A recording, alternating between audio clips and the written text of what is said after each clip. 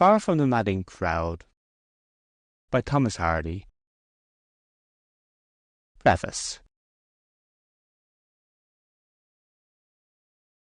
In reprinting this story for a new edition, I am reminded that it was in the chapters of Far from the Madding Crowd, as they appeared month by month in a popular magazine, that I first ventured to adopt the word Wessex from the pages of early English history, and give it a fictitious significance as the existing name of the district once included in that extinct kingdom.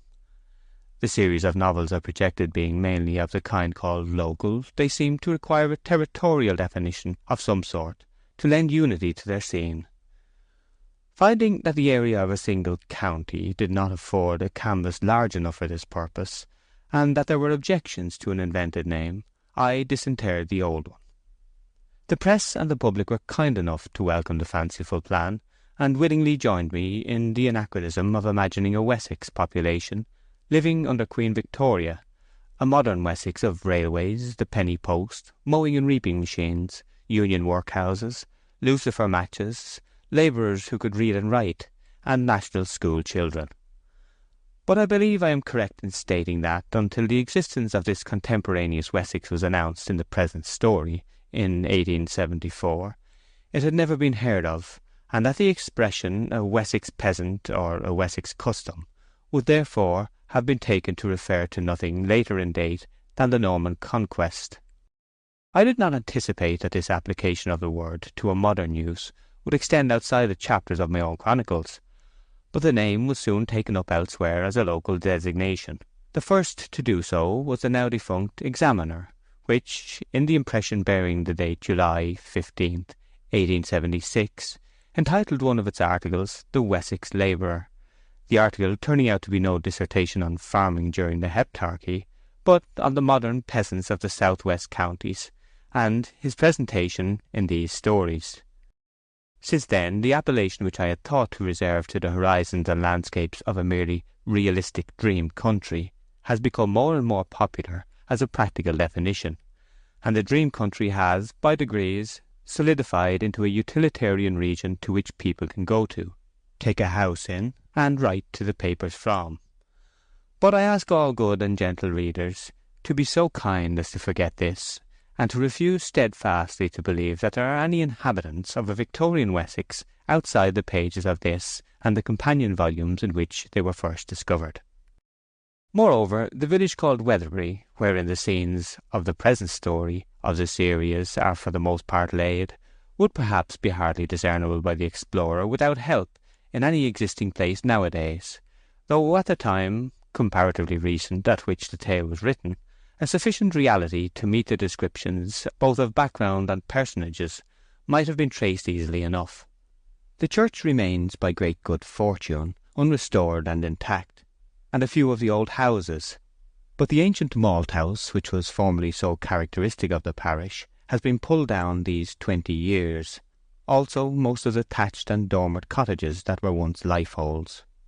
The game of prisoner's base, which not so long ago seemed to enjoy a perennial vitality in front of the worn-out stocks, may, so far as I can say, be entirely unknown to the rising generation of schoolboys there. The practice of divination by Bible and key, the regarding of valentines as things of serious import, the shearing supper and the harvest home have too nearly disappeared in the wake of the old houses, and with them have gone, it is said, much of that love of fuddling to which the village at one time was notoriously prone. The change at the root of this has been the recent supplanting of the class of stationary cottagers, who carried on the local traditions and humours, by a population of more or less migratory labourers, which has led to a break of continuity in local history more fatal than any other thing to the preservation of legend, folklore, close into social relations, and eccentric individualities. For these, the indispensable conditions of existence are attachment to the soil of one particular spot by generation after generation. Th. February 1895. Chapter 1. Description of Farmer Oak, an incident. When Farmer Oak smiled, the corners of his mouth spread till they were within an unimportant distance of his ears. His eyes were reduced to chinks, and diverging wrinkles appeared round them, extending upon his countenance like the rays in a rudimentary sketch of the rising sun. His Christian name was Gabriel, and on working days he was a young man of sound judgment, easy motions, proper dress, and general good character. On Sundays he was a man of misty views, rather given to postponing, and hampered by his best clothes and umbrella. Upon the whole, one who felt himself to occupy morally that vast middle space of Laodicean neutrality which lay between the communion people of the parish and the drunken section. That is, he went to church, but yawned privately by the time the congregation reached the Nicene Creed, and thought of what there would be for dinner when he meant to be listening to the sermon. Or, to state his character as it stood in the scale of public opinion, when his friends and critics were in tantrums, he was considered rather a bad man. When they were pleased, he was rather a good man. When they were neither, he was a man whose moral colour was a kind of pepper and salt mixture. Since he lived 6 times as many working days as Sundays, Oak's appearance in his old clothes was most peculiarly his own, the mental picture formed by his neighbours in imagining him being always dressed in that way. He wore a low-crowned felt hat, spread out at the base by tight jamming upon the head for security in high winds, and a coat like Dr. Johnson's, his lower extremities being encased in ordinary leather leggings and boots emphatically large, affording to each foot a roomy apartment so constructed that any wearer might stand in a river all day long and know nothing of damp, their maker being a conscientious man who endeavoured to compensate for any weakness in his cut by unstinted dimension and solidity. Mr. Oak carried about him by way of watch what may be called a small silver clock. In other words, it was a watch as to shape and intention, and a small clock as to size. This instrument, being several years older than Oak's grandfather, had the peculiarity of going either too fast or not at all. The smaller of its hands, too, occasionally slipped round on the pivot, and thus, though the minutes were told with precision, nobody could be quite certain of the hour they belonged to. The stopping peculiarity of his watch Oak remedied by thumps and shakes, and he escaped any evil consequences from the other 2 defects by constant comparisons with and observations of the sun and stars, and by pressing his face close to the glass of his neighbours' windows, till he could discern the hour marked by the green-faced timekeepers within. It may be mentioned that Oak's fob being difficult of access by reason of its somewhat high situation in the waistband of his trousers, which also lay at a remote height under his waistcoat, the watch was, as a necessity, pulled out by throwing the body to one side, compressing the mouth and face to a mere mass of ruddy flesh on account of the exertion required, and drawing up the watch by its chain, like a bucket from a well. But some thoughtful persons, who had seen him walking across one of his fields on a certain December morning, sunny and exceedingly mild, might have regarded Gabriel Oak in other aspects than these. In his face one might notice that many of the hues and curves of youth had carried on to manhood. There even remained in his remoter crannies some relics of the boy. His height and breadth would have been sufficient to make his presence imposing had they been exhibited with due consideration. But there is a way some men have, rural and urban alike, for which the mind is more responsible than flesh and sinew. It is a way of curtailing their dimensions by their manner of showing them, and from a quiet modesty that would have become a vestal, which seems continually to impress upon him that he had no great claim on the world's room, Oak walked unassumingly, and with a faintly perceptible bend, yet distinct from a bowing of the shoulders. This may be said to be a defect in an individual if he depends for his valuation more upon his appearance than upon his capacity to wear well, which Oak did not. He had just reached the time of life at which young is ceasing to be the prefix of man in speaking of one. He was at the brightest period of masculine growth, for his intellect and his emotions were clearly separated. He had passed the time during which the influence of youth indiscriminately mingles them in the character of impulse, and he had not yet arrived at the stage wherein they become united again in the character of prejudice by the influence of a wife and family. In short, he was 28 and a bachelor. The field he was in this morning sloped to a ridge called Norcombe Hill. Through a spur of this hill ran the highway between Emminster and Chalk Newton. Casually glancing over the hedge, Oak saw coming down the incline before him an ornamental spring waggon, painted yellow and gaily marked, drawn by 2 horses, a waggoner walking alongside, bearing a whip perpendicularly. The waggon was laden with household goods and window plants, and on the apex of the whole sat a woman, young and attractive. Gabriel had not beheld the sight for more than half a minute, when the vehicle was brought to a standstill just beneath his eyes. "Tailboard of the waggon is gone, miss," said the waggoner. "Then I heard it fall," said the girl in a soft, though not particularly low voice. "I heard a noise I could not account for when we were coming up the hill." "I'll run back." "Do," she answered. The sensible horses stood perfectly still, and the waggoner's steps sank fainter and fainter in the distance. The girl on the summit of the load sat motionless, surrounded by tables and chairs with their legs upwards, backed by an oak settle, and ornamented in front by pots of geraniums, myrtles, and cactuses, together with a caged canary, all probably from the windows of the house just vacated. There was also a cat in a willow basket, from the partly open lid of which she gazed with half-closed eyes, and affectionately surveyed the small birds around. The handsome girl waited for some time idly in her place, and the only sound heard in the stillness was the hopping of the canary up and down the perches of its prison. Then she looked attentively downwards. It was not at the bird nor the cat. It was at an oblong package tied in paper and lying between them. She turned her head to learn if the waggoner were coming. He was not yet in sight, and her eyes crept back to the package, her thoughts seeming to run upon what was inside it. At length she drew the article into her lap and untied the paper covering. A small swing looking-glass was disclosed, in which she proceeded to survey herself attentively. She parted her lips and smiled. It was a fine morning, and the sun lighted up to a scarlet glow the crimson jacket she wore, and painted a soft lustre upon her bright face and dark hair. The myrtles, geraniums, and cactuses packed round her were fresh and green, and at such a leafless season they invested the whole concern of horses, waggon, furniture, and girl with a peculiar vernal charm. What possessed her to indulge in such a performance in the sight of the sparrows, blackbirds, and unperceived farmer, who were alone its spectators? Whether the smile began as a fictitious one, to test her capacity in that art, nobody knows. It ended certainly in a real smile. She blushed at herself, and seeing her reflection blush, blushed the more. The change from the customary spot and necessary occasion of such an act, from the dressing hour in a bedroom to a time of travelling out of doors, lent to the idle deed a novelty it did not intrinsically possess. The picture was a delicate one. Woman's prescriptive infirmity had stalked into the sunlight, which had clothed it in the freshness of an originality.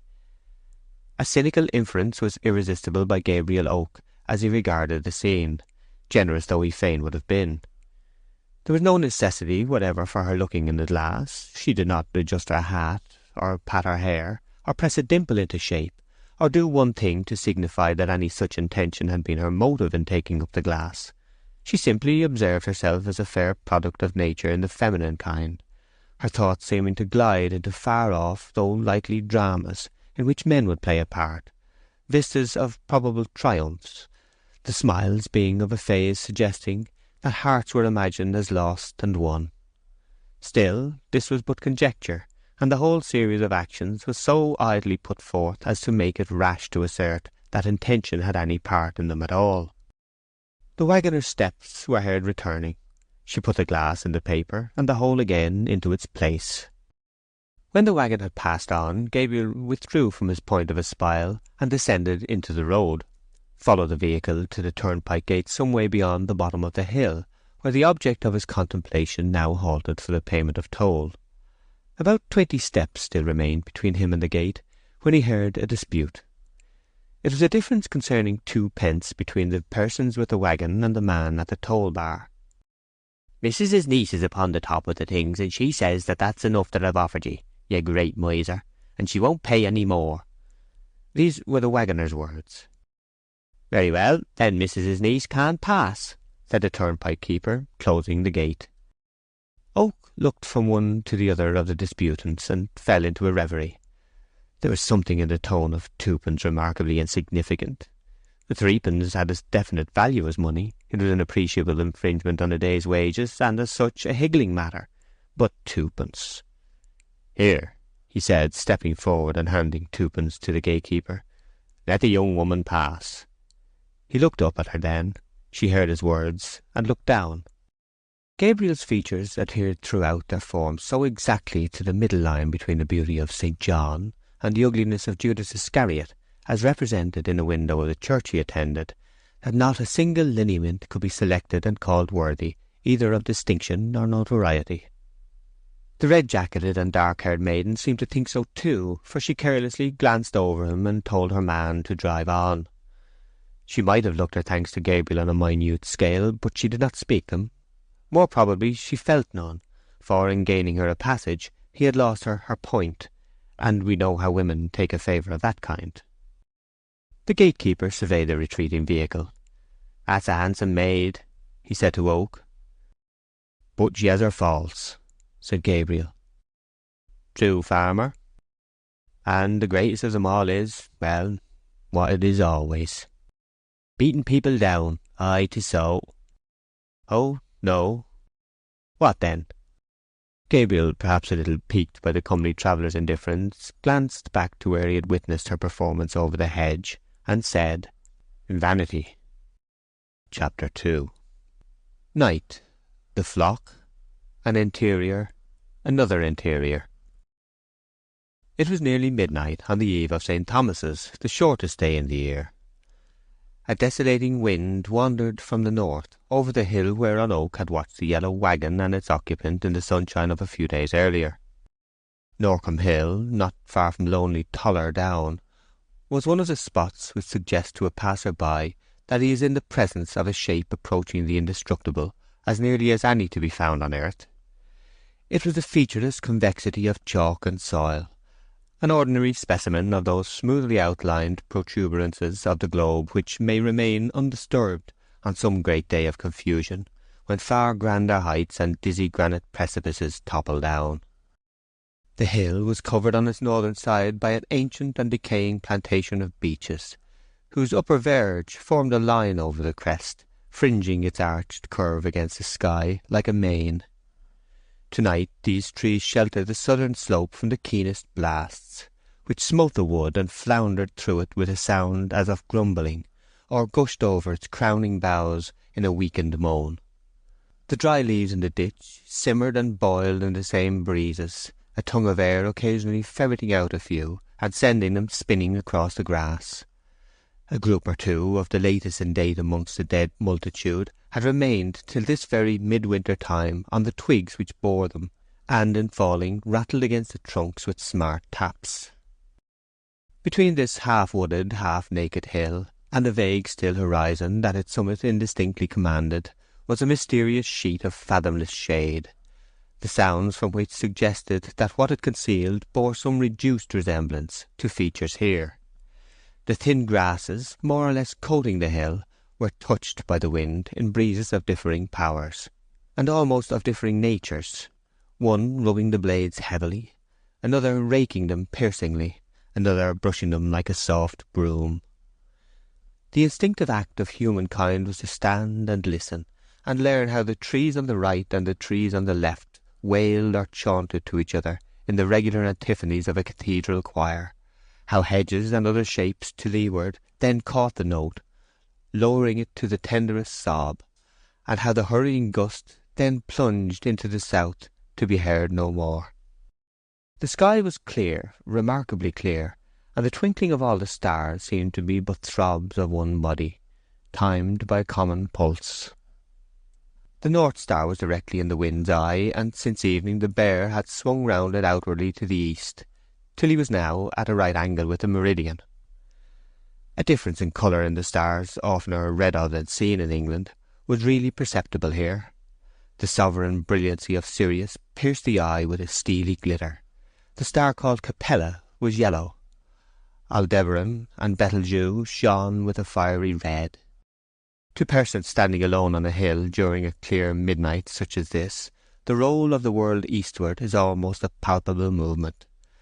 The sensation may be caused by the panoramic glide of the stars past earthly objects, which is perceptible in a few minutes of stillness, or by the better outlook upon space that a hill affords, or by the wind, or by the solitude, but whatever be its origin, the impression of riding along is vivid and abiding.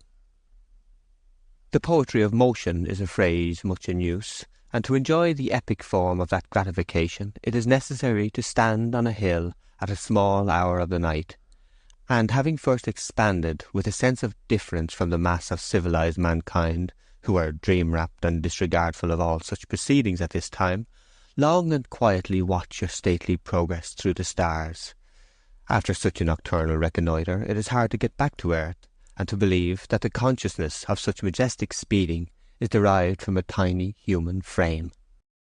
Suddenly an unexpected series of sounds began to be heard in this place up against the sky. They had a clearness which was to be found nowhere in the wind, and a sequence which was to be found nowhere in nature. They were the notes of Farmer Oak's flute. The tune was not floating unhindered into the open air. It seemed muffled in some way, and was altogether too curtailed in power to spread high or wide. It came from the direction of a small dark object under the plantation hedge, a shepherd's hut, now presenting an outline to which an uninitiated person might have been puzzled to attach either meaning or use. The image as a whole was that of a small Noah's Ark on a small Ararat, allowing the traditionary outlines and general form of the ark which are followed by toy-makers, and by these means are established in men's imaginations among their firmest, because earliest impressions, to pass as an approximate pattern. The hut stood on little wheels, which raised its floor about a foot from the ground. Such shepherds' huts are dragged into the fields when the lambing season comes on, to shelter the shepherd in his enforced nightly attendance. It was only latterly that people had begun to call Gabriel Farmer Oak. During the 12-month preceding this time he had been enabled, by sustained efforts of industry and chronic good spirits, to lease the small sheep farm of which Norcombe Hill was a portion, and stock it with 200 sheep. Previously he had been a bailiff for a short time, and earlier still a shepherd only, having from his childhood assisted his father in tending the flocks of large proprietors, till old Gabriel sank to his rest. This venture, unaided and alone, into the paths of farming as master and not as man, with an advance of sheep not yet paid for, was a critical juncture with Gabriel Oak, and he recognized his position clearly. The first movement in his new progress was the lambing of his ewes, and sheep having been his speciality from his youth, he wisely refrained from deputing the task of tending them at this season to a hireling or a novice. The wind continued to beat about the corners of the hut, but the flute-playing ceased. A rectangular space of light appeared in the side of the hut, and, in the opening, the outline of Farmer Oak's figure. He carried a lantern in his hand, and, closing the door behind him, came forward and busied himself about this nook of the field for nearly 20 minutes, the lantern light appearing and disappearing here and there, and brightening him or darkening him, as he stood before or behind it. Oak's motions, though they had a quiet energy, were slow, and their deliberateness accorded well with his occupation. Fitness being the basis of beauty, nobody could have denied that his steady swings and turns in and about the flock had elements of grace. Yet, although, if occasion demanded, he could do or think a thing with as mercurial a dash as can the men of towns, who are more to the manner born, his special power, morally, physically, and mentally, was static, owing little or nothing to momentum as a rule. A close examination of the ground hereabout, even by the wan starlight only, revealed how a portion of what would have been casually called a wild slope had been appropriated by Farmer Oak for his great purpose this winter. Detached hurdles thatched with straw were stuck into the ground at various scattered points, amid and under which the whitish forms of his meek ewes moved and rustled. The ring of the sheep bell, which had been silent during his absence, recommenced, in tones that had more mellowness than clearness, owing to an increasing growth of surrounding wool. This continued till Oak withdrew again from the flock. He returned to the hut, bringing in his arms a new-born lamb, consisting of 4 legs, large enough for a full-grown sheep, united by a seemingly inconsiderable membrane, about half the substance of the legs collectively, which constituted the animal's entire body just at present. The little speck of life he placed on a wisp of hay before the small stove, where a can of milk was simmering. Oak extinguished the lantern by blowing into it, and then pinching the snuff. the cot being lighted by a candle suspended by a twisted wire. A rather hard couch, formed of a few corn sacks, thrown carelessly down, covered half the floor of this little habitation, and here the young man stretched himself along, loosened his woollen cravat, and closed his eyes. In about the time a person unaccustomed to bodily labour would have decided upon which side to lie, Farmer Oak was asleep. The inside of the hut, as it now presented itself, was cosy and alluring, and the scarlet handful of fire, in addition to the candle, reflecting its own genial colour upon whatever it could reach, flung associations of enjoyment even over utensils and tools. In the corner stood the sheep crook, and along a shelf at one side were ranged bottles and canisters of the simple preparations pertaining to ovine surgery and physic, spirits of wine, turpentine, tar, magnesia, ginger, and castor oil being the chief. On a triangular shelf across the corner stood bread, bacon, cheese, and a cup of ale or cider, which was supplied from a flagon beneath. Beside the provisions lay the flute, whose notes had lately been called forth by the lonely watcher to beguile a tedious hour. The house was ventilated by two round holes, like the lights of a ship's cabin, with wood slides. The lamb, revived by the warmth, began to bleat, and the sound entered Gabriel's ears and brain with an instant meaning, as expected sounds will. Passing from the profoundest sleep to the most alert wakefulness with the same ease that had accompanied the reverse operation, he looked at his watch, found that the hour hand had shifted again, put on his hat, took the lamb in his arms, and carried it into the darkness. After placing the little creature with its mother, he stood and carefully examined the sky, to ascertain the time of night from the altitude of the stars. The Dog Star and Aldebaran, pointing to the restless Pleiades, were halfway up the southern sky, and between them hung Orion, which gorgeous constellation never burnt more vividly than now, as it soared forth above the rim of the landscape. Castor and Apollo, with their quiet shine, were almost on the meridian. The barren and gloomy square of Pegasus was creeping round to the northwest. Far away through the plantation Vega sparkled like a lamp suspended amid the leafless trees, and Cassiopeia's chair stood daintily poised on the uppermost boughs. 1 o'clock, said Gabriel. Being a man not without a frequent consciousness that there was some charm in this life he led, he stood still after looking at the sky as a useful instrument, and regarded it in an appreciative spirit, as a work of art superlatively beautiful. For a moment he seemed impressed with the speaking loneliness of the scene, or rather with the complete abstraction from all its compass of the sights and sounds of man. Human shapes, interferences, troubles and joys were all as if they were not, and there seemed to be on the shaded hemisphere of the globe no sentient being save himself. He could fancy them all gone round to the sunny side. Occupied thus with eyes stretched afar, Oak gradually perceived that what he had previously taken to be a star low down behind the outskirts of the plantation was in reality no such thing.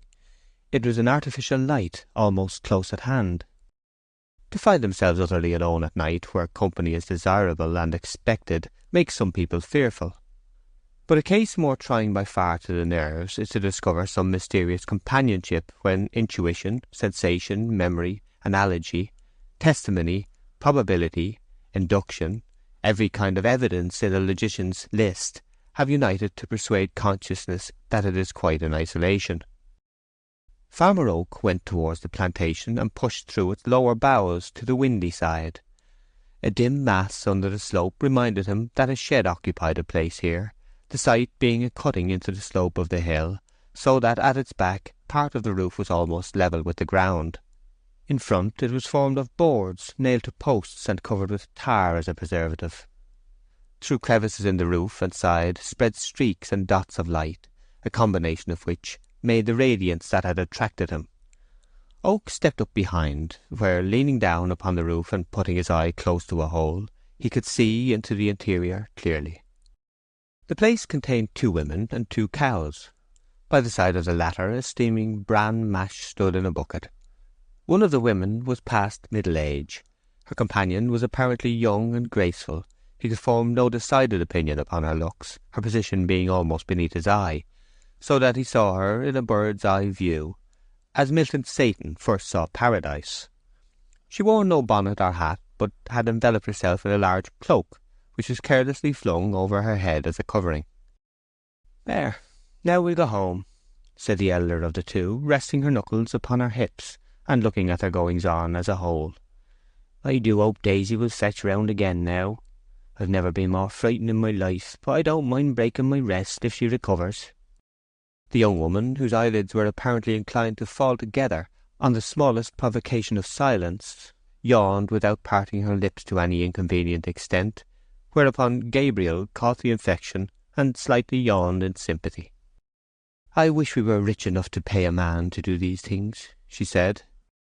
"As we are not, we must do them ourselves," said the other, "for you must help me if you stay." "Well, my hat is gone, however," continued the younger. "It went over the hedge, I think. The idea of such a slight wind catching it." The cow, standing erect, was of the Devon breed, and was encased in a tight, warm hide of rich Indian red, as absolutely uniform from eyes to tail as if the animal had been dipped in a dye of that colour, her long back being mathematically level. The other was spotted, grey and white. Beside her Oak now noticed a little calf about a day old, looking idiotically at the two women, which showed that it had not long been accustomed to the phenomenon of eyesight, and often turning to the lantern, which it apparently mistook for the moon, inherited instinct having, as yet, had little time for correction by experience. Between the sheep and the cows, Lucina had been busy on Norcombe Hill lately. "I think we had better send for some oatmeal," said the elder woman. "There's no more bran." "Yes, aunt, I'll ride over for it as soon as it is light." "But there's no side saddle." "I can ride on the other, trust me." Oak, upon hearing these remarks, became more curious to observe her features, but this prospect being denied him by the hooding effect of the cloak, and by his aerial position, he felt himself drawing upon his fancy for their details. In making even horizontal and clear inspections, we colour and mould according to the wants within us, whatever our eyes bring in. Had Gabriel been able from the first to get a distinct view of her countenance, his estimate of it as very handsome or slightly so would have been as his soul required a divinity at the moment, or was ready supplied with one.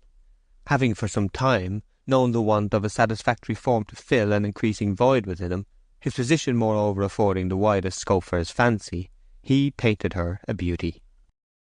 By one of those whimsical coincidences in which nature, like a busy mother, seems to spare a moment from her unremitting labours to turn and make her children smile, the girl now dropped the cloak, and forth tumbled ropes of black hair over a red jacket. Oak knew her instantly as the heroine of the Yellow Waggon, Myrtles and Looking-Glass, prosily as the woman who owed him twopence. They placed the calf beside its mother again, took up the lantern, and went out, the light sinking down the hill till it was no more than a nebula. Gabriel Oak returned to his flock. Chapter 3. A girl on horseback. Conversation. The sluggish day began to break. Even its position terrestrially is one of the elements of a new interest, and for no particular reason save that the incident of the night had occurred there, Oak went again into the plantation. Lingering and musing here, he heard the steps of a horse at the foot of the hill, and soon there appeared in view an auburn pony with a girl on its back, ascending by the path leading past the cattle shed. She was the young woman of the night before. Gabriel instantly thought of the hat she had mentioned as having lost in the wind. Possibly she had come to look for it. He hastily scanned the ditch, and after walking about 10 yards along it, found the hat among the leaves. Gabriel took it in his hand and returned to his hut. Here he ensconced himself, and peeped through the loophole in the direction of the rider's approach. She came up and looked around, then on the other side of the hedge. Gabriel was about to advance and restore the missing article, when an unexpected performance induced him to suspend the action for the present. The path, after passing the cowshed, bisected the plantation. It was not a bridle path, merely a pedestrian's track, and the boughs spread horizontally at a height not greater than 7 feet above the ground, which made it impossible to ride erect beneath them. The girl, who wore no riding habit, looked around for a moment, as if to assure herself that all humanity was out of view, then dexterously dropped backwards flat upon the pony's back, her head over its tail, her feet against its shoulders, and her eyes to the sky. The rapidity of her glide into this position was that of a kingfisher, its noiselessness that of a hawk. Gabriel's eyes had scarcely been able to follow her.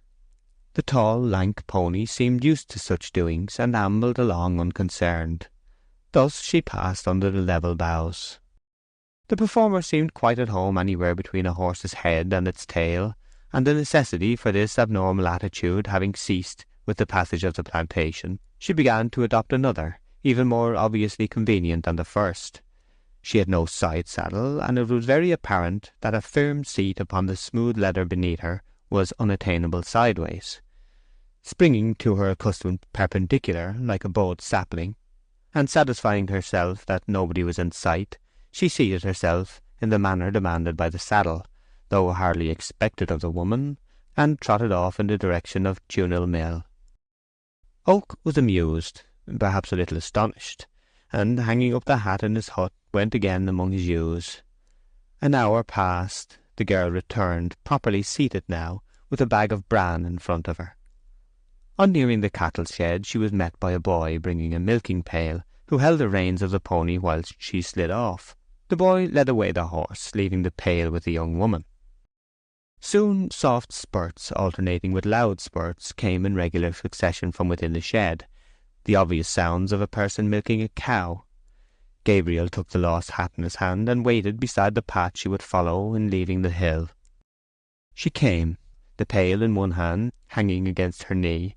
The left arm was extended as a balance, enough of it being shown bare to make Oak wish that the event had happened in the summer, when the whole would have been revealed. There was a bright air and manner about her now, by which she seemed to imply that the desirability of her existence could not be questioned, and this rather saucy assumption failed in being offensive because the beholder felt it to be, upon the whole, true.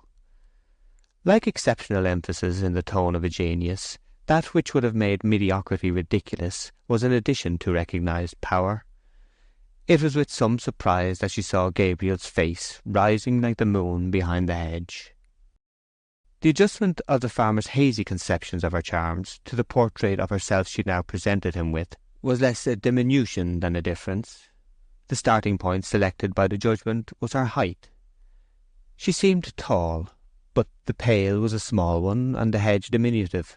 Hence, making allowance for error by comparison with these, she could have been not above the height to be chosen by women as best.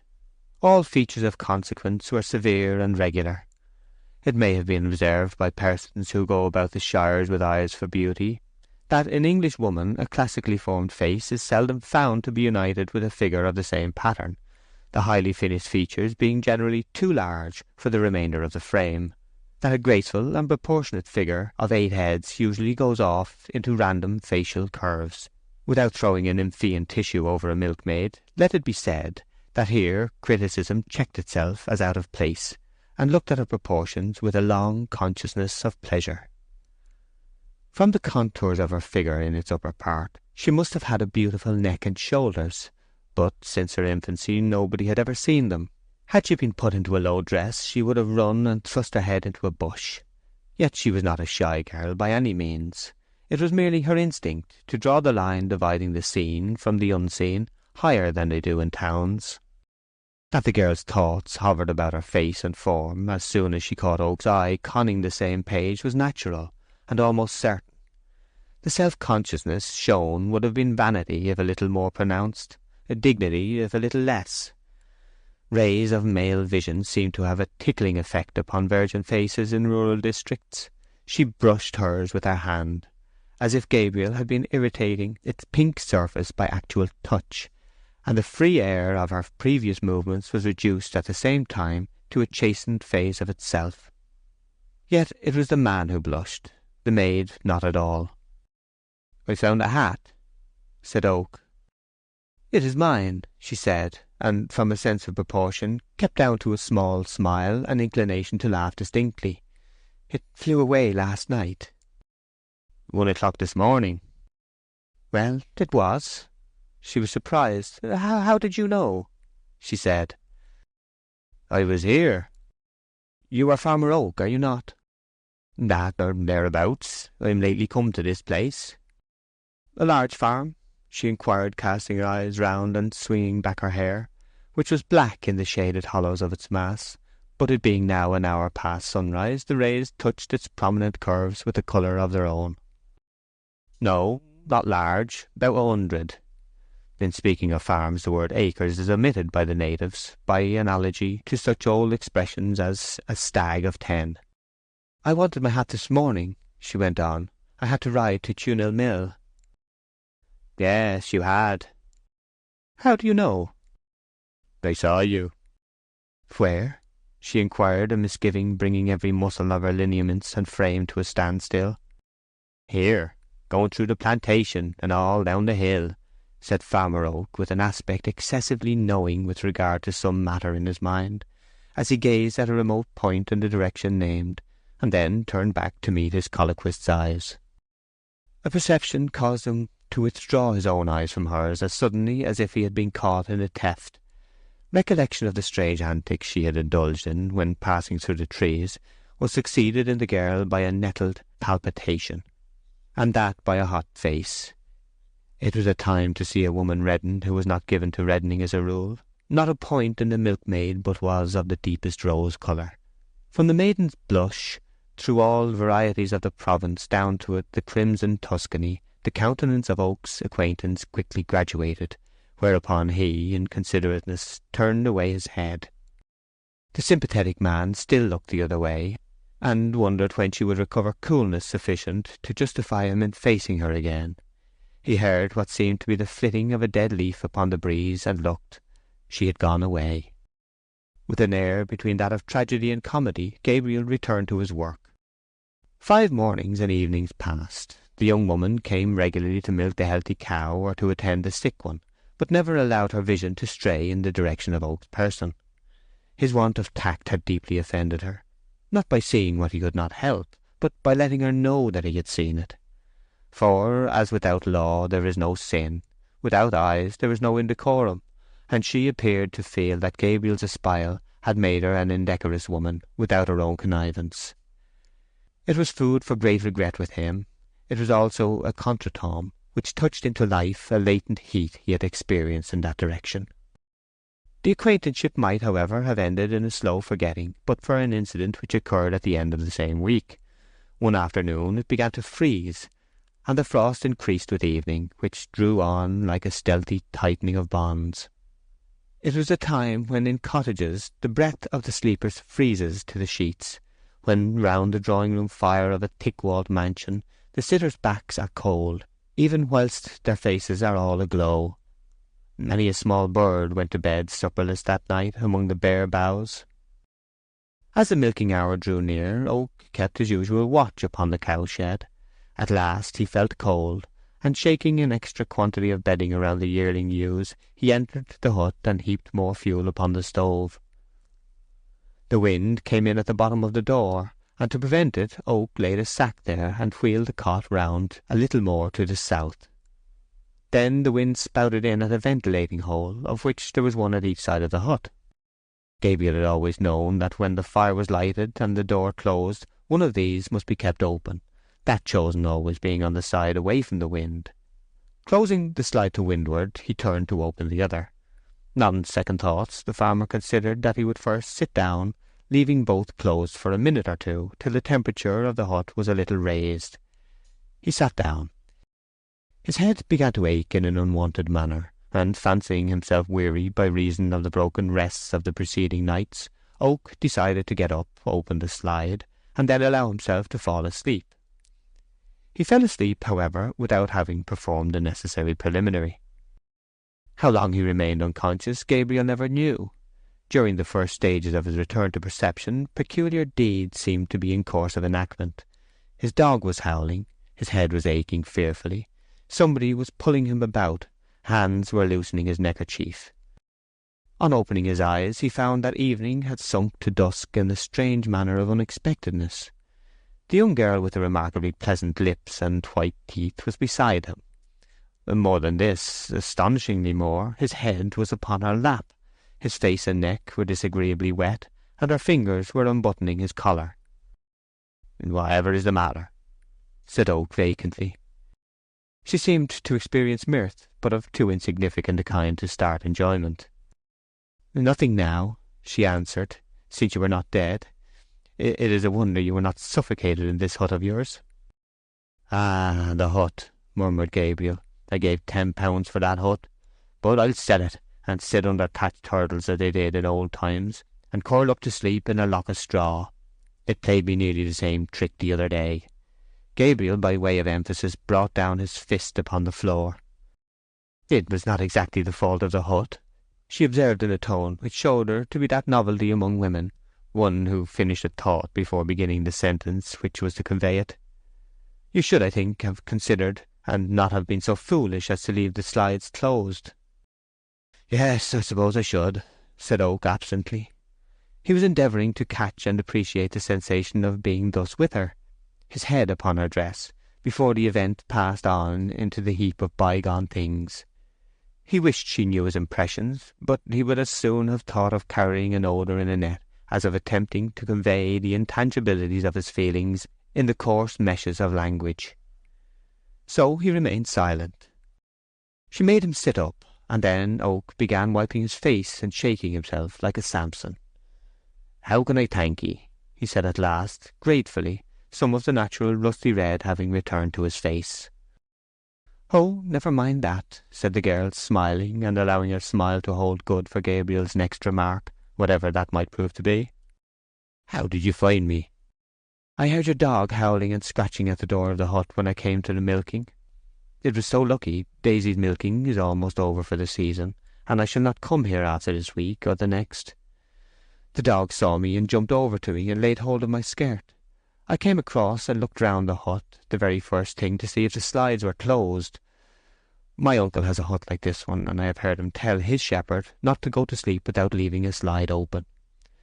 I opened the door, and there you were, like dead. I threw the milk over you, as there was no water, forgetting it was warm and no use."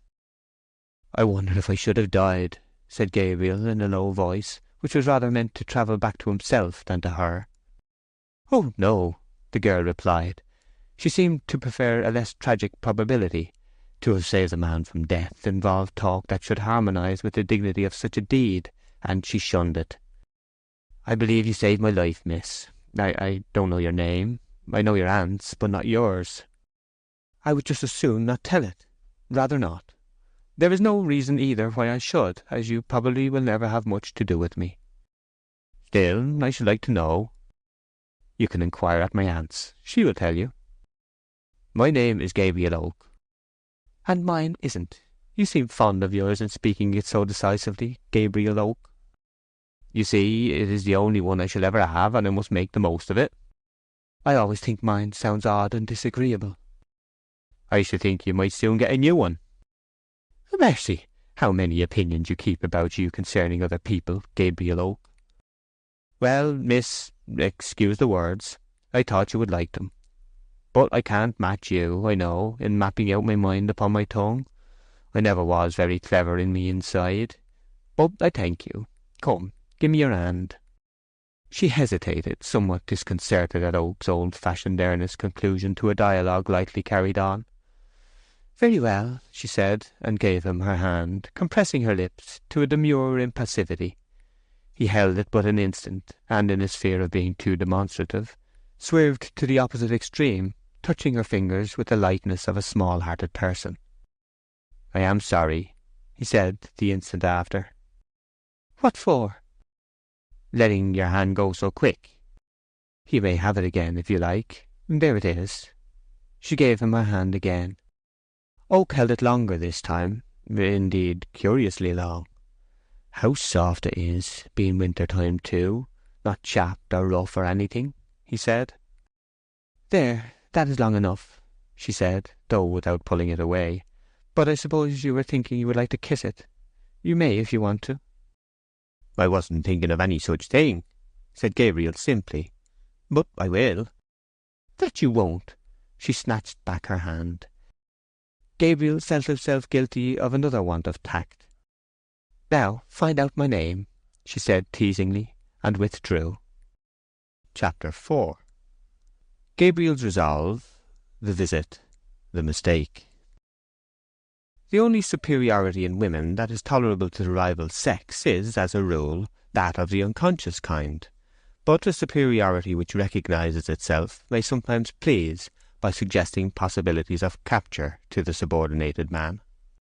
This well-favoured and comely girl soon made appreciable inroads upon the emotional constitution of young Farmer Oak. Love being an extremely exacting usurer, a sense of exorbitant profit spiritually by an exchange of hearts being at the bottom of pure passions, as that of exorbitant profit bodily or material is at the bottom of those of lower atmosphere. Every morning Oak's feelings were as sensitive as the money market in calculations upon his chances. His dog waited for his meals in a way so like that in which Oak waited for the girl's presence that the farmer was quite struck with the resemblance, felt it lowering, and would not look at the dog. However, he continued to watch through the hedge for her regular coming, and thus his sentiments towards her were deepened without any corresponding effect being produced upon herself.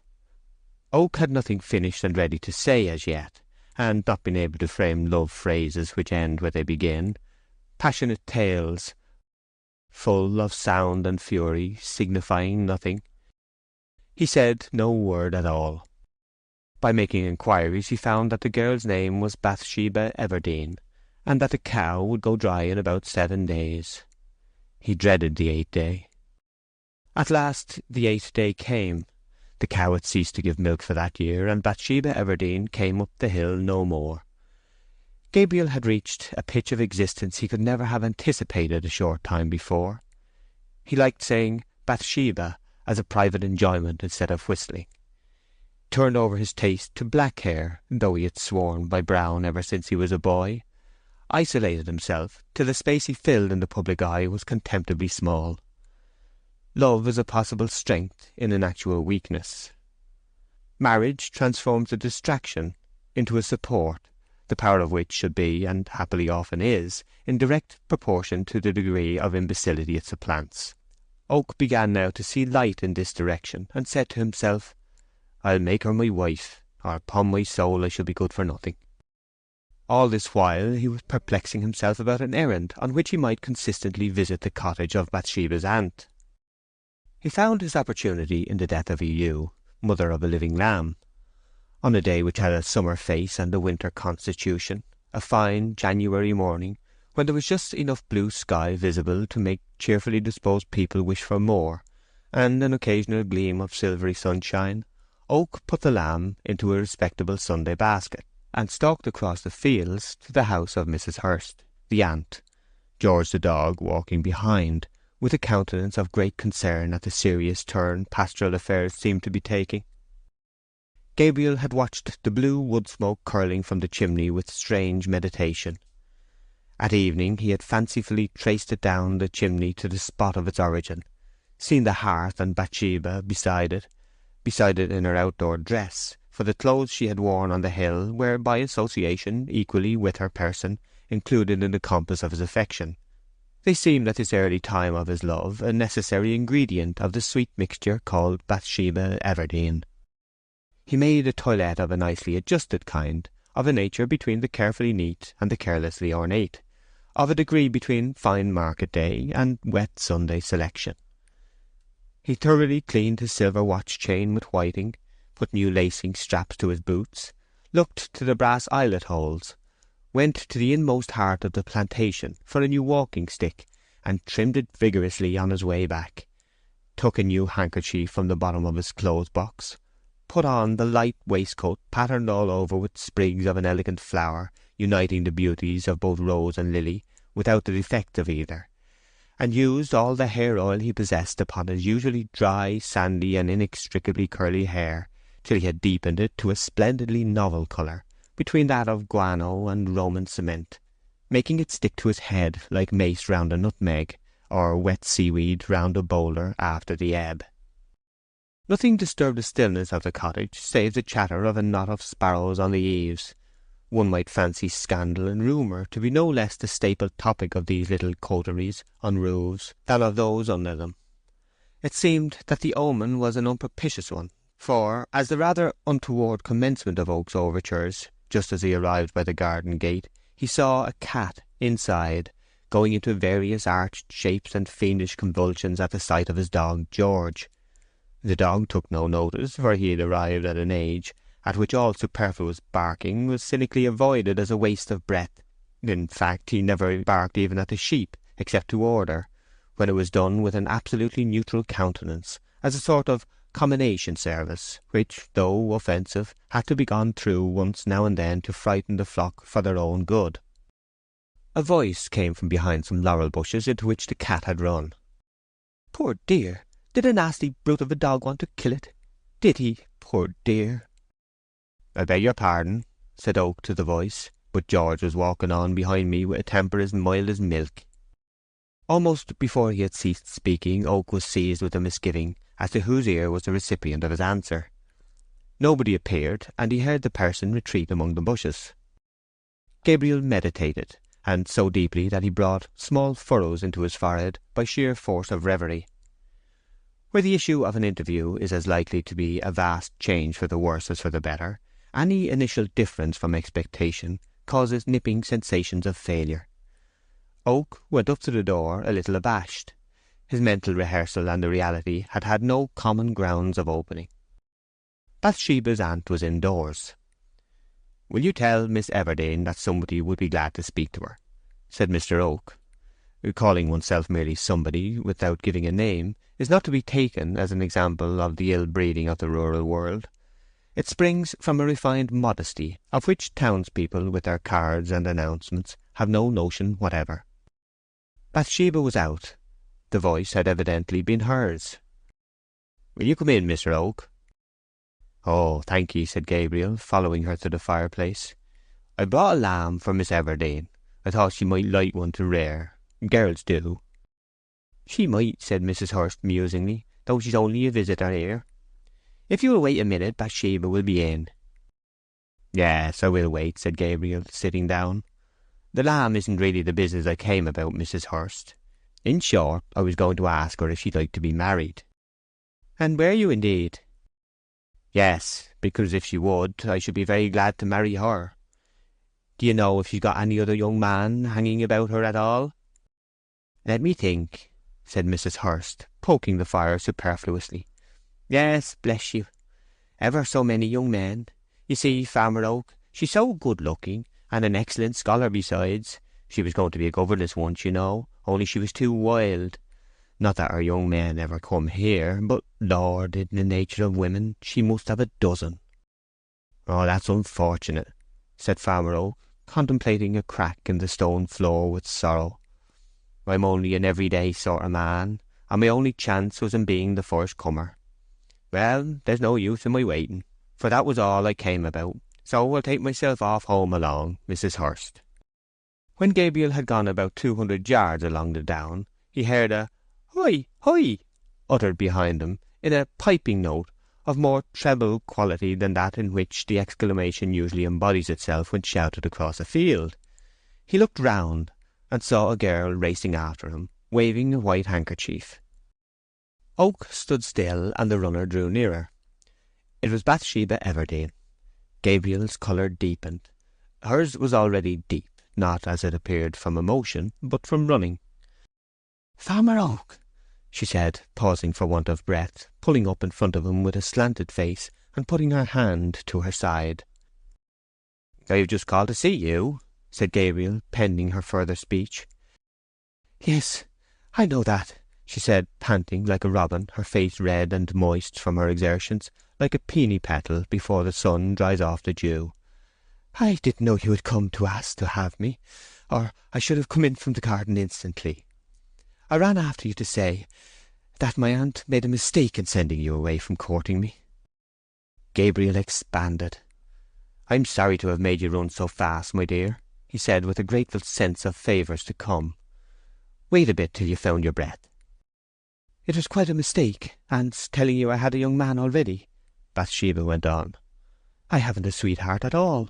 and I never had one. And I thought that, as times go with women, it was such a pity to send you away thinking that I had several." "Really and truly I am glad to hear that," said Farmer Oak, smiling one of his long, special smiles, and blushing with gladness. He held out his hand to take hers, which, when she had eased her side by pressing it there, was prettily extended upon her bosom to still her loud beating heart. Directly he seized it, she put it behind her, so that it slipped through his fingers like an eel. "I have a nice snug little farm," said Gabriel, with half a degree less assurance than when he had seized her hand. "Yes, you have. A man has advanced me money to begin with, but still it will soon be paid off, and though I'm only an everyday sort of man, I have gone a little since I was a boy." Gabriel uttered "a little" in a tone to show her that it was in the complacent form of "a great deal." He continued, "When we be married, I am quite sure I can work twice as hard as I do now." He went forward and stretched out his arm again. Bathsheba had overtaken him at a point beside which stood a low, stunted holly bush, now laden with red berries. Seeing his advance take the form of an attitude threatening a possible enclosure, if not compression, of her person, she edged off round the bush. "Why, Farmer Oak," she said over the top, looking at him with rounded eyes, "I never said I was going to marry you." "Well, that is a tale," said Oak with dismay. "To run after anybody like this, and then say you don't want him." "What I meant to tell you was only this," she said eagerly, and yet half conscious of the absurdity of the position she had made for herself, "that nobody has got me yet as a sweetheart, instead of my having a dozen, as my aunt said. I hate to be thought of as men's property in that way, though possibly I shall be had some day. Why, if I'd wanted you, I shouldn't have run after you like this. 'Twould have been the forwardest thing. But there was no harm in hurrying to correct the piece of false news that had been told you." "Oh, no, no harm at all. But there is such a thing as being too generous in expressing a judgment impulsively," and Oak added, with a more appreciative sense of all the circumstances, "Well, I'm not quite certain there was no harm." "Indeed, I hadn't time to think before starting whether I wanted to marry or not, for you'd have been gone over the hill." "Come," said Gabriel, freshening again, "think a minute or two. I'll wait a while, Miss Everdene. Will you marry me? Do, Bathsheba. I love you far more than common." "I'll try to think," she observed rather more timorously. "If I can think out of doors. My mind spreads away so." "But you can give a guess." "Then give me time." Bathsheba looked thoughtfully into the distance, away from the direction in which Gabriel stood. "I can make you happy," he said to the back of her head, across the bush. "You shall have a piano in a year or two. Farmers' wives are getting to have pianos now, and I'll practise up the flute right well to play with you in the evenings." "Yes, I should like that." "And have one of those little 10-pound gigs for market, and nice flowers and birds, cocks and hens, I mean, because they be useful," continued Gabriel, feeling balanced between poetry and practicality. "I should like it very much." "And a frame for cucumbers, like a gentleman and lady." "Yes." "And when the wedding was over, we'd have a put in the newspapers list of marriages." "Dearly, I should like that." "And the babies in the berths, every man jack of 'em, and at home by the fire, whenever you look up, there I shall be, and whenever I look up, there will be you." "Wait, and don't be improper." Her countenance fell, and she was silent a while. He regarded the red berries between them over and over again, to such an extent that holly seemed in his after-life to be a cipher, signifying a proposal of marriage. Bathsheba decisively turned to him. "No, 'tis no use," she said. "I don't want to marry you." "Try." "I have tried hard all the time I've been thinking, for a marriage would be very nice in one sense. People would talk about me, and think I had won my battle, and I should feel triumphant, and all that. But a husband—" "Well?" "Why, he'd always be there, as you say. Whenever I looked up, there he'd be." "Of course he would. I, that is." "Well, what I mean is that I shouldn't mind being a bride at a wedding, if I could be one without having a husband. But since a woman can't show off in that way by herself, I shan't marry, at least yet." "That's a terrible wooden story." At this criticism of her statement, Bathsheba made an addition to her dignity by a slight sweep away from him. "'Pon my heart and soul, I don't know what a maid can say stupider than that," said Oak. "But, dearest," he continued in a palliative voice, "don't be like it." Oak sighed a deep, honest sigh, none the less so in that, being like the sigh of a pine plantation, it was rather noticeable as a disturbance of the atmosphere. "Why won't you have me?" he appealed, creeping round the holly to reach her side. "I cannot," she said, retreating. "But why?" he persisted, standing still at last in despair of ever reaching her, and facing over the bush. "Because I don't love you." "Yes, but—" She contracted a yawn to an inoffensive smallness, so that it was hardly ill-mannered at all. "I don't love you," she said. "But I love you, and as for myself, I am content to be liked." "Oh, Mr. Oak, that's very fine. You'd get to despise me." "Never," said Mr. Oak, so earnestly that he seemed to be coming by the force of his words straight through the bush and into her arms. "I shall do one thing in this life, one thing certain, that is, love you, and long for you, and keep wanting you till I die." His voice had a genuine pathos now, and his large brown hands perceptibly trembled. "It seems dreadfully wrong not to have you when you feel so much," she said with a little distress, and looking hopelessly around for some means of escape from her moral dilemma. "How I wish I hadn't run after you." However, she seemed to have a short-cut for getting back to cheerfulness, and set her face to signify archness. "It wouldn't do, Mr. Oak. I want somebody to tame me. I am too independent, and you would never be able to, I know." Oak cast his eyes down the field in a way implying that it was useless to attempt argument. "Mr. Oak," she said, with luminous distinctness and common sense, "you are better off than I. I have hardly a penny in the world. I am staying with my aunt for my bare sustenance. I am better educated than you, and I don't love you a bit. That's my side of the case. Now yours.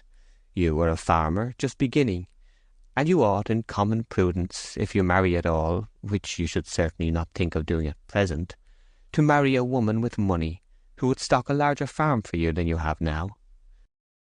Gabriel looked at her with a little surprise and much admiration. "That's the very thing I had been thinking myself," he naively said. Farmer Oak had 1.5 Christian characteristics too many to succeed with Bathsheba: his humility, and a superfluous moiety of honesty. Bathsheba was decidedly disconcerted.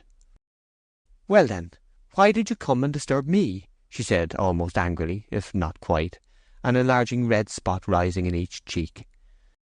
"I can't do what I think would be— Right? No, wise."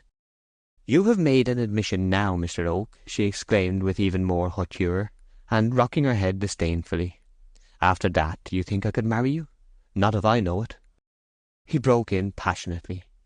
"But don't mistake me like that.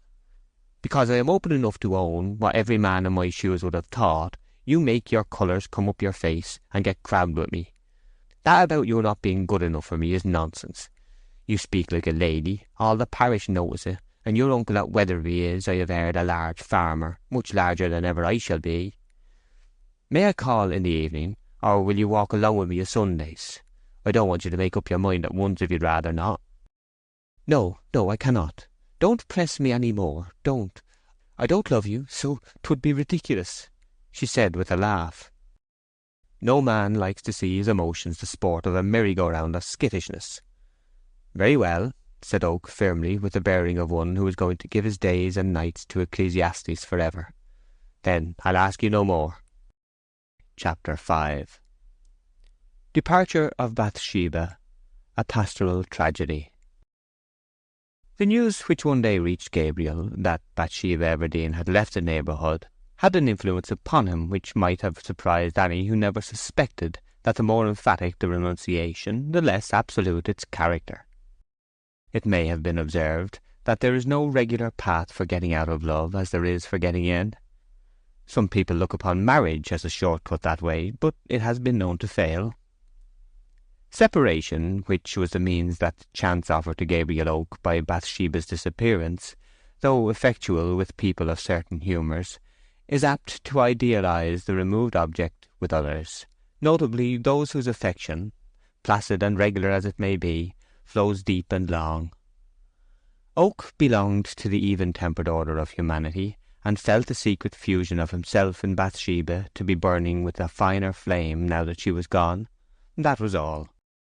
His incipient friendship with her aunt had been nipped by the failure of his suit, and all that Oak learnt of Bathsheba's movements was done indirectly.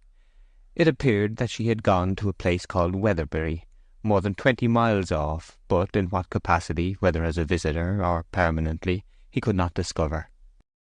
Gabriel had 2 dogs. George, the elder, exhibited an ebony-tipped nose, surrounded by a narrow margin of pink flesh, and a coat marked in random splotches, approximating in colour to white and slaty grey. But the grey, after years of sun and rain, had been scorched and washed out of the more prominent locks, leaving them of a reddish-brown, as if the blue component of the grey had faded, like the indigo from the same kind of colour in Turner's pictures. In substance it had originally been hair, but long contact with sheep seemed to be turning it by degrees into wool of a poor quality and staple. This dog had originally belonged to a shepherd of inferior morals and dreadful temper, and the result was that George knew the exact degrees of condemnation signified by cursing and swearing of all descriptions, better than the wickedest old man in the neighbourhood. Long experience had so precisely taught the animal the difference between such exclamations as "Come in!" and "Damn ye, come in!" that he knew to a hair's breadth the rate of trotting back from the ewes' tails that each call involved, if a staggerer with the sheep-crook was to be escaped. Though old, he was clever and trustworthy still. The young dog, George's son, might possibly have been the image of his mother, for there was not much resemblance between him and George. He was learning the sheep-keeping business, so as to follow on at the flock when the other should die, but had got no further than the rudiments as yet, still finding an insuperable difficulty in distinguishing between doing a thing well enough and doing it too well. So earnest and yet so wrong-headed was this young dog. He had no name in particular, and answered with perfect readiness to any pleasant interjection, that if sent behind the flock to help them on, he did it so thoroughly that he would have chased them across the whole county with the greatest pleasure, if not called off or reminded when to stop by the example of old George. Thus much for the dogs. On the further side of Norcombe Hill was a chalk pit, from which chalk had been drawn for generations and spread over adjacent farms. 2 hedges converged upon it in the form of a V, but without quite meeting. The narrow opening left, which was immediately over the brow of the pit, was protected by a rough railing. One night when Farmer Oak had returned to his house, believing there would be no further necessity for his attendance on the down, he called as usual to the dogs, previously to shutting them up in the outhouse till next morning. Only one responded, old George. The other could not be found, either in the house, lane, or garden. Gabriel then remembered that he had left the 2 dogs on the hill eating a dead lamb, a kind of meat he usually kept from them, except when other food ran short, and concluding that the young one had not finished his meal, he went indoors to the luxury of a bed, which latterly he had only enjoyed on Sundays. It was a still, moist night. Just before dawn he was assisted in waking by the abnormal reverberation of familiar music. To the shepherd, the note of the sheep-bell, like the ticking of the clock to other people, is a chronic sound that only makes itself noticed by ceasing or altering in some unusual manner from the well-known idle twinkle which signifies to the accustomed ear, however distant, that all is well in the fold. In the solemn calm of the awakening morn, that note was heard by Gabriel, beating with unusual violence and rapidity.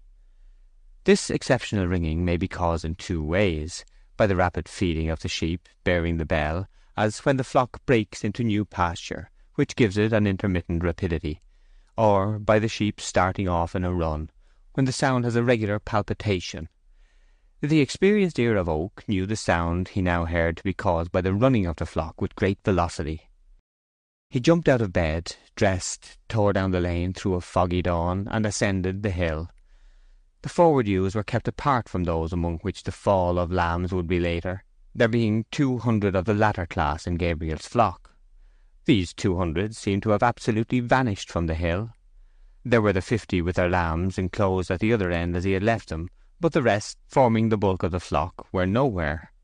Gabriel called at the top of his voice the shepherd's call. "Ovie, Ovie, Ovie!" Not a single bleat. He went to the hedge. A gap had been broken through it, and in the gap were the footprints of the sheep. Rather surprised to find them break fence at this season, yet putting it down instantly to their great fondness for ivy in winter time, of which a great deal grew in the plantation, he followed through the hedge. They were not in the plantation. He called again. The valleys and farthest hills resounded as when the sailors invoked the lost Hylas on the Mysian shore, but no sheep. He passed through the trees and along the ridge of the hill. On the extreme summit, where the ends of the two converging hedges of which we have spoken were stopped short by meeting the brow of the chalk pit, he saw the younger dog standing against the sky, dark and motionless as Napoleon at St. Helena. A horrible conviction darted through Oak. With a sensation of bodily faintness he advanced. At one point the rails were broken through, and there he saw the footprints of his ewes. The dog came up, licked his hand, and made signs implying that he expected some great reward for signal services rendered. Oak looked over the precipice. The ewes lay dead and dying at its foot, a heap of 200 mangled carcasses, representing in their condition just now at least 200 more. Oak was an intensely humane man. Indeed, his humanity often tore in pieces any politic intentions of his which bordered on strategy, and carried him on as by gravitation. A shadow in his life had always been that his flock ended in mutton, that a day came and found every shepherd an arrant traitor to his defenceless sheep. His first feeling now was one of pity for the untimely fate of these gentle ewes and their unborn lambs. It was a second to remember another phase of the matter. The sheep were not insured. All the savings of a frugal life had been dispersed at a blow. His hopes of being an independent farmer were laid low, possibly forever. Gabriel's energies, patience and industry had been so severely taxed during the years of his life between 18 and 28 to reach his present stage of progress that no more seemed to be left in him. He leant down upon a rail and covered his face with his hands.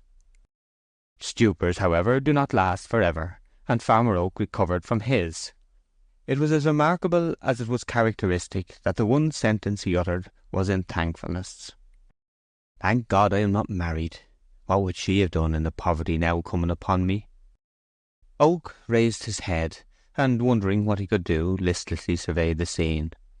By the outer margin of the pit was an oval pond, and over it hung the attenuated skeleton of a chrome-yellow moon, which had only a few days to last, the morning star dogging her on the left hand. The pool glittered like a dead man's eye, and as the world awoke a breeze blew, shaking and elongating the reflection of the moon without breaking it, and turning the image of the star to a phosphoric streak upon the water. All this Oak saw and remembered.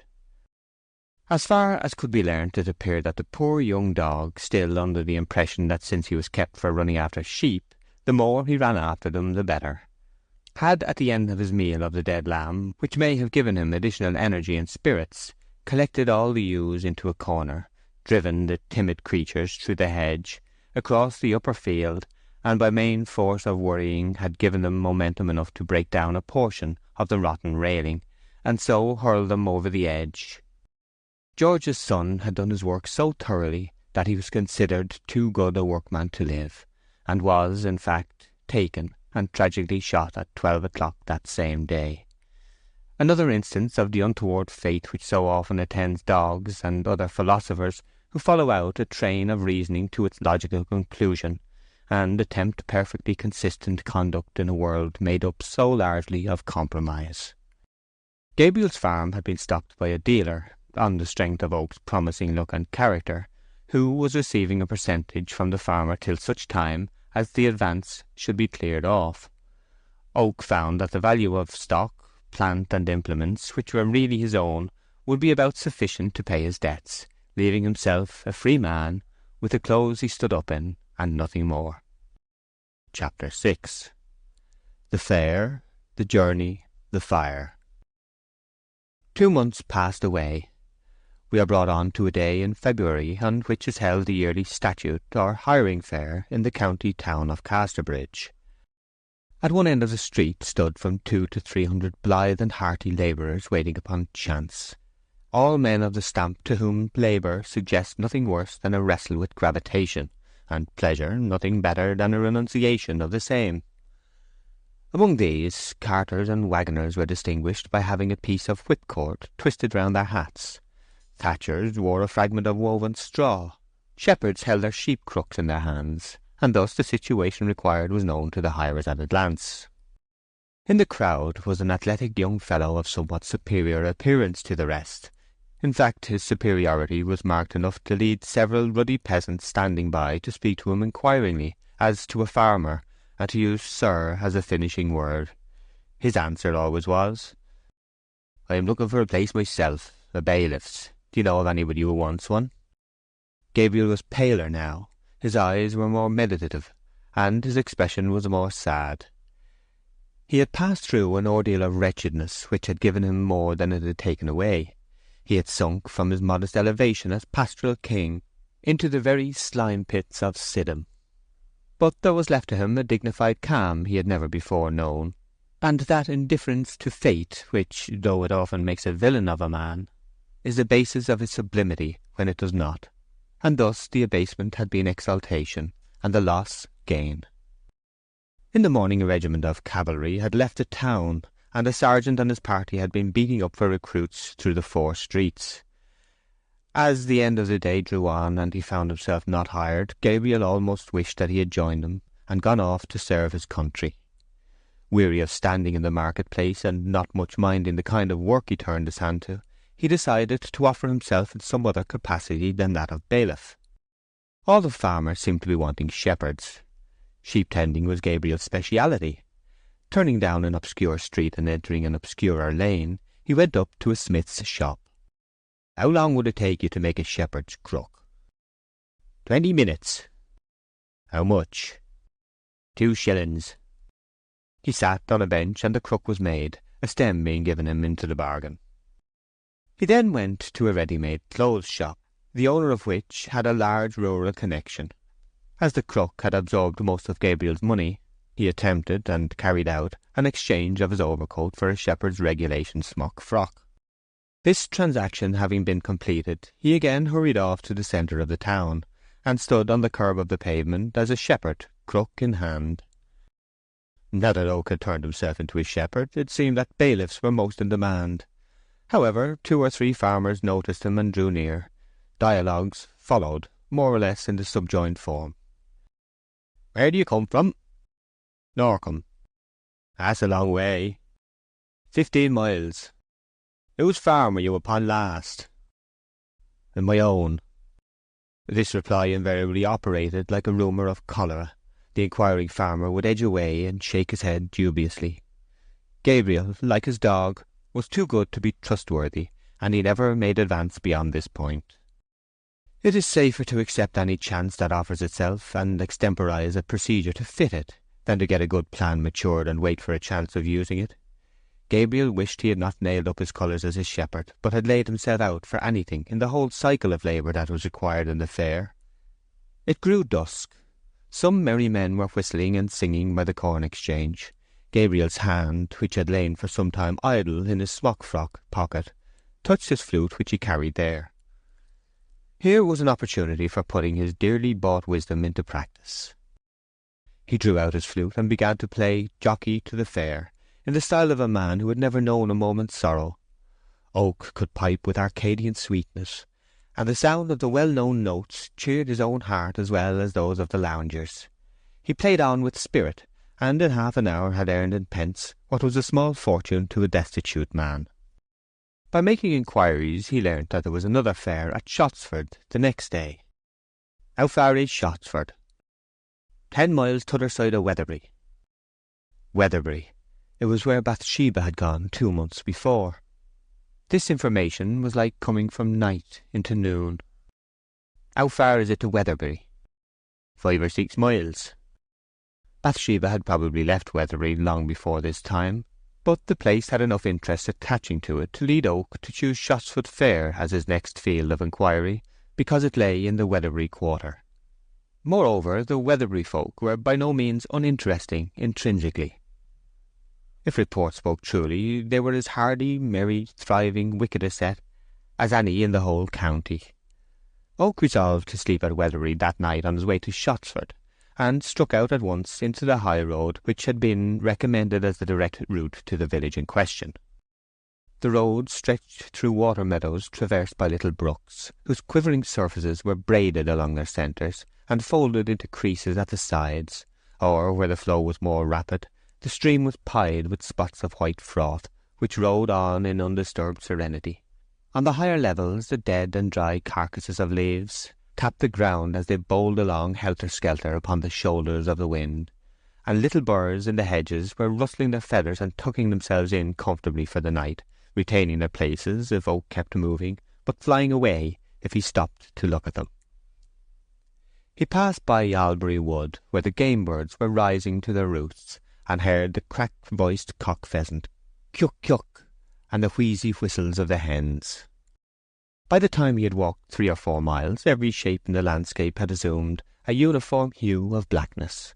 He descended Yalbury Hill, and could just discern ahead of him a waggon, drawn up under a great overhanging tree by the roadside. On coming close, he found there were no horses attached to it, the spot being apparently quite deserted. The waggon, from its position, seemed to have been left there for the night, for beyond about half a truss of hay which was heaped in the bottom, it was quite empty. Gabriel sat down on the shafts of the vehicle and considered his position. He calculated that he had walked a very fair proportion of the journey, and having been on foot since daybreak, he felt tempted to lie down upon the hay in the waggon, instead of pushing on to the village of Weatherbury and having to pay for a lodging. Eating his last slices of bread and ham, and drinking from the bottle of cider he had taken the precaution to bring with him, he got into the lonely waggon.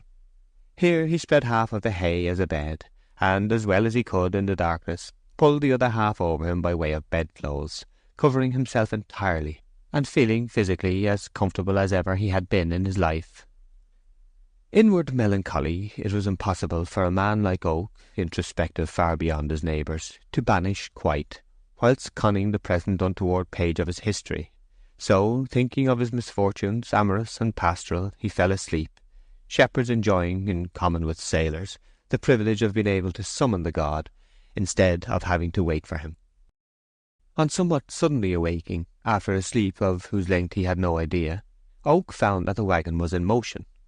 He was being carried along the road at a rate rather considerable for a vehicle without springs, and under circumstances of physical uneasiness, his head being dandled up and down on the bed of the waggon like a kettle-drum stick.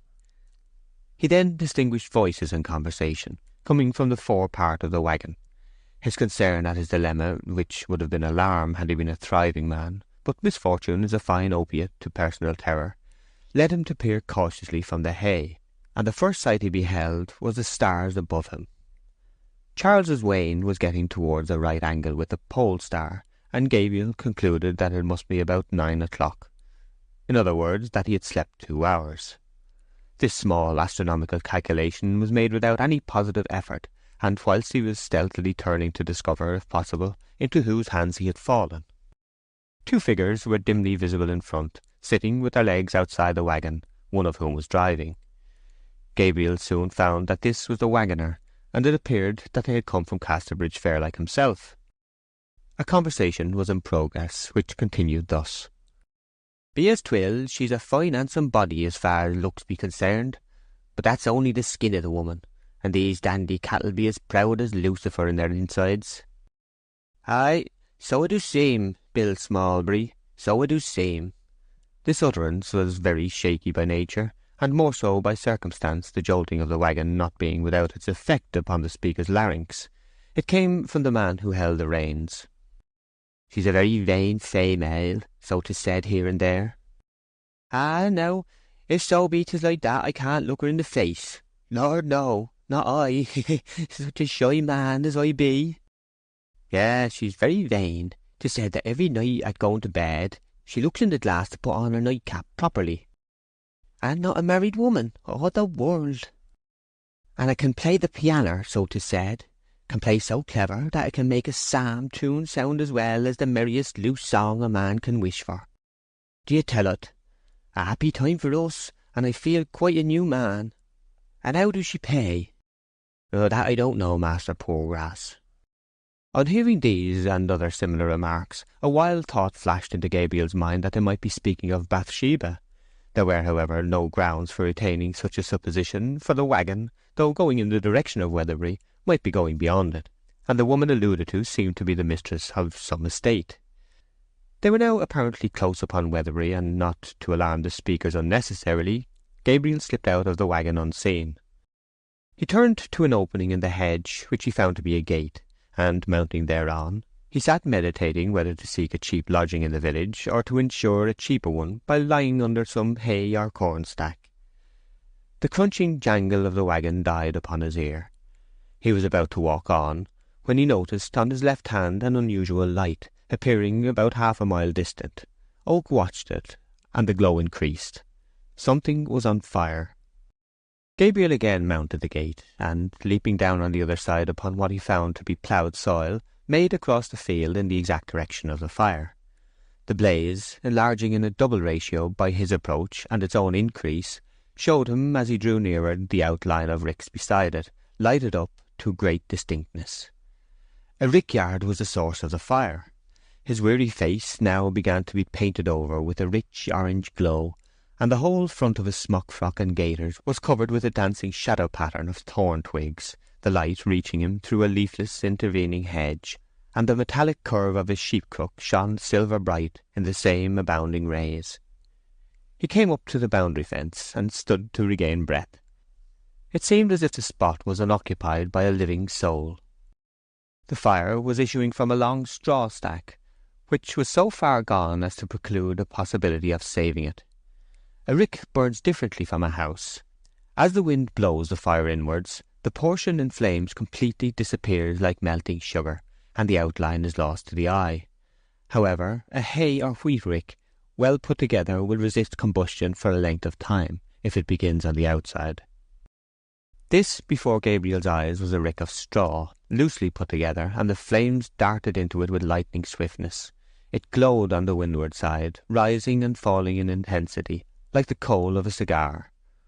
Then a superincumbent bundle rolled down with a whisking noise. Flames elongated and bent themselves about with a quiet roar, but no crackle. Banks of smoke went off horizontally at the back like passing clouds, and behind these burned hidden pyres, illuminating the semi-transparent sheet of smoke to a lustrous yellow uniformity.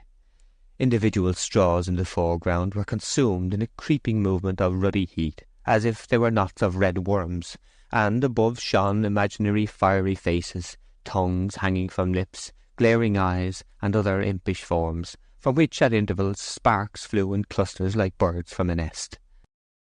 Oak suddenly ceased from being a mere spectator by discovering the case to be more serious than he had first imagined. A scroll of smoke blew aside and revealed to him a wheat rick in startling juxtaposition with a decaying one, and behind this a series of others composing the main corn produce of the farm, so that instead of the straw stack standing, as he had imagined, comparatively isolated, there was a regular connection between it and the remaining stacks of the group. Gabriel leapt over the hedge, and saw that he was not alone. The first man he came to was running about in a great hurry, as if his thoughts were several yards in advance of his body, which they could never drag on fast enough. "Oh, man! Fire! Fire! A good master and a bad servant is fire. Fire, I mean a bad servant and a good master. Oh, Mark Clark, come, and you, Billy Smallbury, and you, Mary Ann Money, and you, Jan Coggan, and Matthew there." Other figures now appeared behind this shouting man and among the smoke, and Gabriel found that, far from being alone, he was in a great company, whose shadows danced merrily up and down, timed by the jigging of the flames, and not at all by their owners' movements. The assemblage, belonging to that class of society which casts its thoughts into the form of feeling, and its feelings into the form of commotion, set to work with a remarkable confusion of purpose. "Stop the draught under the wheat rick," cried Gabriel to those nearest to him. The corn stood on stone straddles, and between these tongues of yellow hue from the burning straw licked and darted playfully. If the fire once got under this stack, all would be lost. "Get a tarpaulin, quick," said Gabriel. A rick cloth was brought, and they hung it like a curtain across the channel. The flames immediately ceased to go under the bottom of the corn stack and stood up vertical. "Stand here with a bucket of water and keep the cloth wet," said Gabriel again. The flames, now driven upward, began to attack the angles of the huge roof covering the wheat stack. "A ladder!" cried Gabriel. "The ladder was against the straw rick and is burnt to a cinder," said a spectre-like form in the smoke. Oak seized the cut ends of the sheaves as if he were going to engage in the operation of reed drawing, and, digging in his feet and occasionally sticking in the stem of his sheep crook, he clambered up the beetling face. He at once sat astride the very apex, and began with his crook to beat off the fiery fragments which had lodged thereon, shouting to the others to get him a bough and a ladder, and some water. Billy Smallbury, one of the men who had been on the waggon, by this time had found a ladder, which Mark Clark ascended, holding on beside Oak upon the thatch. The smoke at this corner was stifling, and Clark, a nimble fellow, having been handed a bucket of water, bathed Oak's face and sprinkled him generally, whilst Gabriel, now with a long beech bough in one hand, in addition to his crook in the other, kept sweeping the stack and dislodging all fiery particles. On the ground, the groups of villagers were still occupied in doing all they could to keep down the conflagration, which was not much. They were all tinged orange and backed up by shadows of varying pattern. Round the corner of the largest stack, out of the direct rays of the fire, stood a pony, bearing a young woman on its back. By her side was another woman on foot. These two seemed to keep at a distance from the fire, that the horse might not become restive. "He's a shepherd," said the woman on foot. "Yes, he is. See how his crook shines as he beats the rick with it? And his smock frock is burnt in 2 holes, I declare. A fine young shepherd he is too, ma'am." "Whose shepherd is he?" said the equestrian in a clear voice. "I don't know, ma'am." "Don't any of the others know?" "Nobody at all. I've asked them. Quite a stranger, they say." The young woman on the pony rode out from the shade and looked anxiously around. "Do you think the barn is safe?" she said. "Do you think the barn is safe, Jan Coggan?" said the second woman, passing on the question to the nearest man in that direction. "Safe now, leastwise I think so. If this rick had gone, the barn would have followed. 'Tis that bold shepherd up there that have done the most good. He's sitting on top of that rick, whizzing his great long arms about like a windmill." "He does work hard," said the young woman on horseback, looking up at Gabriel through her thick woollen veil. "I wish he was shepherd here. Don't any of you know his name?" "Never heard a man's name in my life, or seed his form afore." The fire began to get worsted, and Gabriel's elevated position being no longer required of him, he made as if to descend. "Mary Ann," said the girl on horseback, "go to him as he comes down, and say that the farmer wishes to thank him for the great service he has done." Mary Ann stalked off towards the rick and met Oak at the foot of the ladder. She delivered her message. Where is your master, the farmer?" said Gabriel, kindling with the idea of getting employment that seemed to strike him now. "'Tisn't a master, 'tis a mistress shepherd." "A woman farmer?" "Ah, I believe, and a rich one too," said a bystander. "Lately I came here from a distance. Took on her uncle's farm, who died suddenly, and used to measure his money in half-pint cups. They say now that she's business in every bank in Casterbridge, and thinks no more of playing pitch and toss sovereign than you and I do pitch halfpenny. Not a bit in the world, shepherd." "That's she, back up there on the pony," said Mary Ann, with her face covered up in that black cloth with holes in it. Oak, his features smudged, grimy, and undiscoverable from the smoke and heat, his smock frock burnt into holes and dripping with water, the ash stem of his sheep crook, charred 6 inches shorter, advanced with the humility stern adversity had thrust upon him up to the slight female form in the saddle. He lifted his hat with respect, and not without gallantry. Stepping close to her hanging feet, he said in a hesitating voice, "Do you happen to want a shepherd, ma'am?" She lifted the wool veil tied round her face, and looked all astonishment. Gabriel and his cold-hearted darling, Bathsheba Everdene, were face to face. Bathsheba did not speak, and he mechanically repeated in an abashed and sad voice, Do you want a shepherd, ma'am? Chapter 7.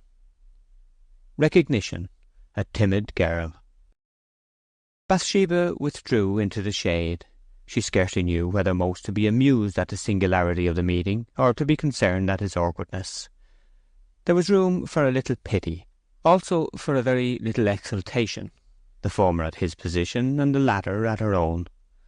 Embarrassed she was not, and she remembered Gabriel's declaration of love to her at Norcombe, only to think she had nearly forgotten it. "Yes," she murmured, putting on an air of dignity, and turning again to him with a little warmth of cheek, "I do want a shepherd, but—" "He's a very man, ma'am," said one of the villagers quietly.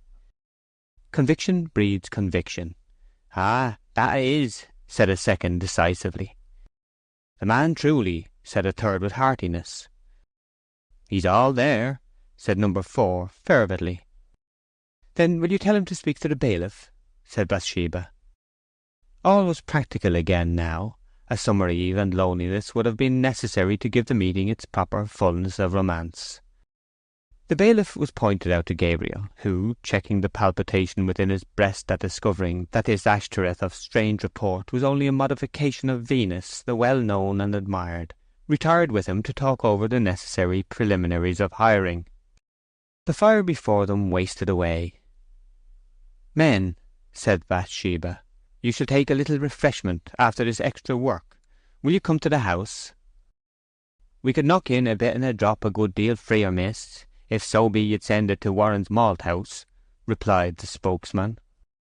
Bathsheba then rode off into the darkness, and the men straggled on to the village in 2s and 3s, Oak and the bailiff being left by the rick alone. Now," said the bailiff finally, "all is settled, I think, about your coming, and I'm going home along. Good night to ye, shepherd." "Can you get me a lodging?" inquired Gabriel. "That I can't indeed," he said, moving past Oak as a Christian edges past an offertory plate when he does not mean to contribute. "If you follow on the road till you come to Warren's Malt House, where they're all gone to have their snap of victuals, I dare say some of 'em'll tell you of a place. Good night to ye, shepherd."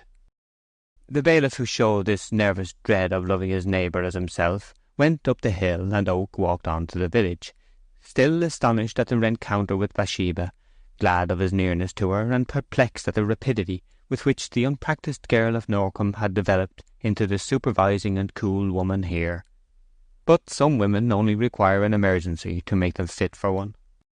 Obliged to some extent to forego dreaming in order to find the way, he reached the churchyard, and passed round it under the wall, where several ancient trees grew. There was a wide margin of grass along here, and Gabriel's footsteps were deadened by its softness, even at this indurating period of the year. When abreast of a trunk which appeared to be the oldest of the old, he became aware that a figure was standing behind it. Gabriel did not pause in his walk, and in another moment he accidentally kicked a loose stone. The noise was enough to disturb the motionless stranger, who started and assumed a careless position. It was a slim girl, rather thinly clad. "Good night to you," said Gabriel heartily. "Good night," said the girl to Gabriel. The voice was unexpectedly attractive. It was the low and dulcet note suggestive of romance, common in descriptions, rare in experience. "I'll thank you to tell me if I'm in the way for Warren's Malt House," Gabriel resumed, primarily to gain the information, indirectly to get more of the music. "Quite right. It's at the bottom of the hill. And do you know—" The girl hesitated, and then went on again. "Do you know how late they keep open the Buck's Head Inn?" She seemed to be won by Gabriel's heartiness, as Gabriel had been won by her modulations. "I don't know where the Buck's Head is, or anything about it. Do you think of going there tonight?" "Yes." The woman again paused. There was no necessity for any continuance of speech, and the fact that she did add more seemed to proceed from an unconscious desire to show unconcern by making a remark, which is noticeable in the ingenuous when they are acting by stealth. "You are not a Weatherbury man," she said timorously. "I am not. I am the new shepherd, just arrived." "Only a shepherd, and you seem almost a farmer by your ways." "No, only a shepherd," Gabriel repeated in a dull cadence of finality. His thoughts were directed to the past, his eyes to the feet of the girl, and for the first time he saw lying there a bundle of some sort.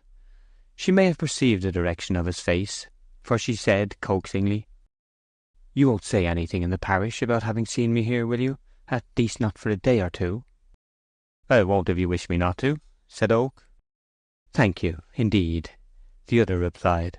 "I am rather poor, and I don't want people to know anything about me."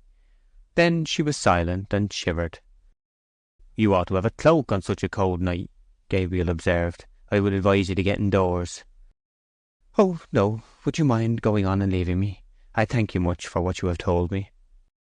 "I will go on," he said, adding hesitatingly, "Since you are not very well off, perhaps you would accept this trifle from me.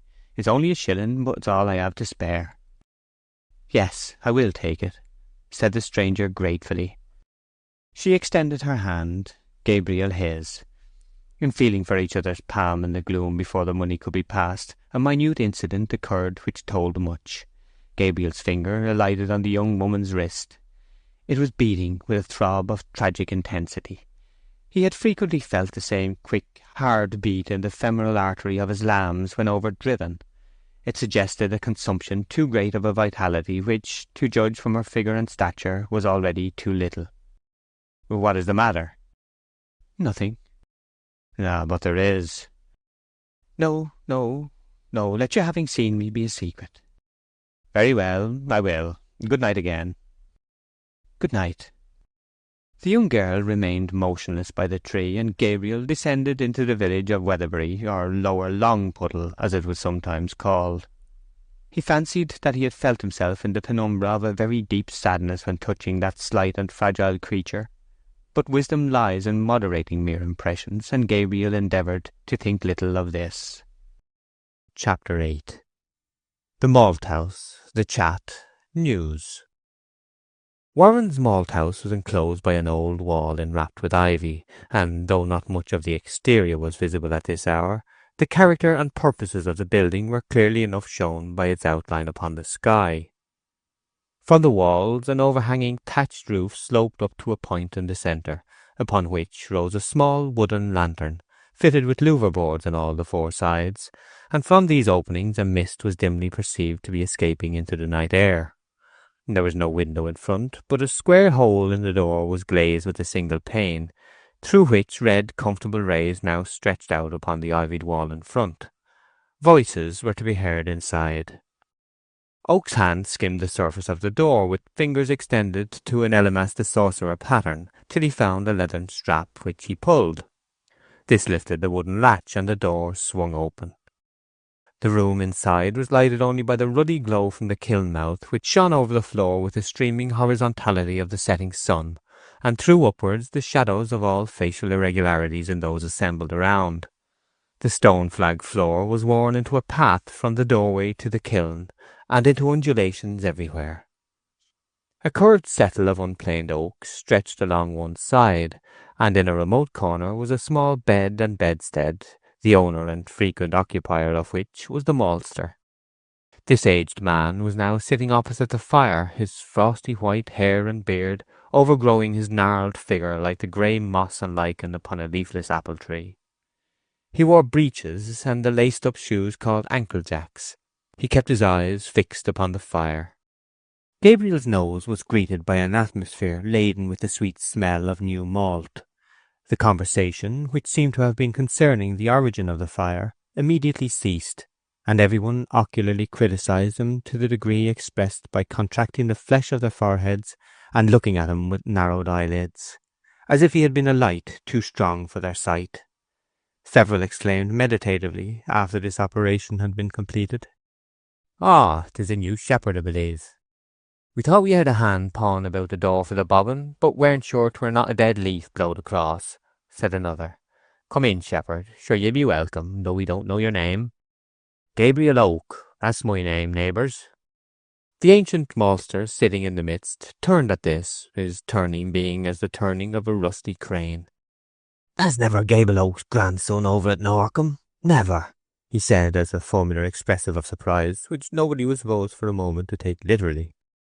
"My father and my grandfather were old men of the name of Gabriel," said the shepherd placidly.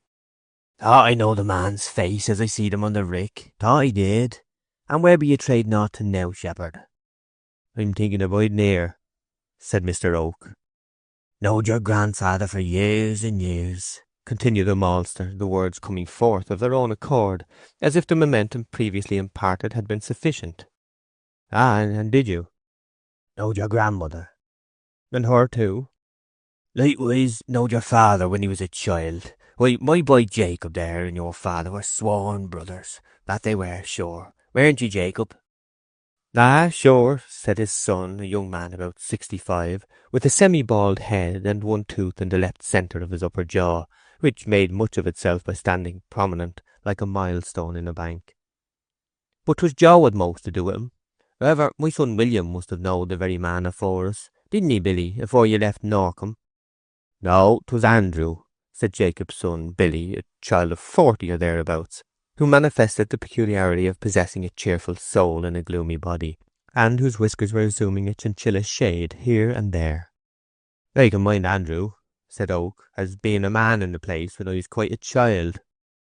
Ah, and the other day I and my youngest daughter Liddy were over at my grandson's christening, continued Billy. We were talking about this very family, and 'twas only last purification day in this very world, when the use money is gied away to the second best poor folk, you know, shepherd. And I can mind the day, because they all had to traipse up to the vestry. Yeah, this very man's family. Come, shepherd, and drink. 'Tis gape and swaller with us. A drop of summat, but not of much account, said the maltster, removing from the fire his eyes, which were vermilion red and bleared by gazing into it for so many years. Take up the God forgive me, Jacob, and see if 'tis warm, Jacob. Jacob stooped to the God forgive me, which was a two-handled tall mug standing in the ashes, cracked and charred with heat. It was rather furred with extraneous matter about the outside, especially in the crevices of the handles, the innermost curves of which may not have seen daylight for several years, by reason of this encrustation thereon, formed of ashes accidentally wetted with cider and baked hard.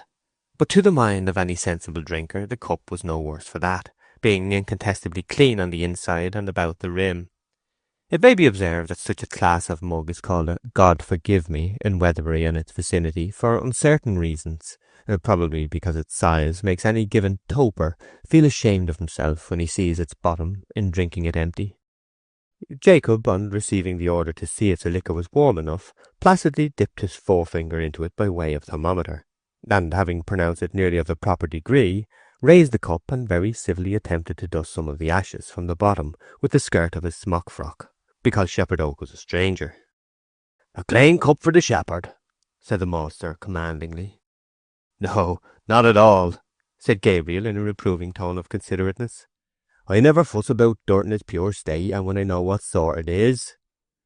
Taking the mug, he drank an inch or more from the depths of its contents, and duly passed it to the next man.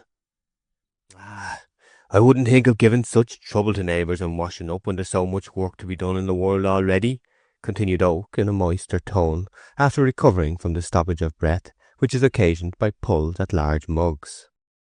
A right sensible man, said Jacob. True, it can't be gainsaid, observed a brisk young man, Mark Clark by name, a genial and pleasant gentleman, whom to meet anywhere in your travels was to know was to drink with, and to drink with was, unfortunately, to pay for. And here's a mouthful of bread and bacon that missus have sent, shepherd. The cider'll go down better with a bit of victuals. Don't ye chalk quite close, shepherd, for I let the bacon fall in the road outside as I was bringing it along, and it may be 'tis rather gritty. There, 'tis plain dirt, and we all know what that is, as you say, and you bain't a particular man, we see, shepherd. True, not at all, said the friendly Oak. Don't let your teeth quite meet, and you won't feel the sandiness at all. 'Tis wonderful what can be done by contrivance. My own mind exactly, neighbour. Ah, he's his grandfar's own grandson. His grandfar were just such a nice unparticular man, said the maltster. Drink, Henry Frey, drink, magnanimously said Jan Coggan, a person who held Saint Simonian notions of share and share alike where liquor was concerned, as the vessel showed signs of approaching him in its gradual revolution among them. Having at this moment reached the end of a wistful gaze into mid-air, Henry did not refuse. He was a man of more than middle age, with eyebrows high up in his forehead, who laid it down that the law of the world was bad, with a long-suffering look through his listeners at the world alluded to, as it presented itself to his imagination. He always signed his name Henery, strenuously insisting upon that spelling, and if any passing schoolmaster ventured to remark that the second E was superfluous and old-fashioned, he received the reply that Henery was the name he was christened, and the name he would stick to, in the tone of one to whom orthographical differences were matters which had a great deal to do with personal character. Mr. Jan Coggan, who had passed the cup to Henery, was a crimson man with a spacious countenance and private glimmer in his eye, whose name had appeared on the marriage register of Weatherbury and the neighbouring parishes as best man and chief witness in countless unions of the previous 20 years. He also very frequently filled the post of head godfather in baptisms of the subtly jovial kind. "Come, Mark Clark, come, there's plenty more in the barrel," said Jan. "Ah, that I will. 'Tis my only doctor," replied Mr. Clark, who, 20 years younger than Jan Coggan, revolved in the same orbit. He secreted mirth on all occasions for special discharge at popular parties.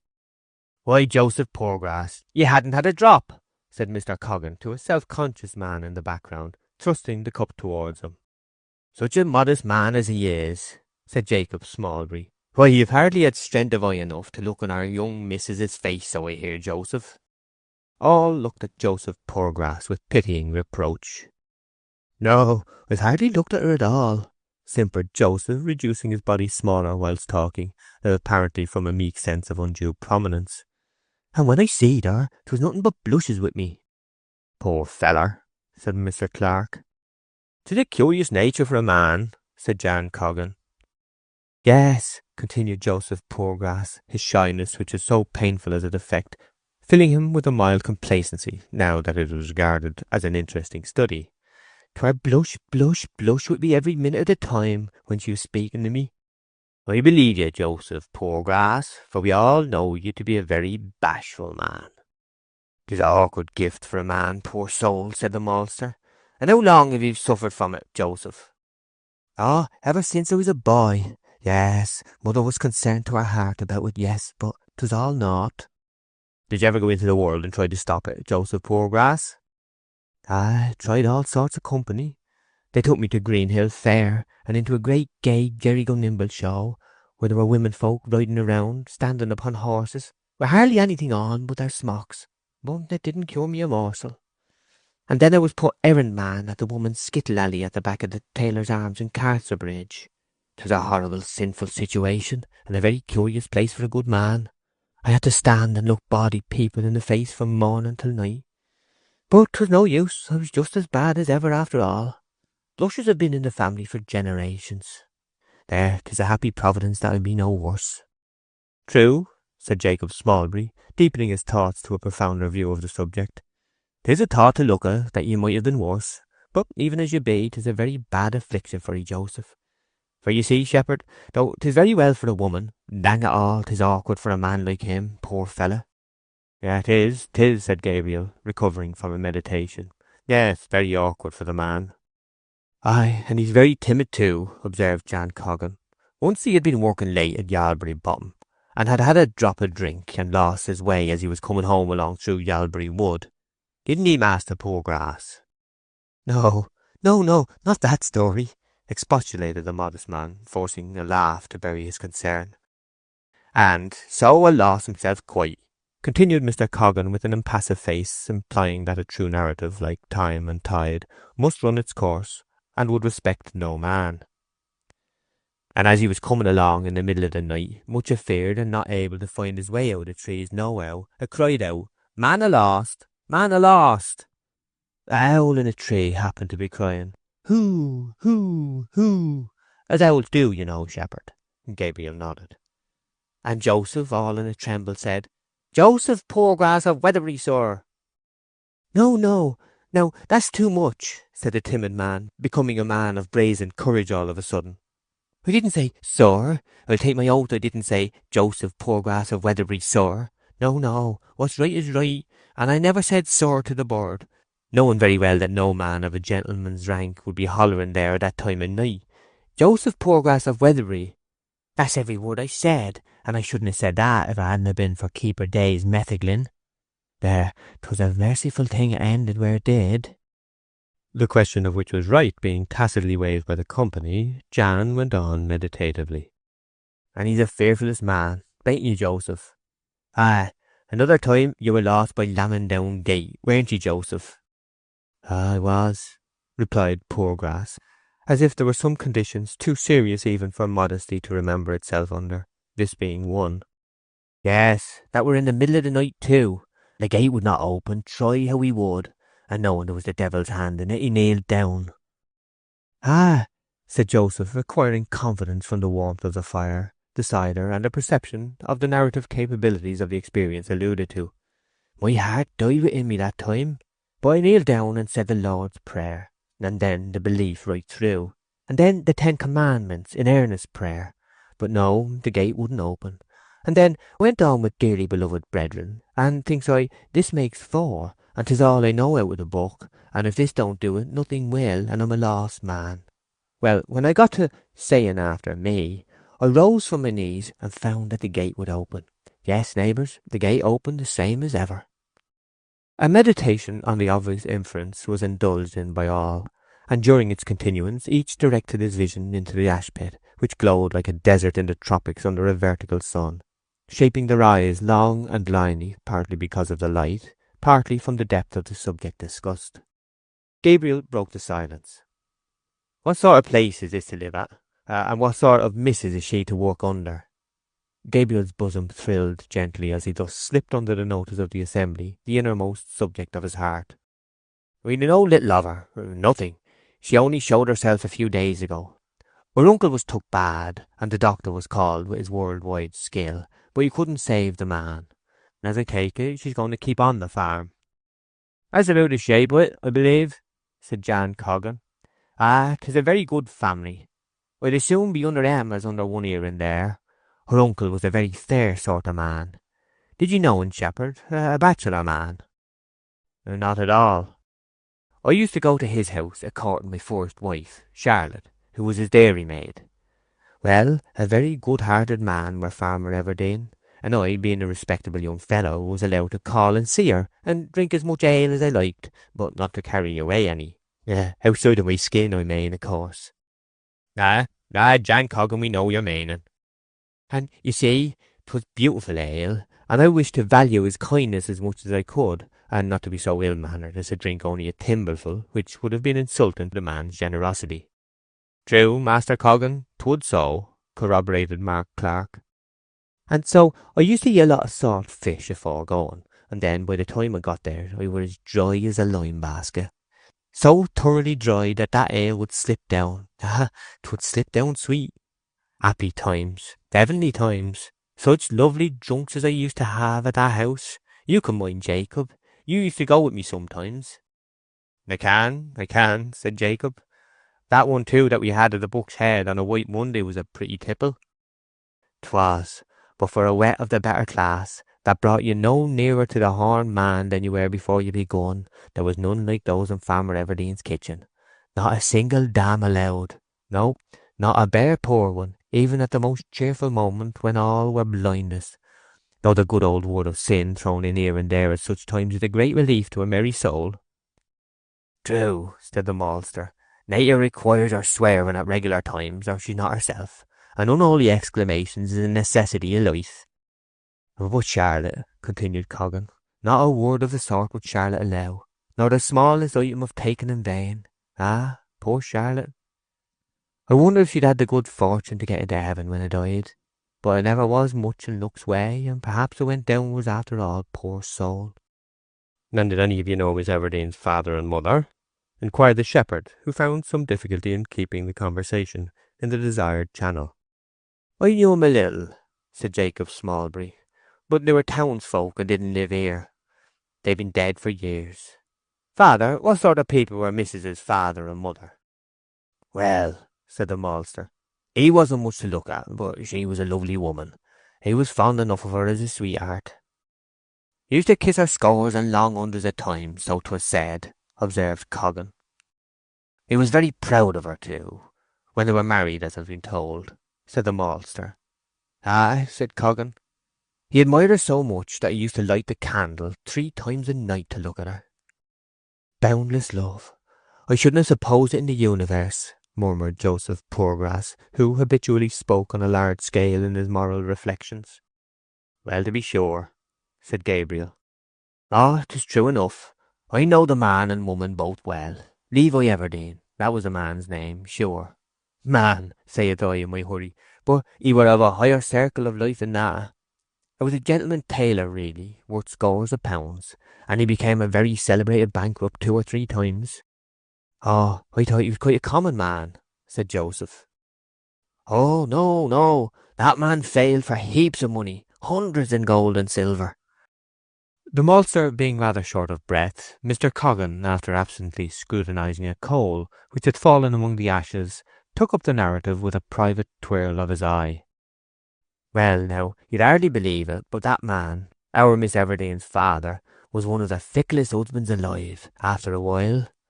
Understand, I didn't want to be fickle, but I couldn't help it. The poor fellow were faithful and true enough to her in his wish, but his heart would rove, do what he would. He spoke to me in real tribulation about it once. 'Coggan,' he said, 'I could never wish for a handsomer woman than I've got, but feeling she's ticketed as my lawful wife, I can't help my wicked heart wandering, do what I will.' But alas, I believe he cured her by making her take off her wedding ring and calling her by her maiden name, as they sat together after the shop was shut, and so I would get to fancy she was only a sweetheart and not married to him at all. And as soon as he could thoroughly fancy he was doing wrong and committing the seventh, I got to like her as well as ever, and they lived on a perfect picture of mutual love." "Well, that was a most ungodly remedy," murmured Joseph Poorgrass, "but we ought to feel deep cheerfulness that a happy providence kept it from being any worse. You see, he might have gone the bad road, and given his eyes to unlawfulness entirely. Yes, gross unlawfulness, so to say it." "You see," said Bill Smallbury, "the man's will was to do right, sure enough, but his heart didn't chime in."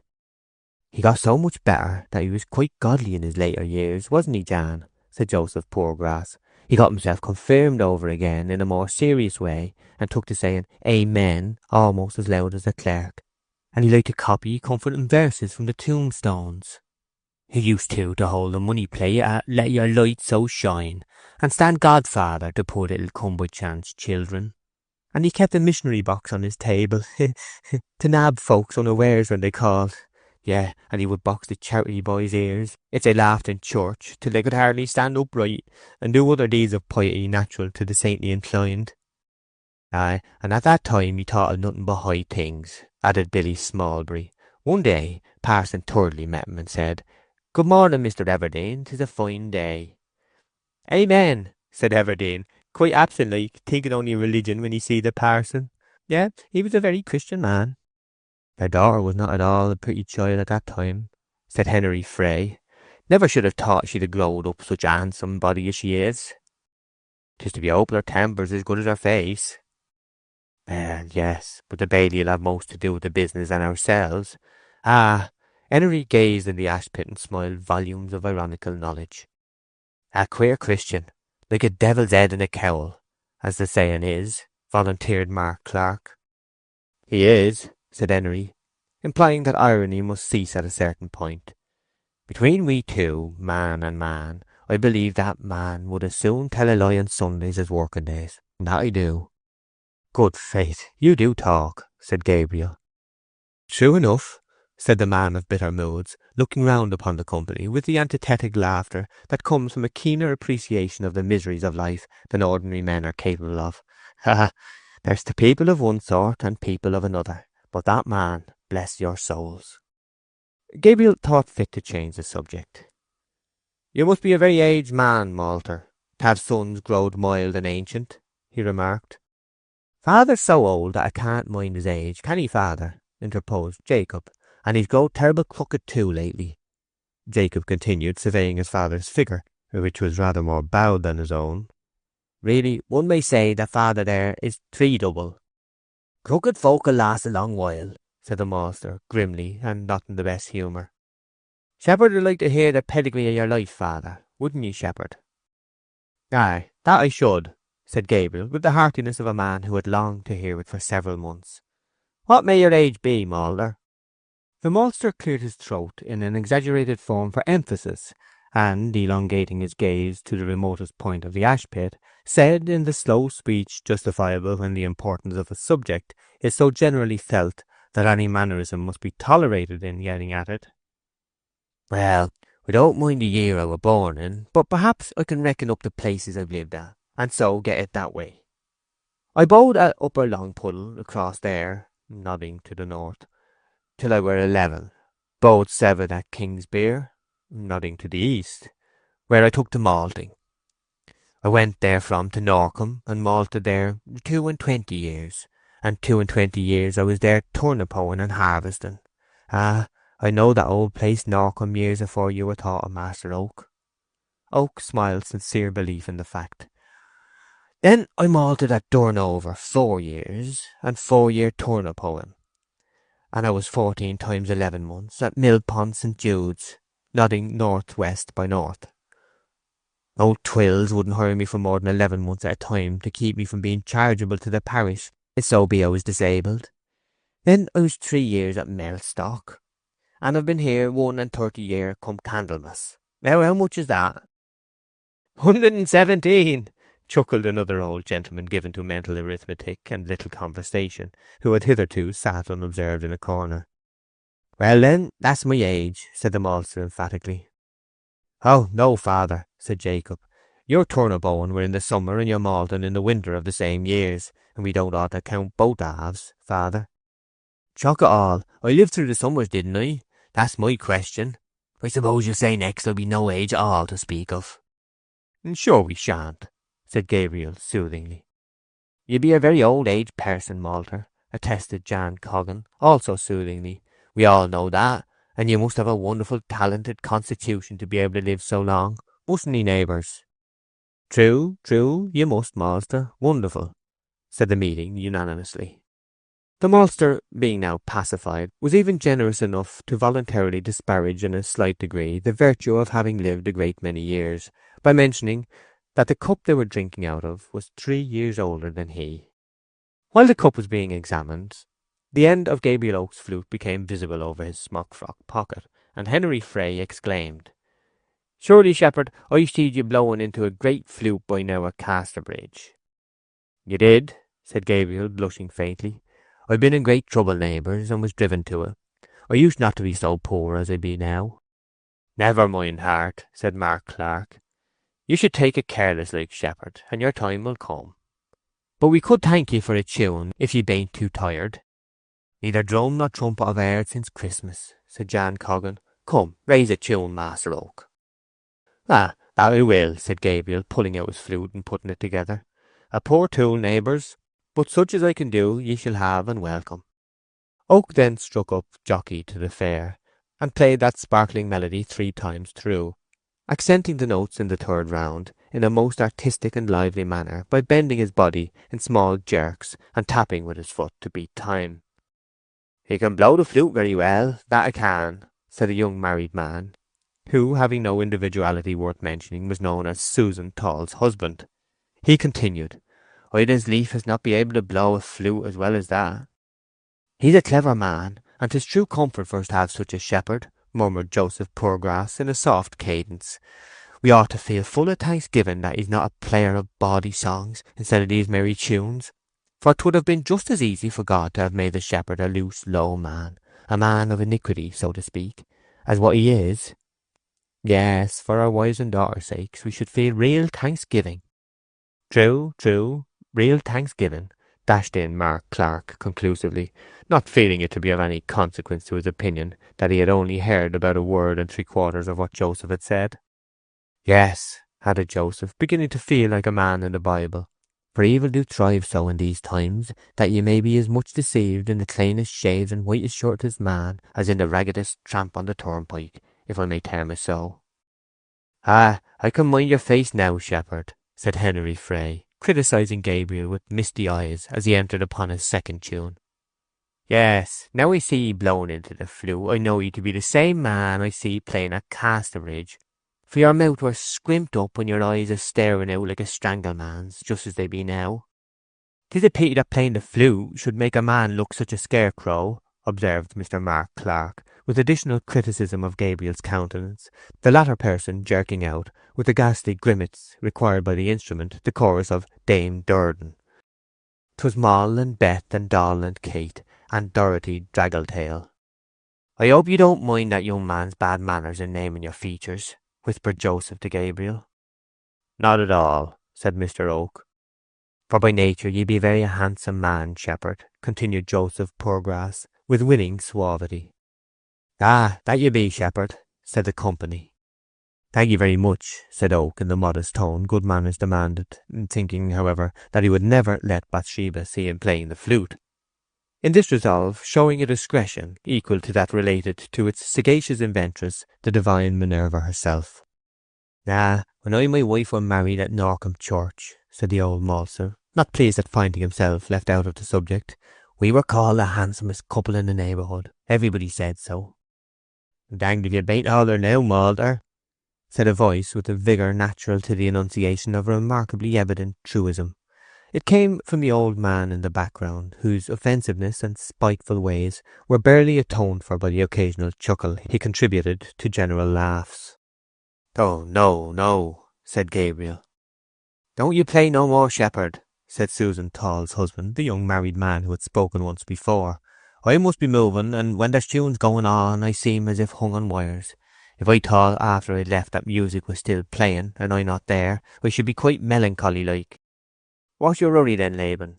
Inquired Coggan. You used to bide as late as the latest. Well, you see, neighbours, I was lately married to a woman, and she's my vocation now, and so you see. The young man halted lamely. New lords, new laws, as the saying is, I suppose, remarked Coggan. Ah, I believe, said Susan Tall's husband, in a tone intended to imply his habitual reception of jokes, without minding them at all. The young man then wished him good night and withdrew. Henry Frey was the first to follow. Then Gabriel arose and went off with Jan Coggan, who had offered him a lodging. A few minutes later, when the remaining ones were on their legs and about to depart, Frey came back again in a hurry. Flourishing his finger ominously, he threw a gaze teeming with tidings, just where his eye alighted by accident, which happened to be in Joseph Poorgrass's face. Oh, what's the matter? What's the matter, Henry? Said Joseph, starting back. What's a brewing, Henry? Asked Jacob and Mark Clark. Bailey Pennyways, Bailey Pennyways. I said so. Yes, I said so.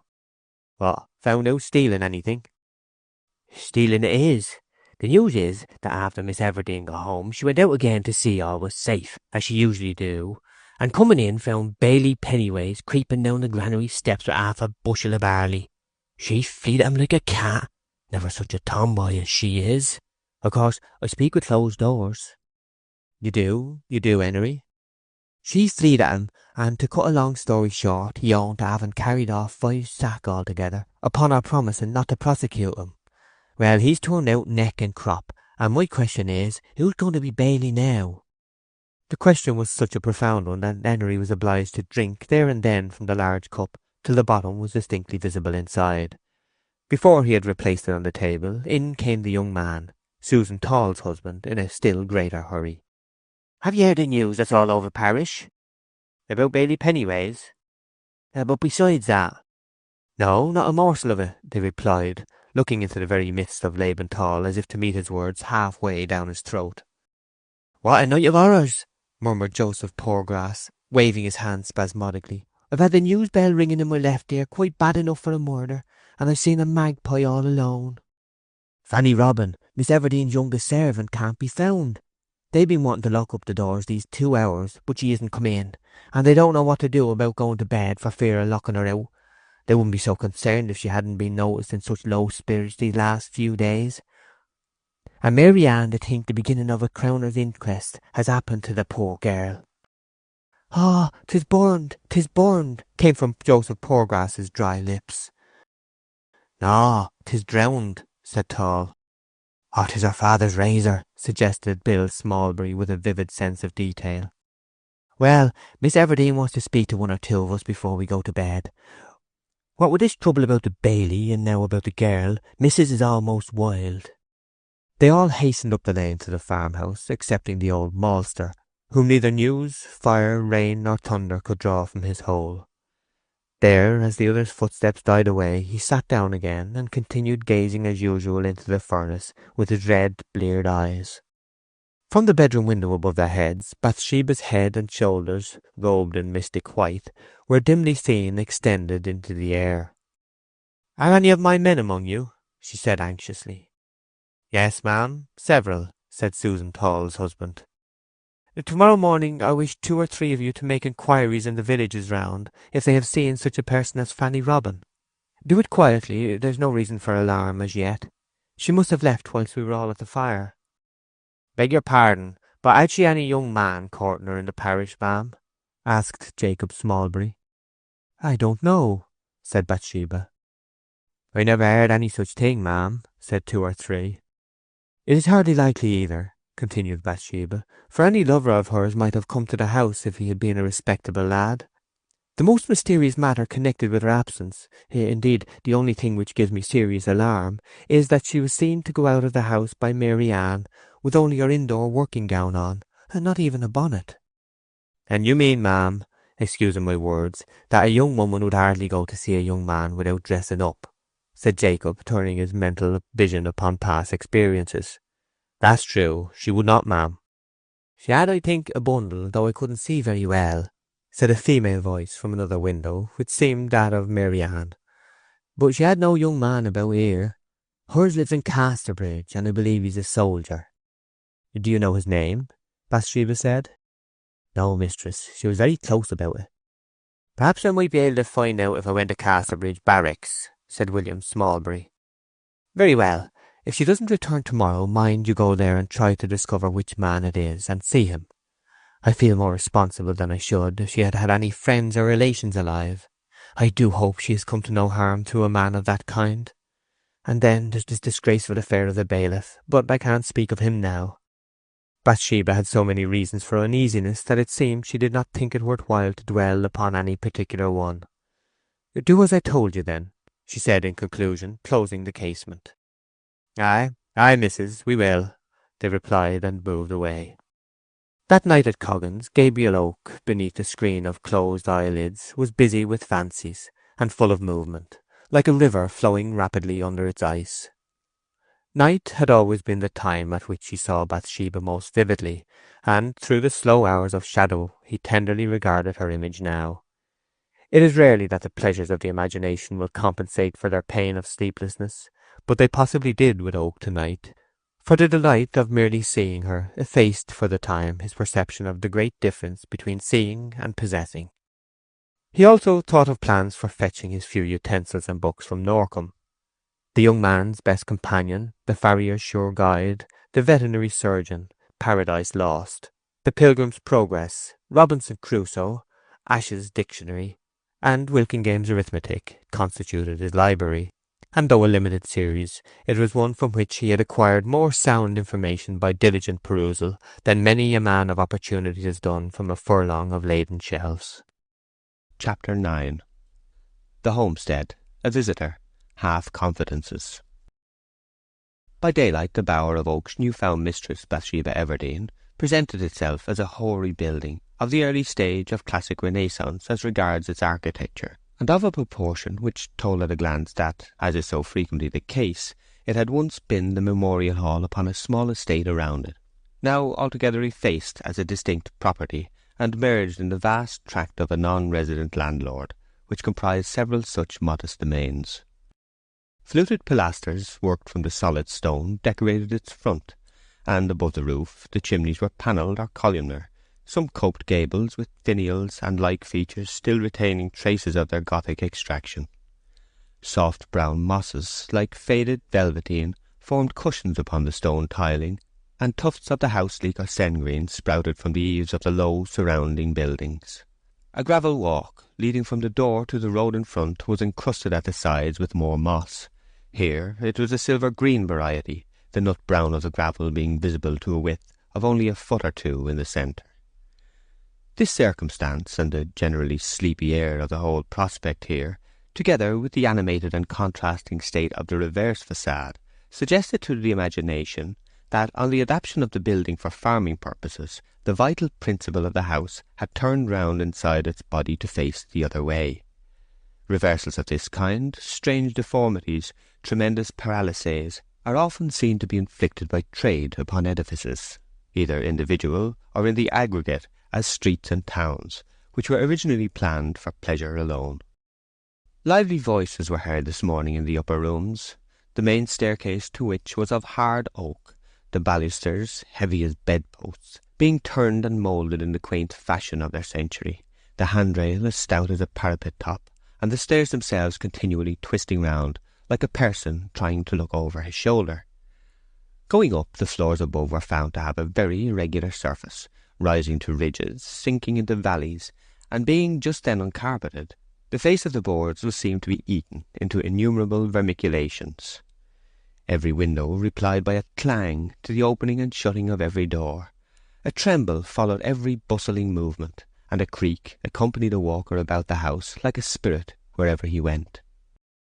In the room from which the conversation proceeded, Bathsheba and her servant companion Liddy Smallbury were to be discovered sitting upon the floor, and sorting a complication of papers, books, bottles, and rubbish spread out thereon, remnants of the household stores of the late occupier. Liddy, the maltster's great-granddaughter, was about Bathsheba's equal in age, and her face was a prominent advertisement of the light-hearted English country girl. The beauty her features might have lacked in form was amply made up for by perfection of hue, which at this winter-time was the softened ruddiness on a surface of high rotundity that we meet with in a Terburg or a Gerard Dow, and, like the presentations of these great colourists, it was a face which kept well back from the boundary between comeliness and the ideal. Though elastic in nature, she was less daring than Bathsheba, and occasionally showed some earnestness, which consisted half of genuine feeling and half of mannerliness, superadded by way of duty. Through a partly open door, the noise of a scrubbing brush led up to the charwoman, Mary Ann Money, a person who for a face had a circular disc, furrowed less by age than by long gazes of perplexity at distant objects. To think of her was to get good-humoured. To speak of her was to raise the image of a dried Normandy pippin. "Stop your scrubbing a moment," said Bathsheba through the door to her. "I hear something." Mary Ann suspended the brush. The tramp of a horse was apparent approaching the front of the building. The paces slackened, turned in at the wicket, and, what was most unusual, came up the mossy path close to the door. The door was tapped with the end of a crop or stick.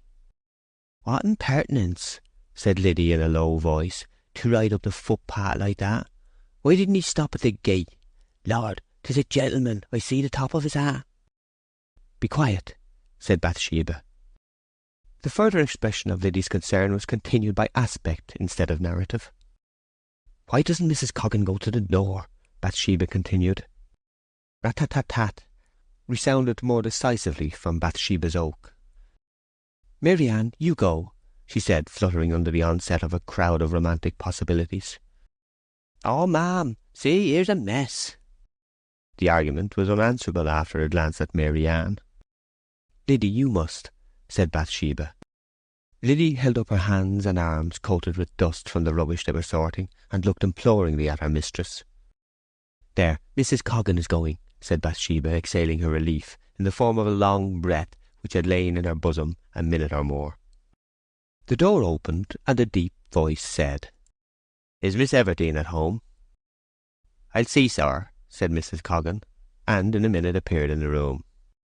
"Dear, what a turt-over place this world is," continued Mrs. Coggan, a wholesome-looking lady who had a voice for each class of remark according to the emotion involved, who could toss a pancake or twirl a mop with the accuracy of pure mathematics, and who, at this moment, showed hands shaggy with fragments of dough and arms encrusted with flour. "I'm never up to my elbows, miss, in making a pudding, but one of two things do happen. Either my nose must needs begin tickling and I can't live without scratching it, or somebody knocks at the door. Here's Mr. Boldwood wanting to see you, Miss Everdene." A woman's dress being a part of her countenance, and any disorder in one being of the same nature with a malformation or wound in the other, Bathsheba said at once, "I can't see him in this state. Whatever shall I do?" not at homes were hardly naturalised in weathery farmhouses, so Liddy suggested, "Say you're afraid with dust and you can't come down." "Yes, that sounds very well," said Mrs. Coggan critically. "Say I can't see him, that will do." Mrs. Coggan went downstairs and returned the answer as requested, adding, however, on her own responsibility, "Miss is dusting bottles, sir, and is quite a object. That's why 'tis." "Oh, very well," said a deep voice indifferently. "All I wanted to ask was if anything had been heard of Fanny Robin." "Nothing, sir, but we may know tonight. William Smallbury has gone to Casterbridge, where a young man lives, as is supposed, and the other men be inquiring about everywhere." The horse's tramp then recommenced and retreated, and the door closed. "Who is Mr. Boldwood?" said Bathsheba. "A gentleman farmer at Little Weatherbury." "Married?" "No, miss." "How old is he?" 40, I should say. Very handsome, rather stern-looking and rich. What a bother this dusting is. I am always in some unfortunate plight or other," said Bathsheba complainingly. "Why should he inquire about Fanny?" "Oh, because as she had no friends in her childhood, he took her and put her to school, and got her a place here under your uncle. He's a very kind man that way, but Lord, there." "What?" "Never was such a hopeless man for a woman. He's been courted by 6s and 7s. All the girls, gentle and simple, for miles around have tried him. Jane Perkins worked at him for 2 months, like a slave, and the 2 Miss Taylors spent a year upon him, and he cost Farmer Ives's daughter nights of tears and £20 worth of new clothes. But Lord, the money might as well have been thrown out of the window." A little boy came up at this moment and looked in upon them. This child was one of the Coggans, who, with the Smallburys, were as common among the families of the district as the Avons and Derwents among our rivers. He always had a loosened tooth or a cut finger to show to particular friends, which he did with an air of being thereby elevated above the common herd of affectionate humanity, to which exhibition people were expected to say, "Poor child," with a dash of congratulations as well as pity. "I've got a penny," said Master Coggan in a scanning measure. "Well, who gave it to you, Teddy?" said Liddy. "Mr. Boldwood. He gave it to me for opening the gate." "What did he say?" "He said, 'Where are you going, my little man?' And I said, 'To Miss Everdene's, please.' And he said, 'She's a staid woman, isn't she, my little man?' And I said, 'Yes.'" "You naughty child! What did you say that for?" "'Cause you gave me the penny." "What a pucker everything is in," said Bathsheba discontentedly when the child had gone. "Get away, Mary Ann, or go on with your scrubbing, or do something. You ought to be married by this time and not here troubling me." "Ah, mistress, so he did. But what between the poor men I won't have, and the rich men who won't have me, I stand as a pelican in the wilderness." "Did anybody ever want to marry you, miss?" Liddy ventured to ask when they were again alone. "Lots of them, I dare say." Bathsheba paused, as if about to refuse a reply, but the temptation to say yes, since it was really in her power, was irresistible by aspiring virginity, in spite of her spleen at having been published as old. "A man wanted to once," she said in a highly experienced tone, and the image of Gabriel Oak, as the farmer, rose before her. "How nice it must seem," said Liddy, with the fixed features of mental realization. "And you wouldn't have him?" "He wasn't quite good enough for me." "How sweet to be able to disdain, when most of us are glad to say, 'Thank you.' I seem to hear it. 'No, sir, I'm your better,' or 'Kiss my foot, sir, my face is for mouths of consequence.' And did you love him, miss?" "Oh, no, but I rather liked him." "Do you now?" "Of course not. What footsteps are those I hear?" Liddy looked from a back window into the courtyard behind, which was now getting low-toned and dim with the earliest films of night. A crooked file of men was approaching the back door. The whole string of trailing individuals advanced in the completest balance of intention, like the remarkable creatures known as chained salpæ, which, distinctly organized in other aspects, have one will common to a whole family. Some were, as usual, in snow-white smock frocks of Russian duck, and some in whitey brown ones of drabbet, marked on the wrists, breasts, backs, and sleeves with honeycomb work. 2 or 3 women in pattens brought up the rear. "The Philistines be upon us," said Liddy, making her nose white against the glass. "Oh, very well. Mary Ann, go down and keep them in the kitchen till I am dressed, and then show them in to me in the hall." Chapter 10. Mistress and Men.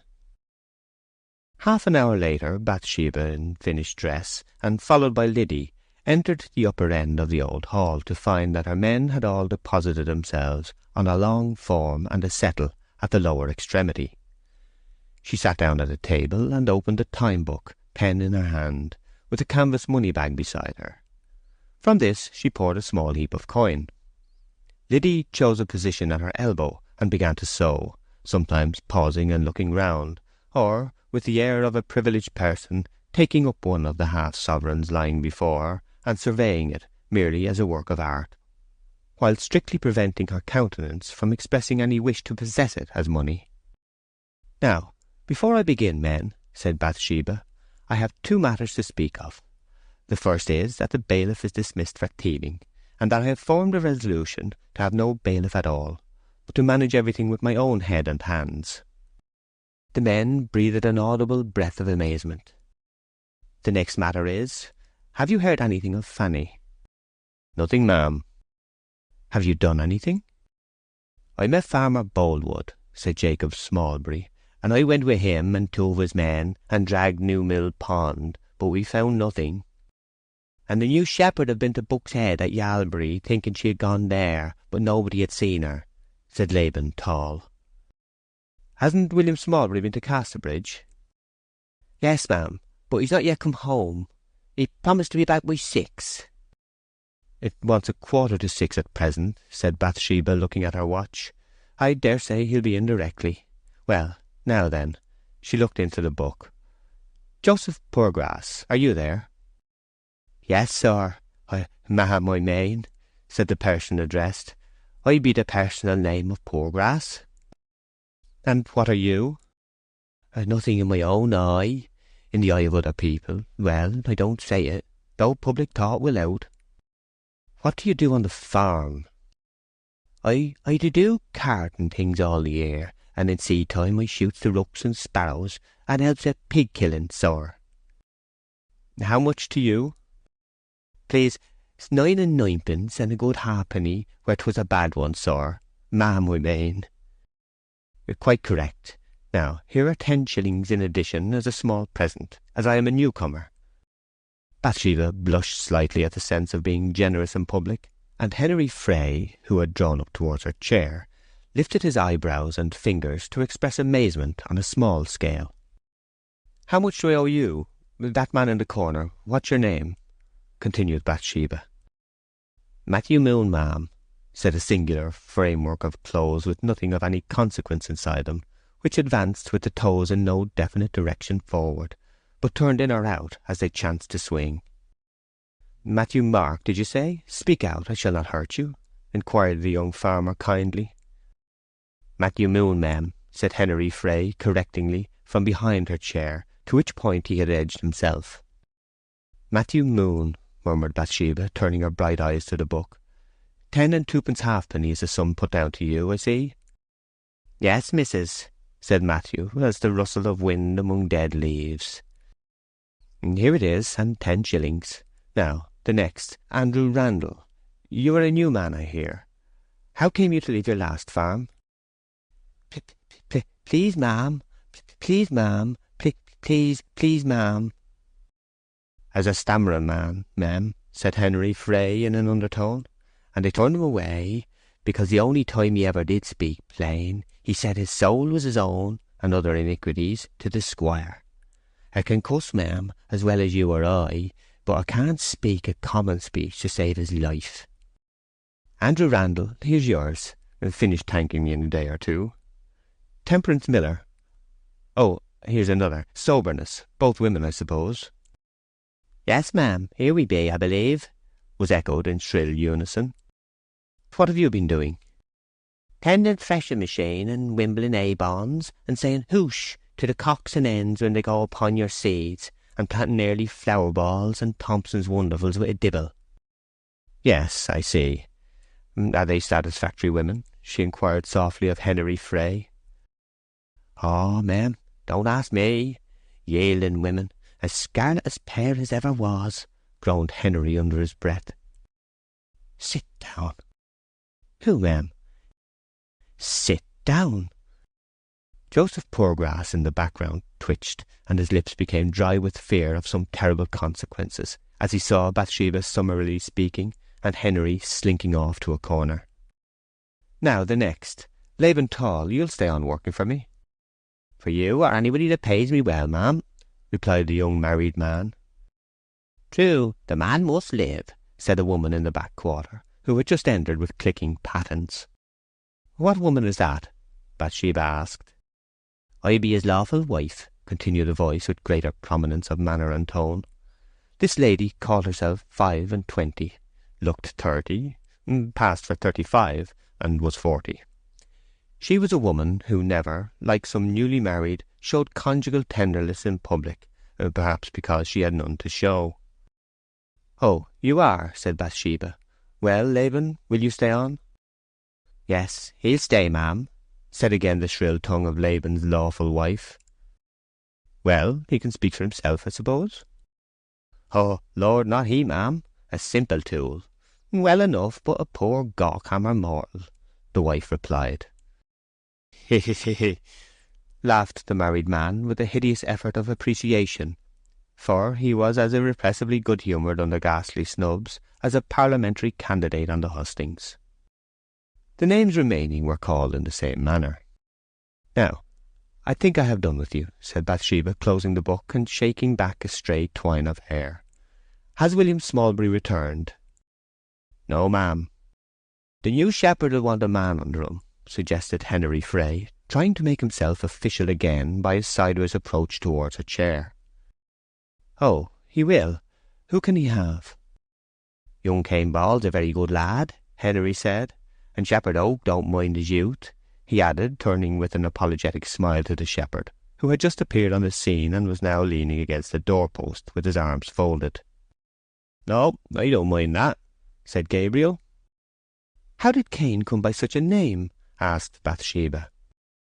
Ah, you see, ma'am, his poor mother, not being a scripture-read woman, made a mistake at his christening, thinking 'twas Abel killed Cain, and called him Cain, meaning Abel all the time. The parson put it right, but 'twas too late, for the name could never be got rid of in the parish. 'Tis very unfortunate for the boy. It is rather unfortunate. Yes, however, we soften it down as much as we can, and call him Cainy. Ah, poor widow woman, she cried her heart out about it almost. She was brought up by a very heathen father and mother, who never sent her to church or school, and it shows how the sins of the parents are visited upon the children, ma'am. Mr. Frey here drew up his features to the mild degree of melancholy required when the persons involved in the given misfortune do not belong to your own family. Very well, then. Cainy Ball to be under shepherd. And you quite understand your duties, you, I mean, Gabriel Oak? Quite well, I thank you, Miss Everdene, said Shepherd Oak from the doorpost. If I don't, I'll inquire. Gabriel was rather staggered by the remarkable coolness of her manner. Certainly nobody without previous information would have dreamt that Oak and the handsome woman before whom he stood had ever been other than strangers. But perhaps her air was the inevitable result of the social rise which had advanced her from a cottage to a large house and fields. The case is not unexampled in high places. When, in the writings of the later poets, Jove and his family were found to have moved from their cramped quarters on the peak of Olympus into the wide sky above it, their words show a proportionate increase of arrogance and reserve. Footsteps were heard in the passage, combining in their character the qualities both of weight and measure, rather at the expense of velocity. All. Here's Billy Smallbury, come from Casterbridge. And what's the news? Said Bathsheba, as William, after marching to the middle of the hall, took a handkerchief from his hat and wiped his forehead from its centre to the remoter boundaries. I should have been sooner, miss, he said, if I hadn't been for the weather. He then stamped with each foot severely, and on looking down, his boots were perceived to be clogged with snow. Come at last, is it? Said Henry. Well, what about Fanny? Said Bathsheba. Well, ma'am, in round numbers she's run away with the soldiers, said William. No, not a steady girl like Fanny. I'll tell you all particulars. When I got to Casterbridge Barracks, they said the 11th Dragoon Guards be gone away and new troops have come. The 11th left last week for Melchester and onwards. The route came from the government like a thief in the night, as is his nature to do. And before the 11th knew it almost, they were on the march. They passed near here. Gabriel had listened with interest. I saw them go, he said.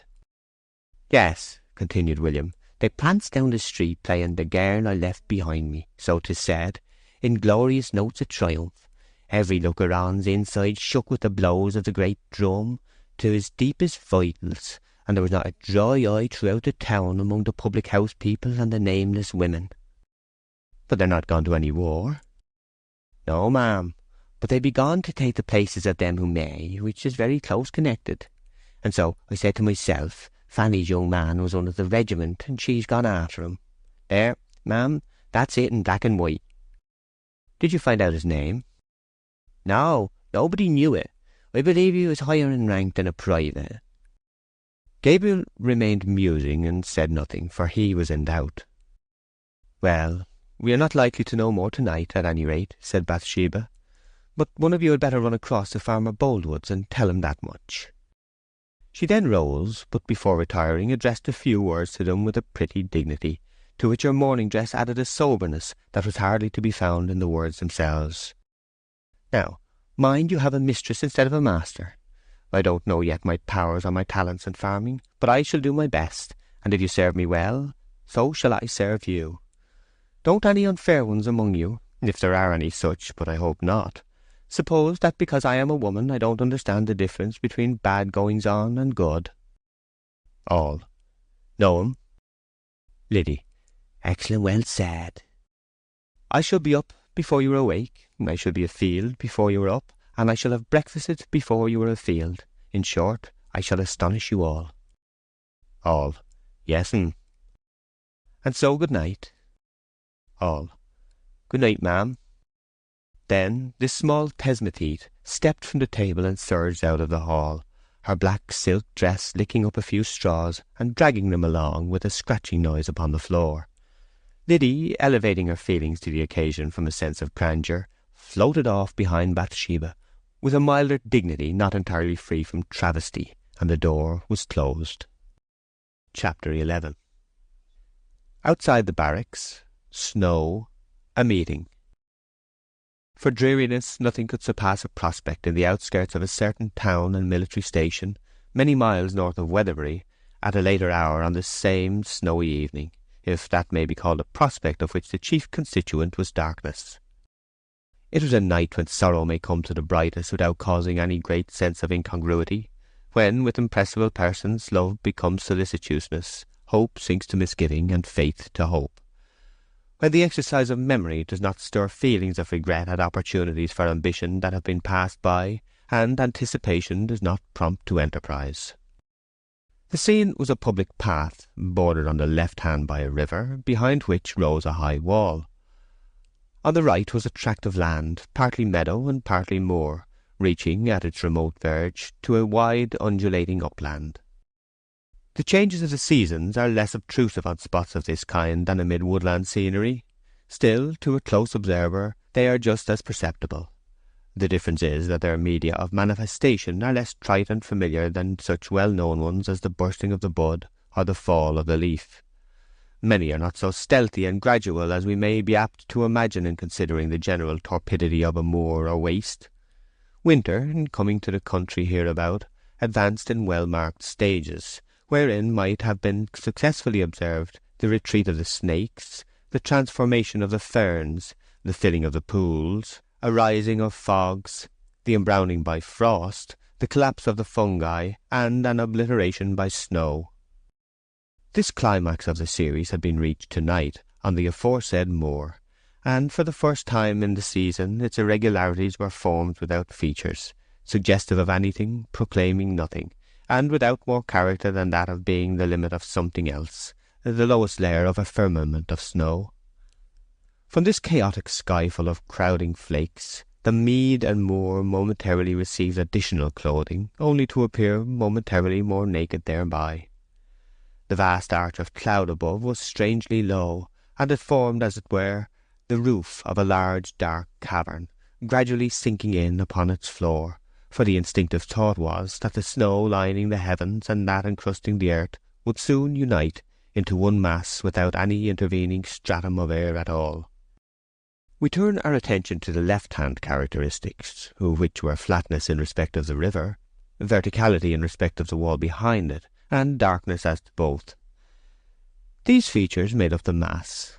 If anything could be darker than the sky, it was the wall, and if anything could be gloomier than the wall, it was the river beneath.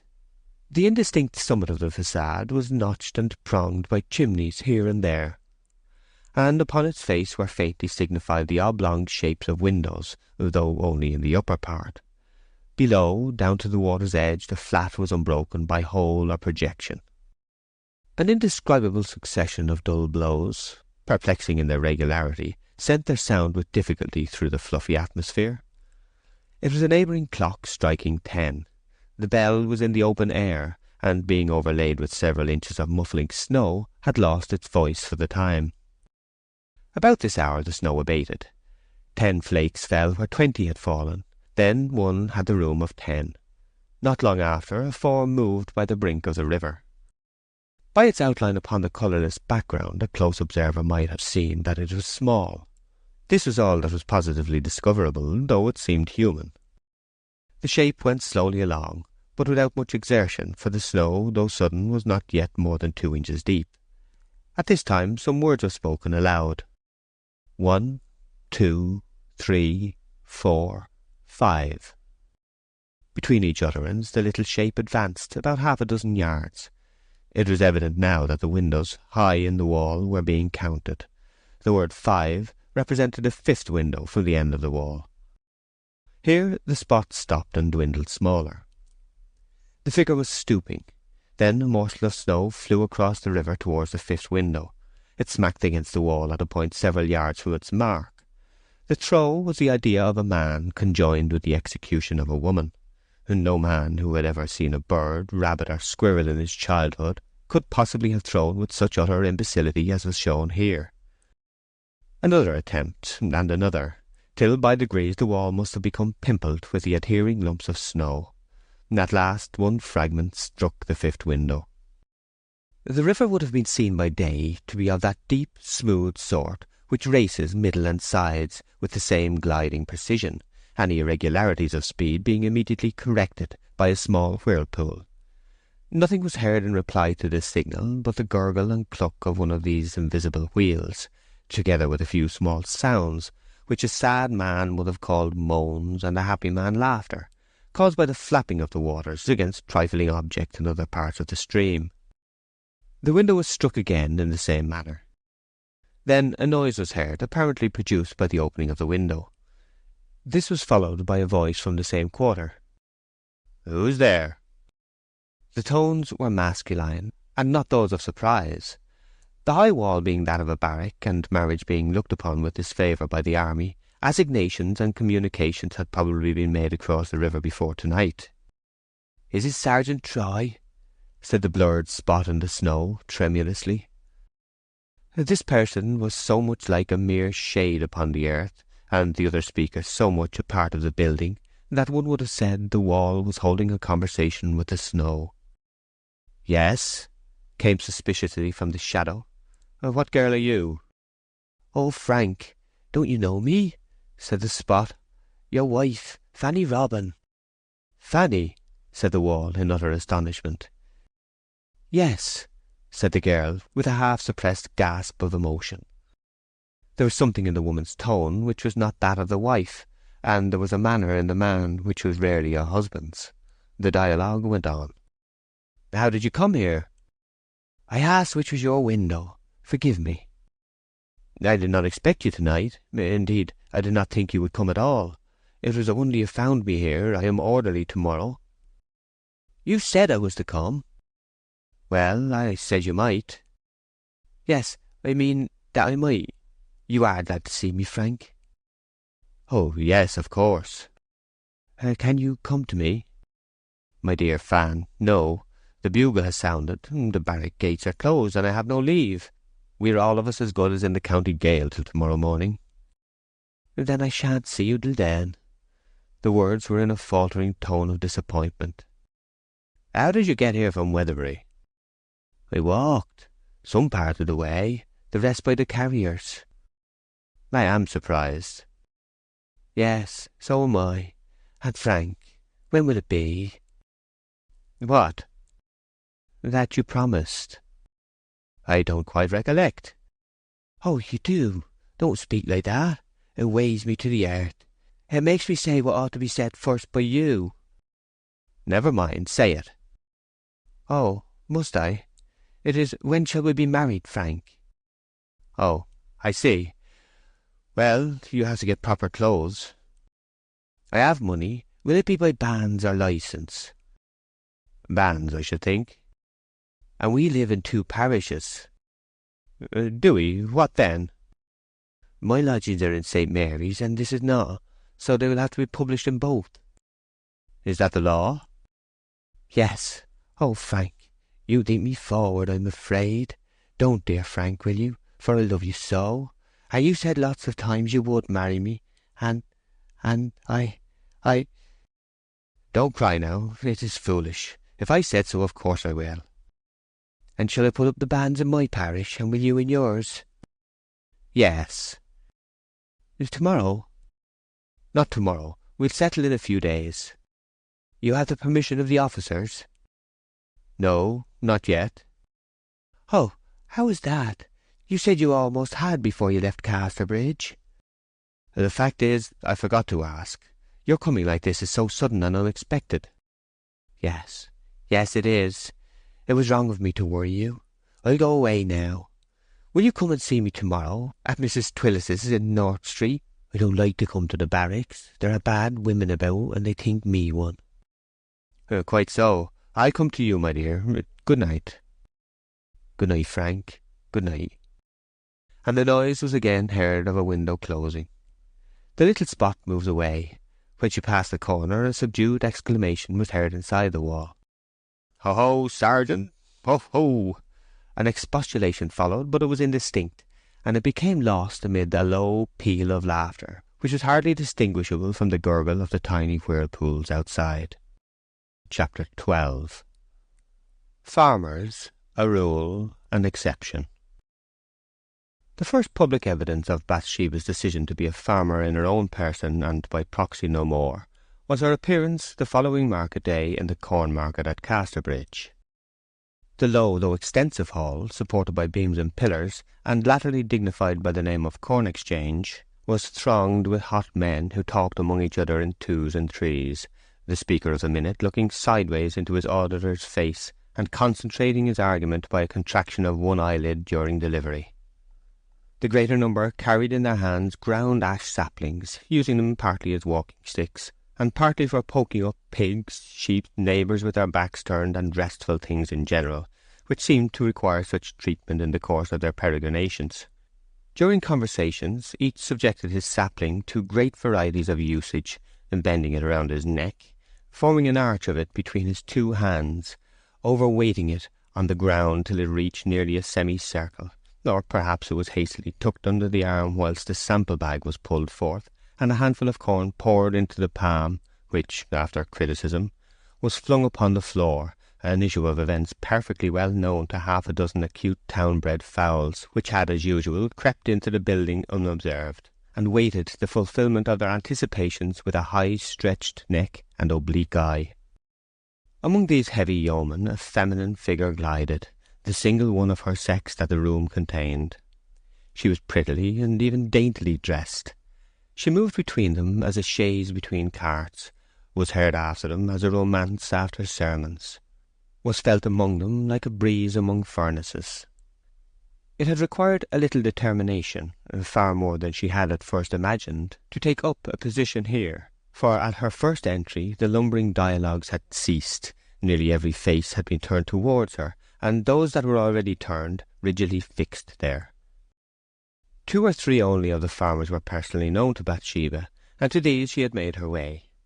But if she was to be the practical woman she had intended to show herself, business must be carried on, introductions or none, and she ultimately acquired confidence enough to speak and reply boldly to men merely known to her by hearsay. Bathsheba, too, had her sample bag, and by degrees adopted a professional pour into the hand, holding up the grains in her narrow palm for inspection in perfect Casterbridge manner. Something in the exact arch of the upper unbroken row of teeth, and in the keenly pointed corners of her red mouth when, with parted lips, she somewhat defiantly turned up her face to argue a point with a tall man, suggested that there was potentiality enough in that lithe slip of humanity for alarming exploits of sex, and daring enough to carry them out. But her eyes had a softness, invariably a softness, which, had they not been dark, would have seemed mistiness. As they were, it lowered an expression that might have been piercing to simple clearness. Strange to say of a woman in full bloom and vigour, she always allowed her interlocutors to finish their statements before rejoining with hers. In arguing on prices, she held to her own firmly, as was natural in a dealer, and reduced theirs persistently, as was inevitable in a woman. But there was an elasticity in her firmness which removed it from obstinacy, as there was a naivety in her cheapening which saved it from meanness. Those of the farmers with whom she had no dealings, by far the greater part, were continually asking each other, "Who is she?" The reply would be, "Farmer Everdene's niece. Took on Weatherbury up our farm, turned away the bailey, and swears she'll do everything herself." The other man would then shake his head. "Yes, 'tis a pity she's so headstrong," the first would say, "but we ought to be proud of her here. She lightens up the old place. 'Tis such a shapely maid, however, that she'll soon get picked up." It would be ungallant to suggest that the novelty of her engagement in such an occupation had almost as much to do with the magnetism as had the beauty of her face and movements. However, the interest was general, and this Saturday's debut in the Forum, whatever it may have been to Bathsheba as the buying and selling farmer, was unquestionably a triumph to her as the maiden. Indeed, the sensation was so pronounced that her instinct on 2 or 3 occasions was merely to walk as a queen among these gods of the fallow, like a little sister of a little Jove, and to neglect closing prices altogether. The numerous evidences of her power to attract were only thrown into greater relief by a marked exception. Women seem to have eyes in their ribbons for such matters as these. Bathsheba, without looking within a right angle of him, was conscious of a black sheep among the flock. It perplexed her first. If there had been a respectable minority on either side, the case would have been almost natural. If nobody had regarded her, she would have taken the matter indifferently, if such cases had occurred. If everybody, this man included, she would have taken it as a matter of course. People had done so before. But the smallness of the exception made the mystery. She soon knew thus much of the recusant's appearance. He was a gentlemanly man, with full and distinctly outlined Roman features, the prominences of which glowed in the sun with a bronze-like richness of tone. He was erect in attitude, and quiet in demeanour. One characteristic preeminently marked him: dignity. Apparently he had some time ago reached that entrance to middle age, at which a man's aspect naturally ceases to alter for the term of a dozen years or so, and artificially a woman's does likewise. 35 and 50 were his limits of variation. He might have been either, or anywhere between the two. It may be said that married men of 40 are usually ready and generous enough to fling passing glances at any specimen of moderate beauty they may discern by the way. Probably, as with persons playing whist for love, the consciousness of a certain immunity under any circumstances from that worst possible ultimate, the having to pay, makes them unduly speculative. Bathsheba was convinced that this unmoved person was not a married man. When marketing was over, she rushed off to Liddy, who was waiting for her beside the yellow gig in which they had driven to town. The horse was put in, and on they trotted, Bathsheba's sugar, tea, and drapery parcels being packed behind, and expressing in some indescribable manner, by their colour, shape, and general lineaments, that they were the young lady farmer's property, and the grocer's and draper's no more. "I've been through it, Liddy, and it's over. I shan't mind it again, for they will all have grown accustomed to seeing me there. But this morning it was as bad as being married. Eyes everywhere." "I knowed it would be," said Liddy. "Men be such a terrible class of society to look at a body." "But there was one man who had more sense than to waste his time upon me. The information was put in this form that Liddy might not for a moment suppose her mistress to be at all piqued. "A very good-looking man," she continued. "Upright, about 40, I should think. Do you know at all who he could be?" Liddy could not think. "Can't you guess at all?" said Bathsheba with some disappointment. "I haven't a notion. Besides, 'tis no difference, since he took less notice of you than any of the rest. Now, if he'd taken more, it would have mattered a great deal." Bathsheba was suffering from the reverse feeling just then, and they bowled along in silence. A low carriage bowling along still more rapidly behind a horse of unimpeachable breed overtook and passed them.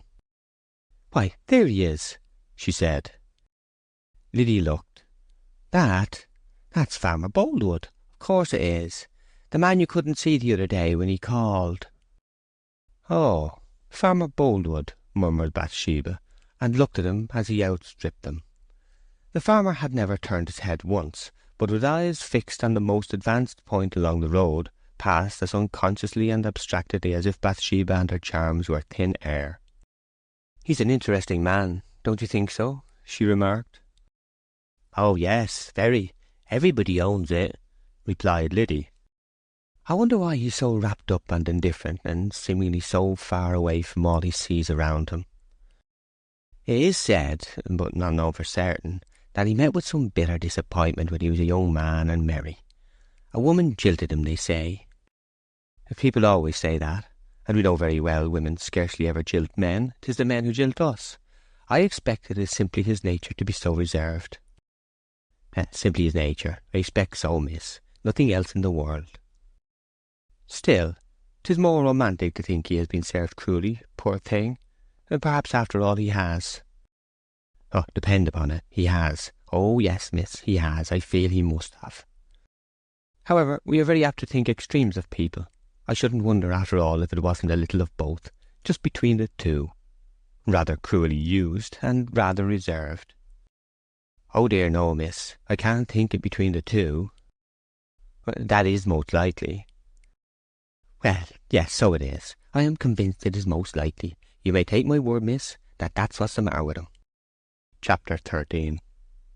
Sortes Sanctorum, the Valentine. It was Sunday afternoon in the farmhouse on the 13th of February. Dinner being over, Bathsheba, for want of a better companion, had asked Liddy to come and sit with her. The mouldy pile was dreary in winter-time before the candles were lighted and the shutters closed. The atmosphere of the place seemed as old as the walls. Every nook behind the furniture had a temperature of its own, for the fire was not kindled in this part of the house early in the day, and Bathsheba's new piano, which was an old one in other annals, looked particularly sloping and out of level on the warped floor, before night threw a shade over its less prominent angles and hid the unpleasantness. Liddy, like a little brook, though shallow, was always rippling. Her presence had not so much weight as to task thought, and yet enough to exercise it. On the table lay an old quarto Bible bound in leather. Liddy, looking at it, said, "Did you ever find out, miss, who you were going to marry by means of the Bible and key?" "Don't be so foolish, Liddy, as if such things could be." "Well, there's a good deal in it all the same." "Nonsense, child." "And it makes your heart beat fearful. Some believe in it, some don't. I do." "Very well, let's try it," said Bathsheba, bounding from her seat with a total disregard of consistency which can be indulged in towards a dependent, and entering into the spirit of divination at once. "Go and get the front door key." Liddy fetched it. "I wish it wasn't Sunday," she said on returning. "Perhaps 'tis wrong." "What's right weekdays is right Sundays," replied her mistress in a tone which was a proof in itself.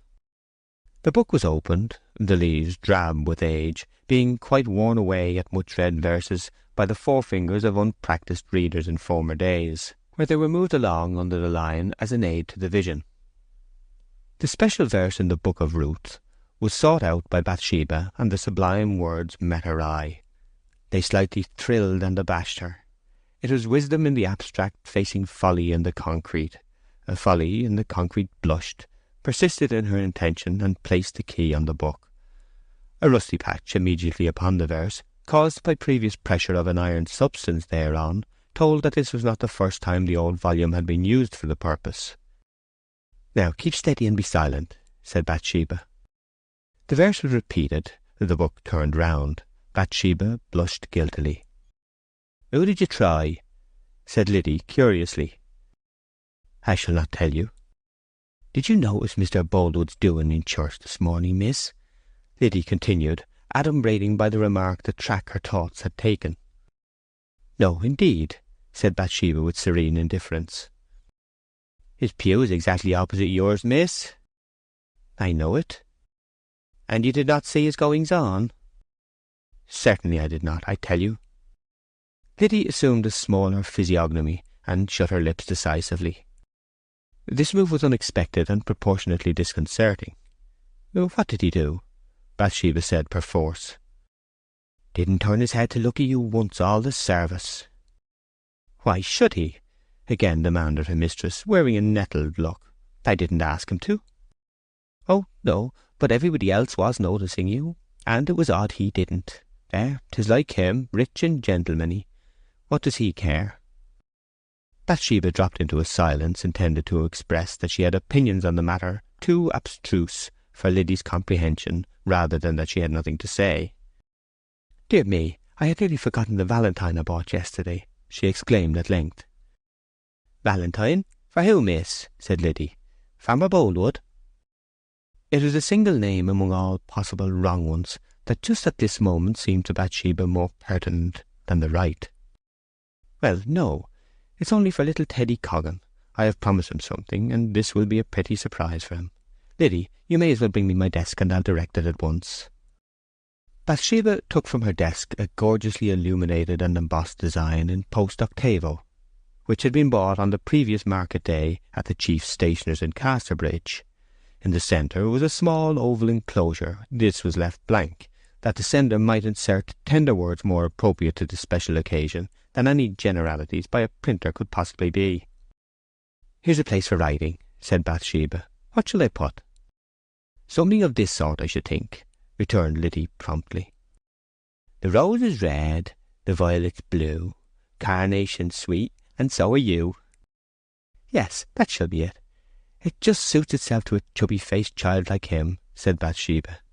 She inserted the words in a small, though legible handwriting, enclosed the sheet in an envelope, and dipped her pen for the direction. "What fun it would be to send it to the stupid old Boldwood, and how he would wonder," said the irrepressible Liddy, lifting her eyebrows, and indulging in an awful mirth on the verge of fear as she thought of the moral and social magnitude of the man contemplated. Bathsheba paused to regard the idea at full length.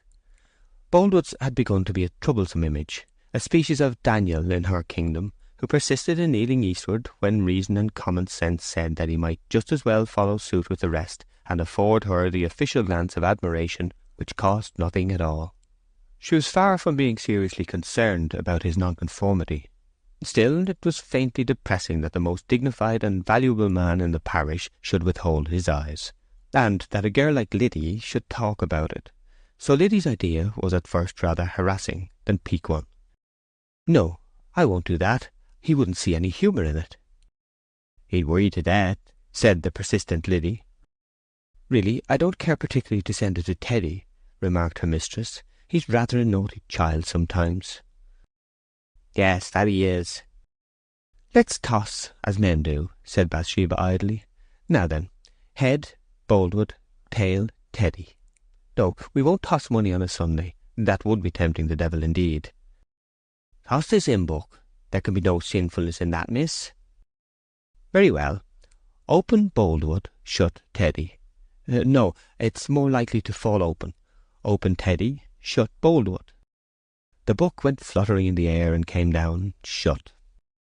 Bathsheba, a small yawn upon her mouth, took the pen, and with offhand serenity directed the missive to Boldwood. "Now light a candle, Liddy. Which seal shall we use? Here's a unicorn's head. There's nothing in that. What's this? 2 doves. No. It ought to be something extraordinary, ought it not, Liddy? Here's one with a motto. I remember it is some funny one, but I can't read it. We'll try this, and if it doesn't do, we'll have another." A large red seal was duly affixed. Bathsheba looked closely at the hot wax to discover the words, "Capital!" she exclaimed, throwing down the letter frolicsomely. "'Twould upset the solemnity of a parson and clerk too." Liddy looked at the words of the seal and read, "Marry me." The same evening the letter was sent, and was duly sorted in Castleridge post office that night, to be returned to Weatherbury again in the morning. So very idly and unreflectingly was this deed done. Of love as a spectacle Bathsheba had a fair knowledge, but of love subjectively she knew nothing. Chapter 14. Effect of the letter. Sunrise. At dusk on the evening of St. Valentine's Day, Boldwood sat down to supper as usual by a beaming fire of aged logs. Upon the mantel-shelf before him was a timepiece surmounted by a spread eagle, and upon the eagle's wings was the letter Bathsheba had sent. Here the bachelor's gaze was continually fastening itself, till the large red seal became as a blot of blood on the retina of his eye, and as he ate and drank, he still read in fancy the words thereon, although they were too remote for his sight. "Marry me."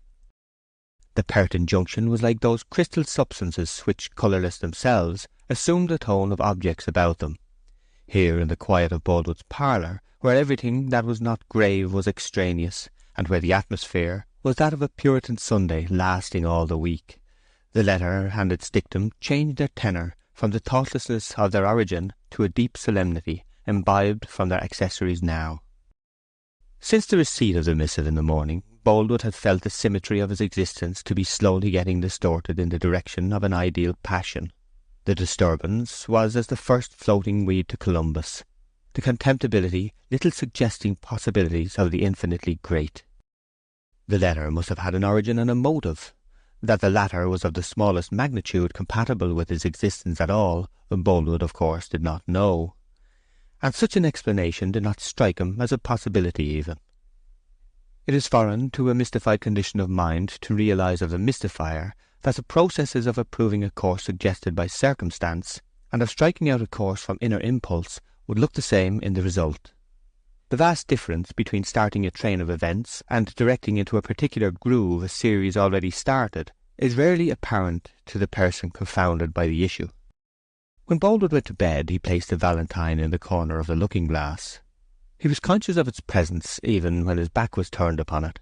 It was the first time in Boldwood's life that such an event had occurred.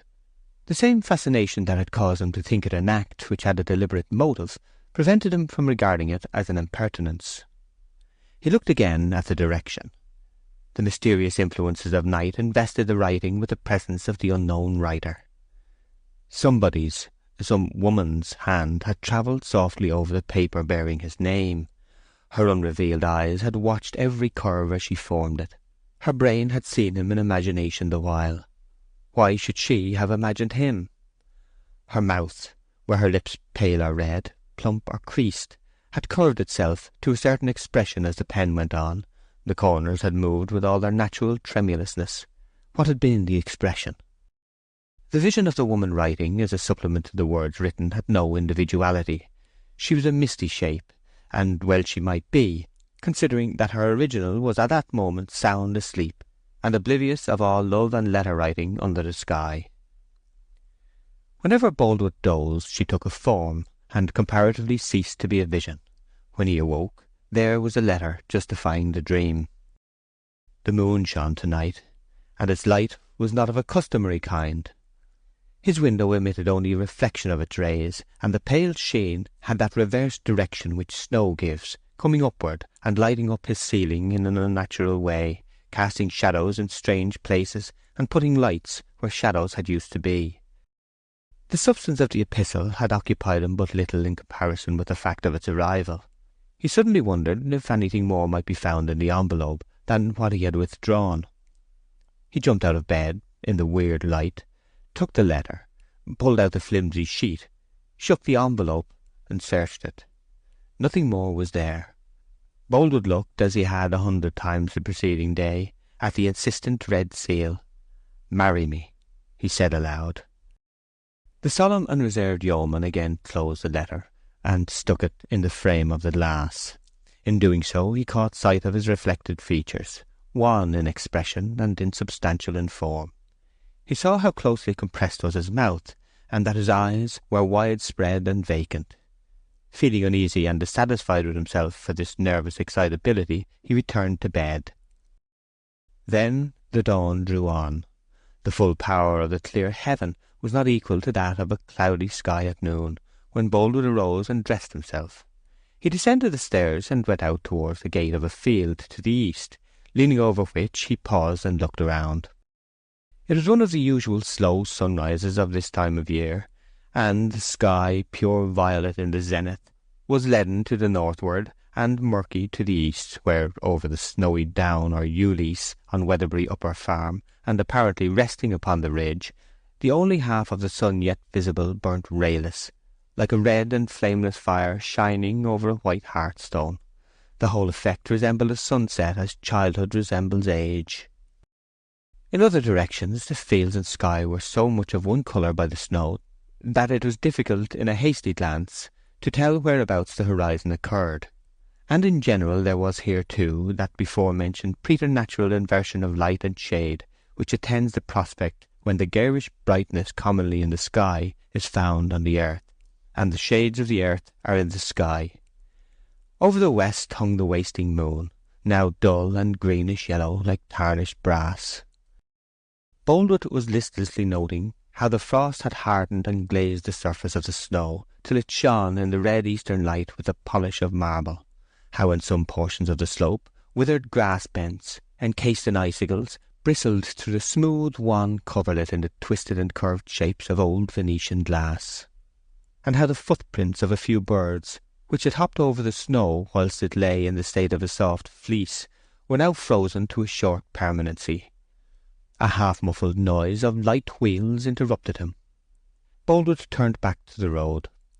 It was the mail cart, a crazy two-wheeled vehicle, hardly heavy enough to resist a puff of wind. The driver held out a letter.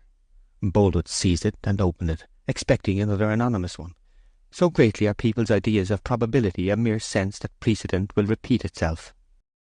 "I don't think it's for you, sir," said the man when he saw Boldwood's action. "Though there's no name on it, I think it's for your shepherd." Boldwood looked then at the address.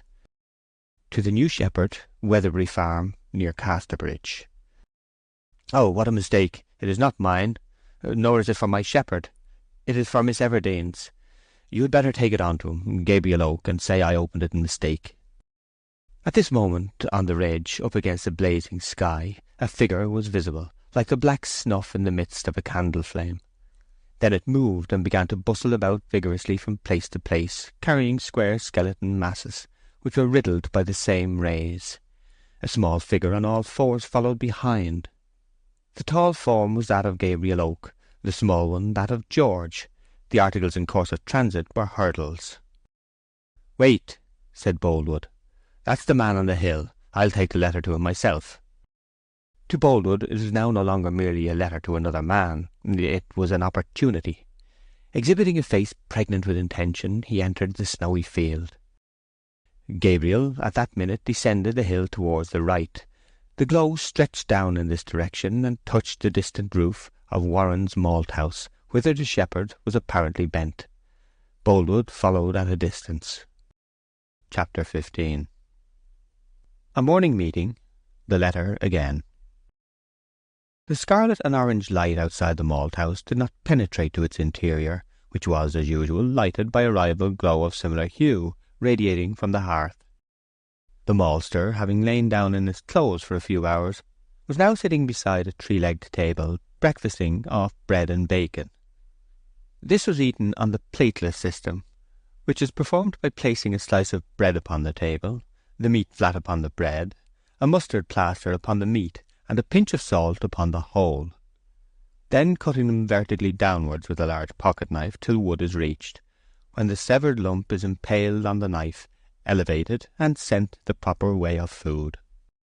The maltster's lack of teeth appeared not to sensibly diminish his powers at the mill. He had been without them for so many years that toothlessness was felt less to be a defect than hard gums an acquisition. Indeed, he seemed to approach the grave as a hyperbolic curve approaches a straight line, less directly as he got nearer, till it was doubtful if he would ever reach it at all.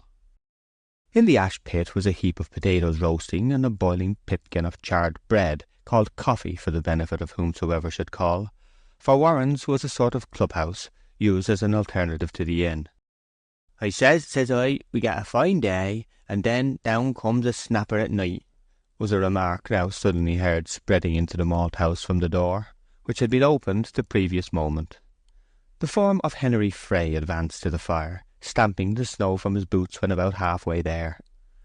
The speech and entry had not seemed to be at all an abrupt beginning to the maltster, introductory matter often being omitted in this neighbourhood, both from word and deed, and the maltster, having the same latitude allowed him, did not hurry to reply. He picked up a fragment of cheese by pecking upon it with his knife, as a butcher picks up skewers. Henry appeared in a drab kerseymere greatcoat, buttoned over his smock frock, the white skirts of the latter being visible to the distance of about a foot below the coat-tails, which, when you got used to the style of dress, looked natural enough, and even ornamental. It certainly was comfortable. Matthew Moon, Joseph Poorgrass, and other carters and waggoners followed at his heels, with great lanterns dangling from their hands, which showed that they had just come from the cart-horse stables, where they had been busily engaged since 4 o'clock that morning. "And how's she getting on with our Bailey?" the maltster inquired. Henry shook his head, and smiled one of those bitter smiles, dragging all the flesh of his forehead into a corrugated heap in the centre. "She'll rue it, surely, surely," he said. "Benjy Pennyways were not a true man or honest Bailey, as big a betrayer as Judas Iscariot himself. But I think she can carry on alone." He allowed his head to swing laterally 3 or 4 times in silence. "Never in all my creeping up, never." This was recognised by all as the conclusion of some gloomy speech which had been expressed in thought alone during the shake of the head. Henry, meanwhile, retained several marks of despair upon his face, to imply that they would be required for use again directly he should go on speaking. "All'll be ruined, and ourselves too, or there's no mating gentlemen's houses," said Mark Clark.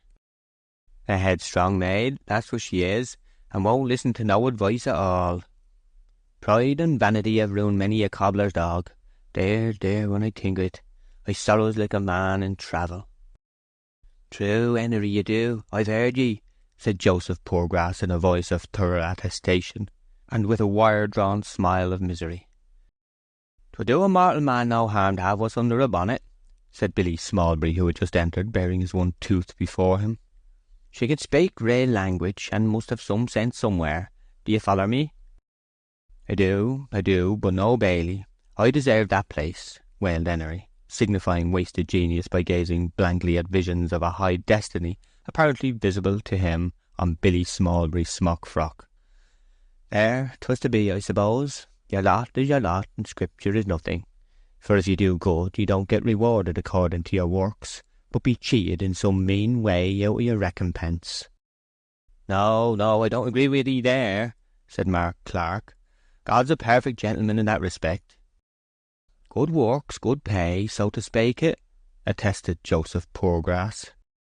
A short pause ensued, and, as a sort of entr'acte, Henry turned and blew out the lanterns, which the increase of daylight rendered no longer necessary even in the malt-house with its one pane of glass. "I wonder what a farmer woman can want with a harpsichord, dulcimer, and piano, or whatever 'tis they call it," said the maltster.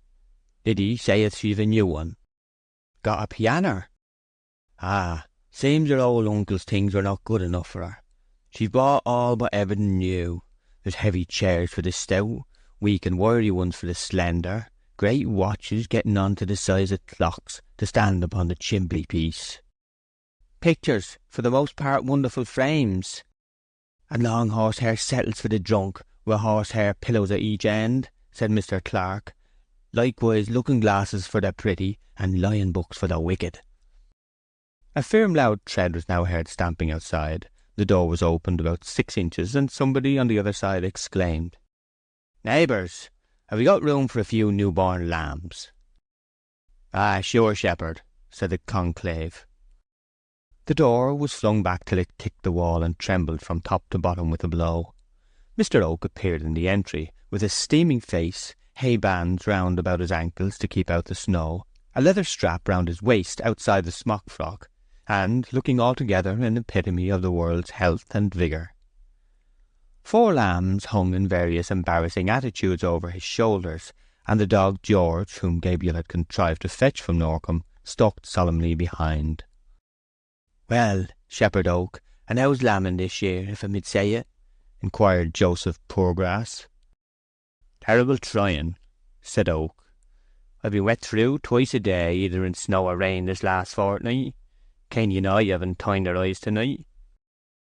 "Good few twins too, I hear." "Too many by half. Yes, 'tis very queer lambing this year. We shan't be done by Lady Day."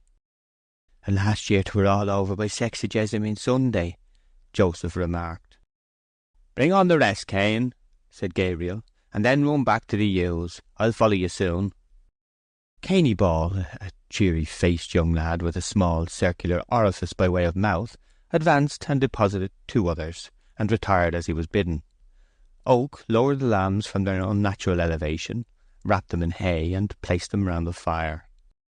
"We've no lambing hut here, as I used to have at Norcombe," said Gabriel, "and 'tis such a plague to bring the weakly ones to a house. If it wasn't for your place here, Malter, I don't know what I should do with this keen weather. And how was it with you today, Malter?" "Ah, neither sick nor sorry, Shepherd, but no younger."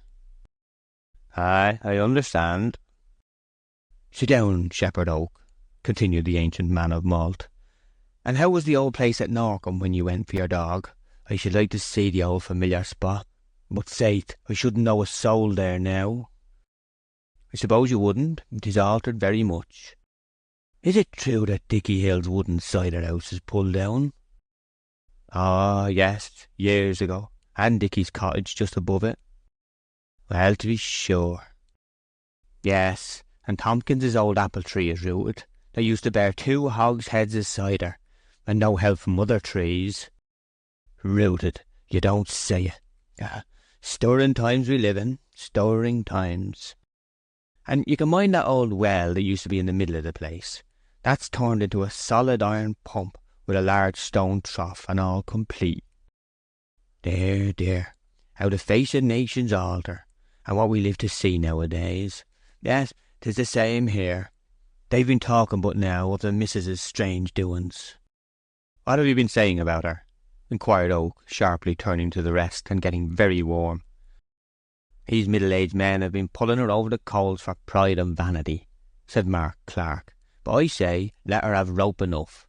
Bless her pretty face, shouldn't I like to do so, upon her cherry lips?" The gallant Mark Clark here made a peculiar and well-known sound with his own. "Mark," said Gabriel sternly, "now you mind this. None of that dalliance talk, that smack and coddle style of yours about Miss Everdene. I don't allow it, do you hear?" "With all my heart, and I've no chance," replied Mr. Clark cordially. "I suppose you have been speaking against her?" said Oak, turning to Joseph Poorgrass with a very grim look. No, not a word. 'Tis a real joyful thing that she's no worse, that's what I say," said Joseph, trembling and blushing with terror. "Matthew just said—" "Matthew Moon, what have you been saying?" asked Oak. "I? Well, you know I wouldn't harm a worm. No, not one underground worm," said Matthew Moon, looking very uneasy. "Well, somebody has. And look here, neighbours." Gabriel, though one of the quietest and most gentle men on earth, rose to the occasion with martial promptness and vigour. "That's my fist." Here he placed his fist, rather smaller in size than a common loaf, in the mathematical centre of the malters' little table, and with it gave a bump or 2 thereon, as if to ensure that their eyes all thoroughly took in the idea of fistiness before he went further. "Now, the first man in the parish that I hear prophesying bad of our mistress, why—" Here the fist was raised and let fall as Thor might have done with his hammer in saying it. "He'll smell and taste that, or I'm a Dutchman." All earnestly expressed by their features that their minds did not wander to Holland for a moment on account of this statement, but were deploring the difference which gave rise to the figure, and Mark Clark cried, "Hear, hear, just what I should have said."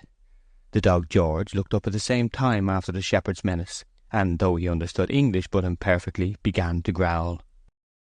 "Now, don't you take on so, shepherd, and sit down," said Hilary with a deprecating peacefulness equal to anything of the kind in Christianity. "We hear that ye be an extraordinary good and clever man, shepherd," said Joseph Poorgrass, with considerable anxiety from behind the maltster's bedstead, whither he had retired for safety. "'Tis a great thing to be clever, I'm sure," he added, making movements associated with states of mind rather than body. "We wish we were, don't we, neighbours?" "Aye, that we do, sure," said Matthew Moon with a small, anxious laugh towards Oak, to show how very friendly disposed he was likewise. "Who's been telling you I'm clever?" said Oak. "'Tis blowed about from pillar to post quite common," said Matthew.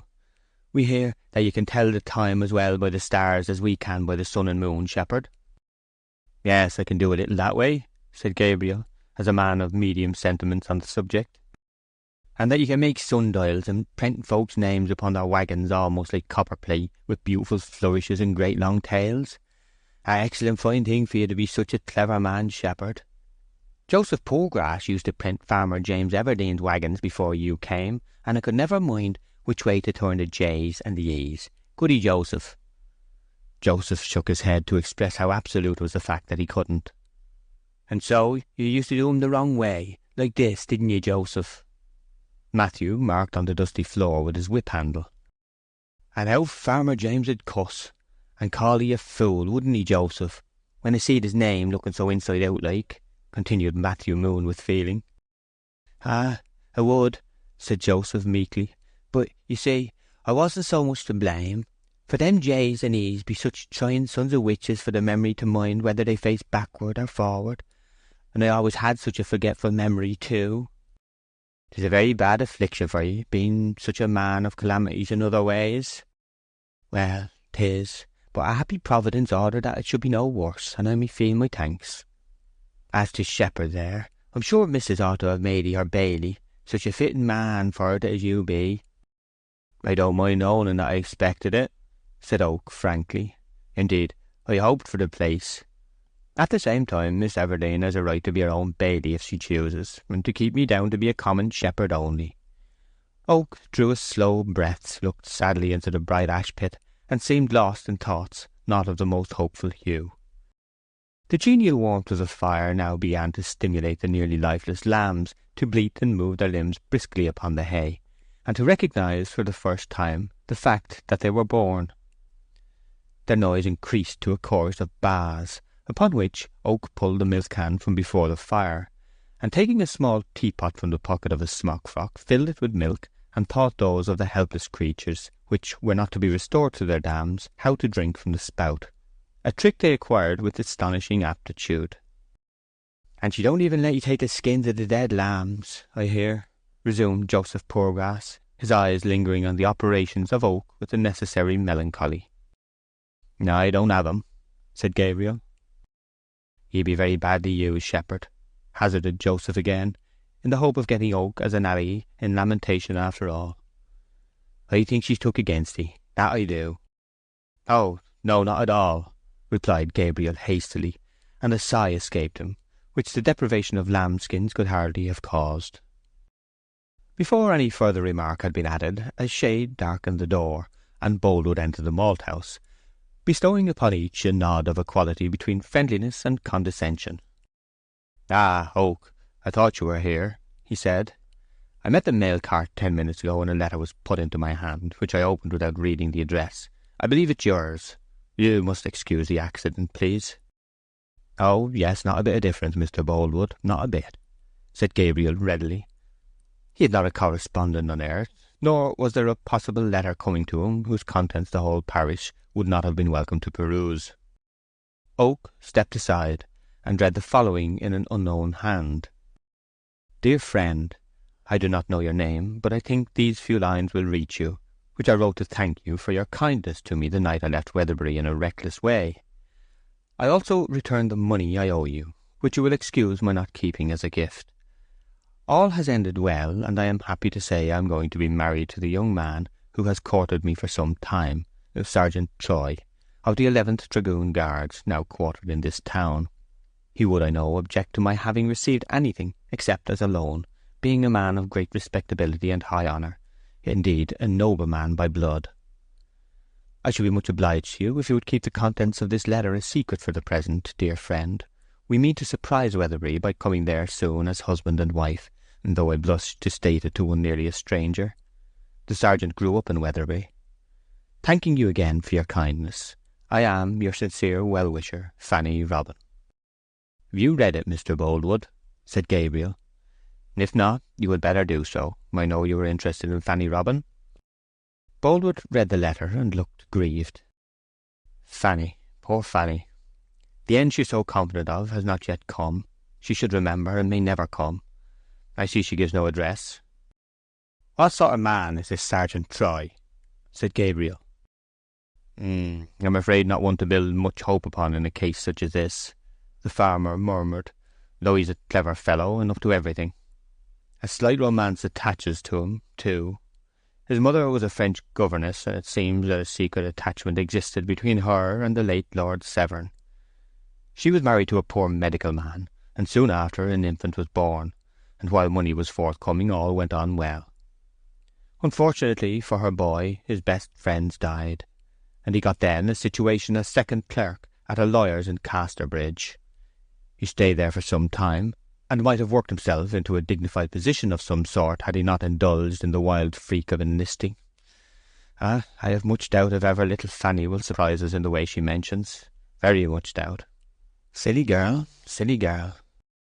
The door was hurriedly burst open again, and in came running Cainy Ball out of breath, his mouth red and open like the bell of a penny trumpet, from which he coughed with noisy vigour and great distension of face. Now, Cain Ball, said Oak sternly, why will you run so fast and lose your breath so? I'm always telling you of it.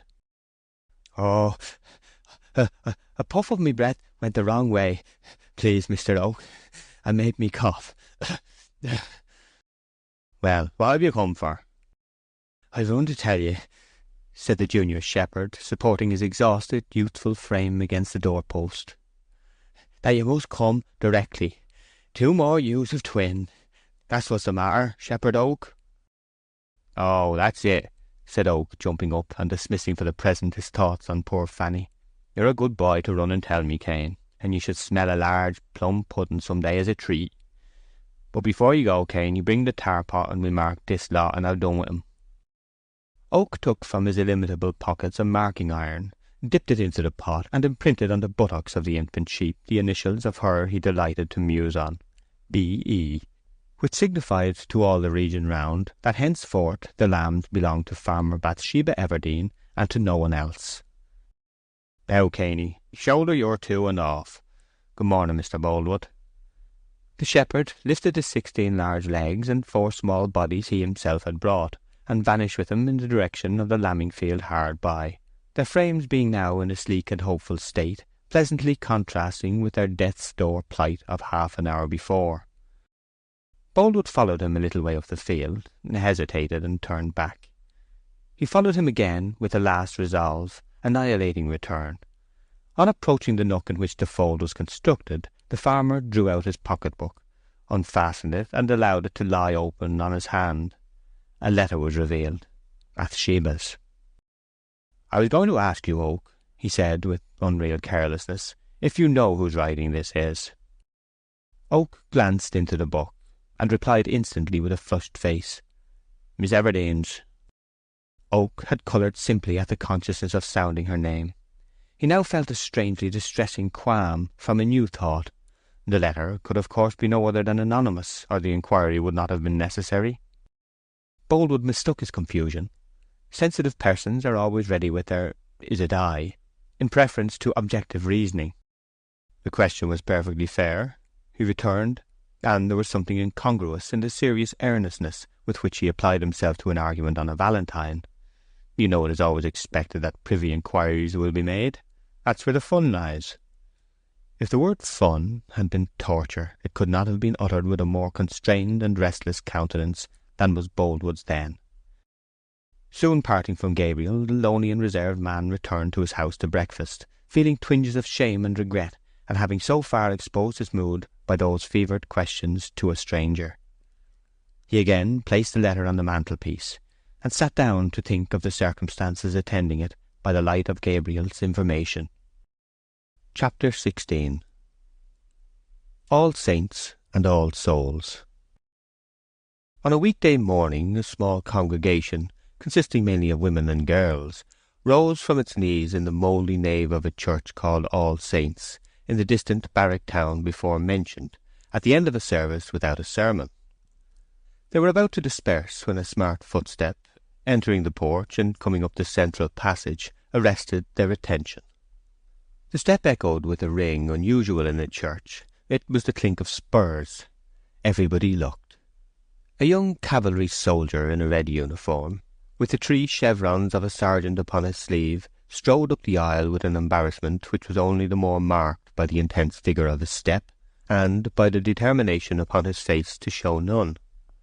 A slight flush had mounted his cheek by the time he had run the gauntlet between these women, but passing on through the chancel arch, he never paused till he came close to the altar railing. Here for a moment he stood alone. The officiating curate, who had not yet doffed his surplice, perceived the newcomer and followed him to the communion space. He whispered to the soldier.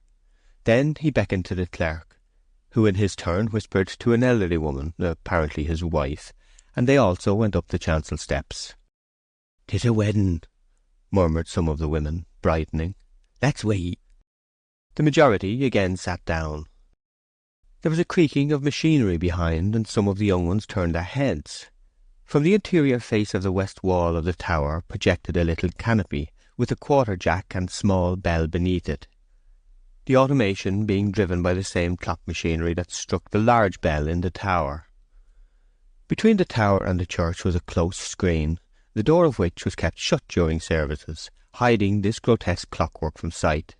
At present, however, the door was open, and the egress of the jack, the blows on the bell, and the mannikin's retreat into the nook again were visible to many, and audible throughout the church. The jack had struck 11:30. "Where's the woman?" whispered some of the spectators. The young sergeant stood still with the abnormal rigidity of the old pillars around. He faced the south-east, and was as silent as he was still. The silence grew to be a noticeable thing as the minutes went on, and nobody else appeared, and not a soul moved. The rattle of the quarter-jack again from its niche, its blows for 3/4, its fussy retreat, were almost painfully abrupt, and caused many of the congregation to start palpably. "I wonder where the woman is," a voice whispered again. There began now that slight shifting of feet, that artificial coughing among several, which betrays a nervous suspense. At length there was a titter, but the soldier never moved. There he stood, his face to the south-east, upright as a column, his cap in his hand. The clock ticked on. The women threw off their nervousness, and titters and giggles became more frequent. Then came a dead silence. Everyone was waiting for the end. Some persons may have noticed how extraordinarily the striking of quarters seems to quicken the flight of time. It was hardly credible that the jack had not got wrong with the minutes when the rattle began again, the puppet emerged, and the 4 quarters were struck fitfully as before. One could almost be positive that there was a malicious leer upon the hideous creature's face, and a mischievous delight in its twitchings. Then followed the dull and remote resonance of the 12 heavy strokes in the tower above. The women were impressed, and there was no giggle this time. The clergyman glided into the vestry, and the clerk vanished. The sergeant had not yet turned. Every woman in the church was waiting to see his face, and he appeared to know it. At last he did turn, and stalked resolutely down the nave, braving them all, with a compressed lip. 2 bowed and toothless old almsmen then looked at each other and chuckled innocently enough, but the sound had a strange, weird effect in that place. Opposite to the church was a paved square, around which several overhanging wood buildings of old time cast a picturesque shade. The young man, on leaving the door, went to cross the square, when in the middle he met a little woman. The expression of her face, which had been one of intense anxiety, sank at the sight of his nearly to terror. "Well," he said in a suppressed passion, fixedly looking at her. "Oh, Frank, I made a mistake. I thought that the church with the spire was All Saints, and I was at the door at 11:30 to a minute, as you said.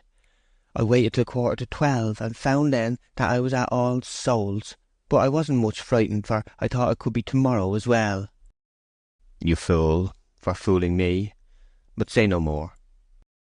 "Shall it be tomorrow, Frank?" she asked blankly. "Tomorrow," and he gave vent to a hoarse laugh.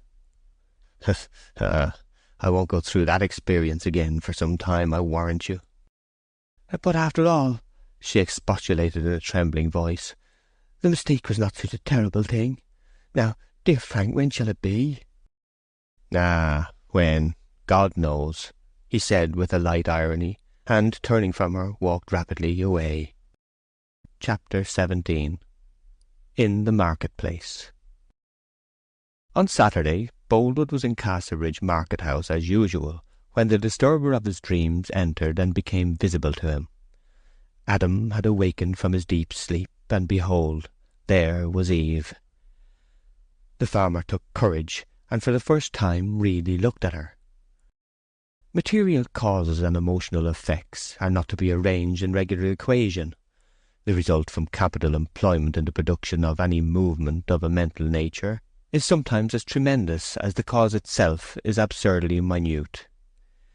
When women are in a freakish mood, their usual intuition, either from carelessness or inherent defect, seemingly fails to teach them this, and hence it was that Bathsheba was fated to be astonished today. Boldwood looked at her, not slyly, critically, or understandingly, but blankly at gaze, in the way a reaper looks at a passing train, as something foreign to his element, and but dimly understood. To Boldwood women had been remote phenomena, rather than necessary complements. Comets of such uncertain aspect, movement, and permanence, that whether their orbits were as geometrical, unchangeable, and as subject to laws as his own, or as absolutely erratic as they superficially appeared, he had not deemed it his duty to consider. He saw her black hair, her correct facial curves and profile, and the roundness of her chin and throat. He saw then the side of her eyelids, eyes, and lashes, and the shape of her ear. Next he noticed her figure, her skirt, and the very soles of her shoes. Boldwood thought her beautiful, but wondered whether he was right in his thought, for it seemed impossible that this romance in the flesh, if so sweet as he imagined, could have been going on long without creating a commotion of delight among men, and provoking more inquiry than Bathsheba had done, even though that was not a little. To the best of his judgment, neither nature nor art could improve this perfect one of an imperfect many. His heart began to move within him. Boldwood, it must be remembered, though 40 years of age, had never before inspected a woman with the very centre and force of his glance. They had struck upon all his senses at wide angles. Was she really beautiful? He could not assure himself that this opinion was true even now.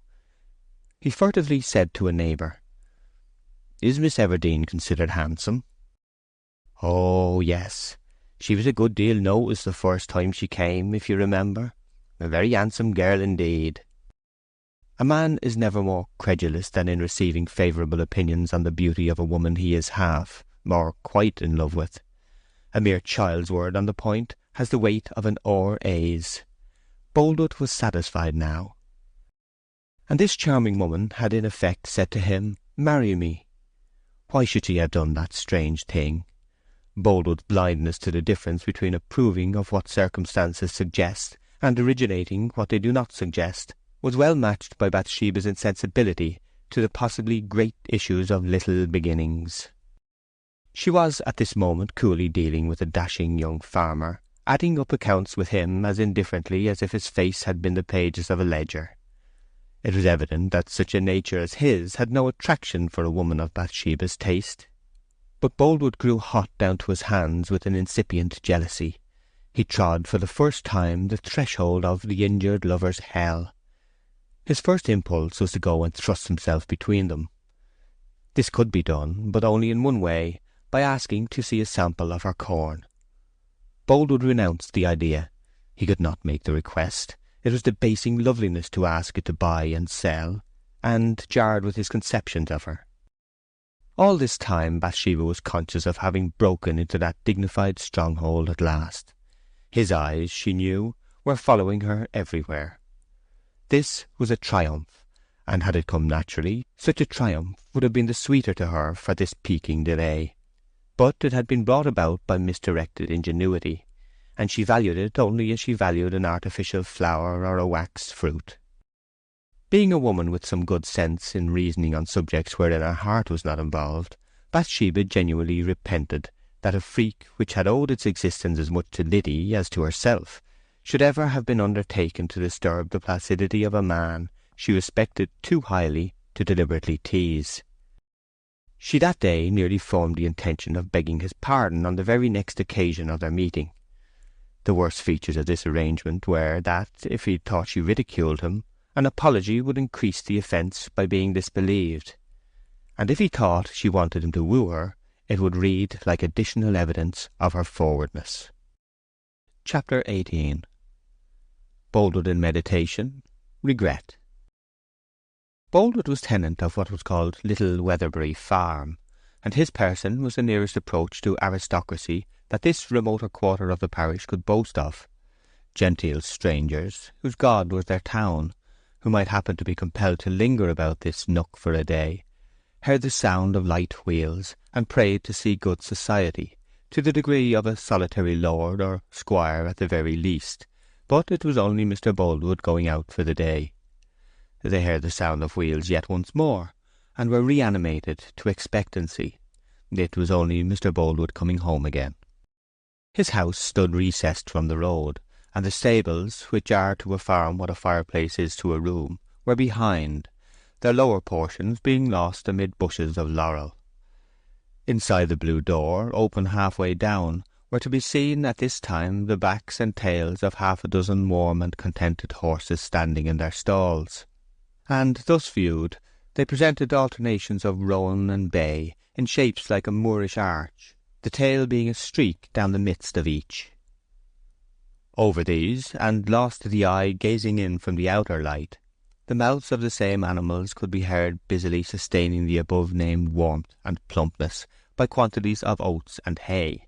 The restless and shadowy figure of a colt wandered about a loose box at the end, whilst the steady grind of all the eaters was occasionally diversified by the rattle of a rope or the stamp of a foot. Pacing up and down at the heels of the animals was Farmer Boldwood himself. This place was his almonry and cloister in one. Here, after looking to the feeding of his four-footed dependents, the celibate would walk and meditate of an evening till the moon's rays streamed in through the cobwebbed windows, or total darkness enveloped the scene. His square-framed perpendicularity showed more fully now than in the crowd and bustle of the market-house. In this meditative walk his foot met the floor with heel and toe simultaneously, and his fine reddish-fleshed face was bent downwards, just enough to render obscure the still mouth and the well-rounded, though rather prominent and broad chin. A few clear and thread-like horizontal lines were the only interruption to the otherwise smooth surface of his large forehead. The phases of Boldwood's life were ordinary enough, but his was not an ordinary nature. That stillness which struck casual observers more than anything else in his character and habit, and seemed so precisely like the rest of inanition, may have been the perfect balance of enormous antagonistic forces, positives and negatives in fine adjustment. His equilibrium disturbed, he was in extremity at once. If an emotion possessed him at all, it ruled him. A feeling not mastering him was entirely latent. Stagnant or rapid, it was never slow. He was always hit mortally, or he was missed. He had no light and careless touches in his constitution, either for good or evil. Stern in the outlines of action, mild in the details, he was serious throughout all. He saw no absurd sides to the follies of life, and thus, though not quite companionable in the eyes of merry men and scoffers, and those to whom all things show life as a jest, he was not intolerable to the earnest and those acquainted with grief.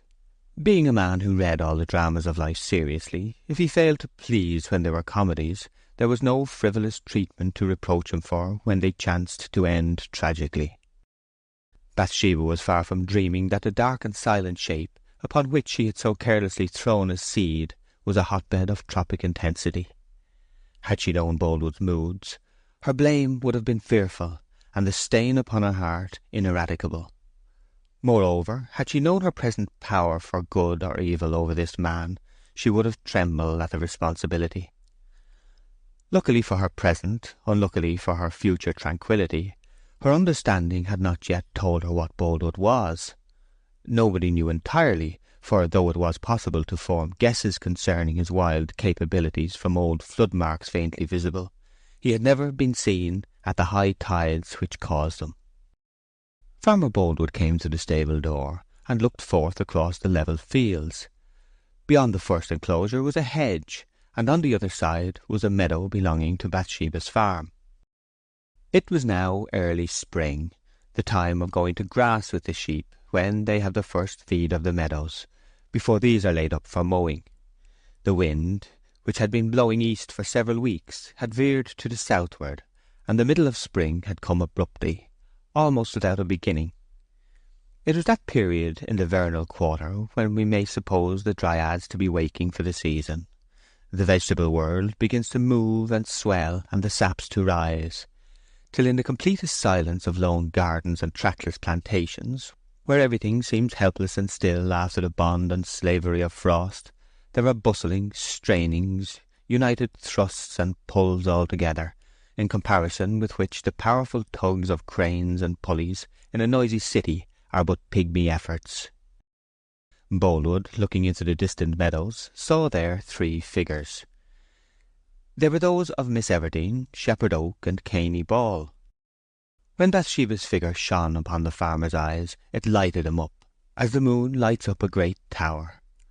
A man's body is as the shell or the tablet of a soul, as he is reserved or ingenuous, overflowing or self-contained. There was a change in Boldwood's exterior from its former impassibleness, and his face showed that he was now living outside his defences for the first time, and with a fearful sense of exposure. It is the usual experience of strong natures when they love. At last he arrived at a conclusion. It was to go across and inquire boldly of her. The insulation of his heart by reserve during these many years, without a channel of any kind for disposable emotion, had worked its effect. It had been observed more than once that the causes of love are chiefly subjective, and Boldwood was a living testimony to the truth of the proposition. No mother existed to absorb his devotion, no sister for his tenderness, no idle ties for sense. He became surcharged with a compound which was genuine lover's love. He approached the gate of the meadow. Beyond it the ground was melodious with ripples, the sky with larks, the low bleating of the flock mingling with both.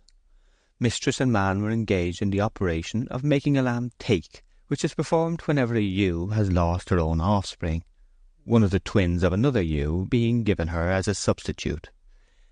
Gabriel had skinned the dead lamb, and was tying the skin over the body of the live lamb in the customary manner, whilst Bathsheba was holding open a little pen of 4 hurdles, into which the mother and foisted lamb were driven, where they would remain till the old sheep conceives an affection for the young one. Bathsheba looked up at the completion of the manoeuvre, and saw the farmer by the gate, where he was overhung by a willow tree in full bloom. Gabriel, to whom her face was as the uncertain glory of an April day, was ever regardful of its faintest changes, and instantly discerned thereon the mark of some influence from without, in the form of a keenly self-conscious reddening. He also turned and beheld Boldwood. At once connecting these signs with the letter Boldwood had shown him, Gabriel suspected her of some coquettish procedure begun by that means, and carried on since he knew not how. Farmer Boldwood had read the pantomime denoting that they were aware of his presence, and the perception was as too much light turned upon his new sensibility. He was still in the road, and by moving on he hoped that neither would recognize that he had originally intended to enter the field. He passed by with an utter and overwhelming sensation of ignorance, shyness, and doubt. Perhaps in her manner there were signs that she wished to see him. Perhaps not. He could not read a woman. The Kabbalah of his erotic philosophy seemed to consist of the subtlest meanings expressed in misleading ways. Every turn, look, word, and accent contained a mystery quite distinct from its obvious import, and not one had ever been pondered by him until now. As for Bathsheba, she was not deceived into the belief that Farmer Boldwood had walked by on business or in idleness. She collected the probabilities of the case, and concluded that she was herself responsible for Boldwood's appearance there. It troubled her much to see what a great flame a little wildfire was likely to kindle. Bathsheba was no schemer for marriage, nor was she deliberately a trifler with the affections of men, and a censor's experience on seeing an actual flirt after observing her would have been a feeling of surprise that Bathsheba could be so different from such a one, and yet so like what a flirt is supposed to be. She resolved never again, by look or by sign, to interrupt the steady flow of this man's life, but a resolution to avoid an evil is seldom framed till the evil is so far advanced as to make avoidance impossible. Chapter 19. The Sheep-washing, the Offer. Boldwood did eventually call upon her. She was not at home. "Of course not," he murmured. In contemplating Bathsheba as a woman, he had forgotten the accidents of her position as an agriculturalist, that being as much of a farmer, and as extensive a farmer, as himself, her probable whereabouts was out of doors at this time of the year. This and the other oversights Boldwood was guilty of were natural to the mood, and still more natural to the circumstances. The great aids to idealization in love were present here: occasional observation of her from a distance, and the absence of social intercourse with her, visual familiarity, oral strangeness. The smaller human elements were kept out of sight. The pettinesses that enter so largely into all earthly living and doing were disguised by the accident of lover and loved one not being on visiting terms, and there was hardly awakened a thought in Boldwood that sorry household realities appertained to her, or that she, like all others, had moments of commonplace, when to be least plainly seen was to be most prettily remembered.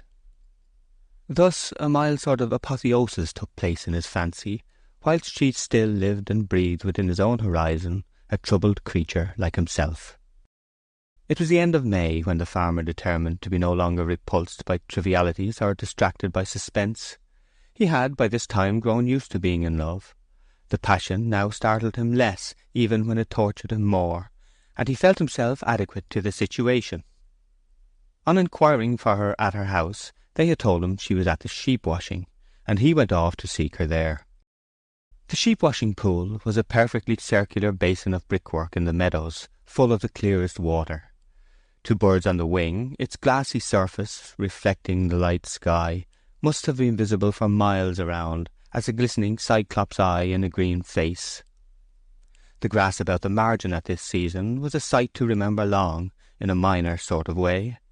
Its activity in sucking the moisture from the rich damp sod was almost a process observable by the eye.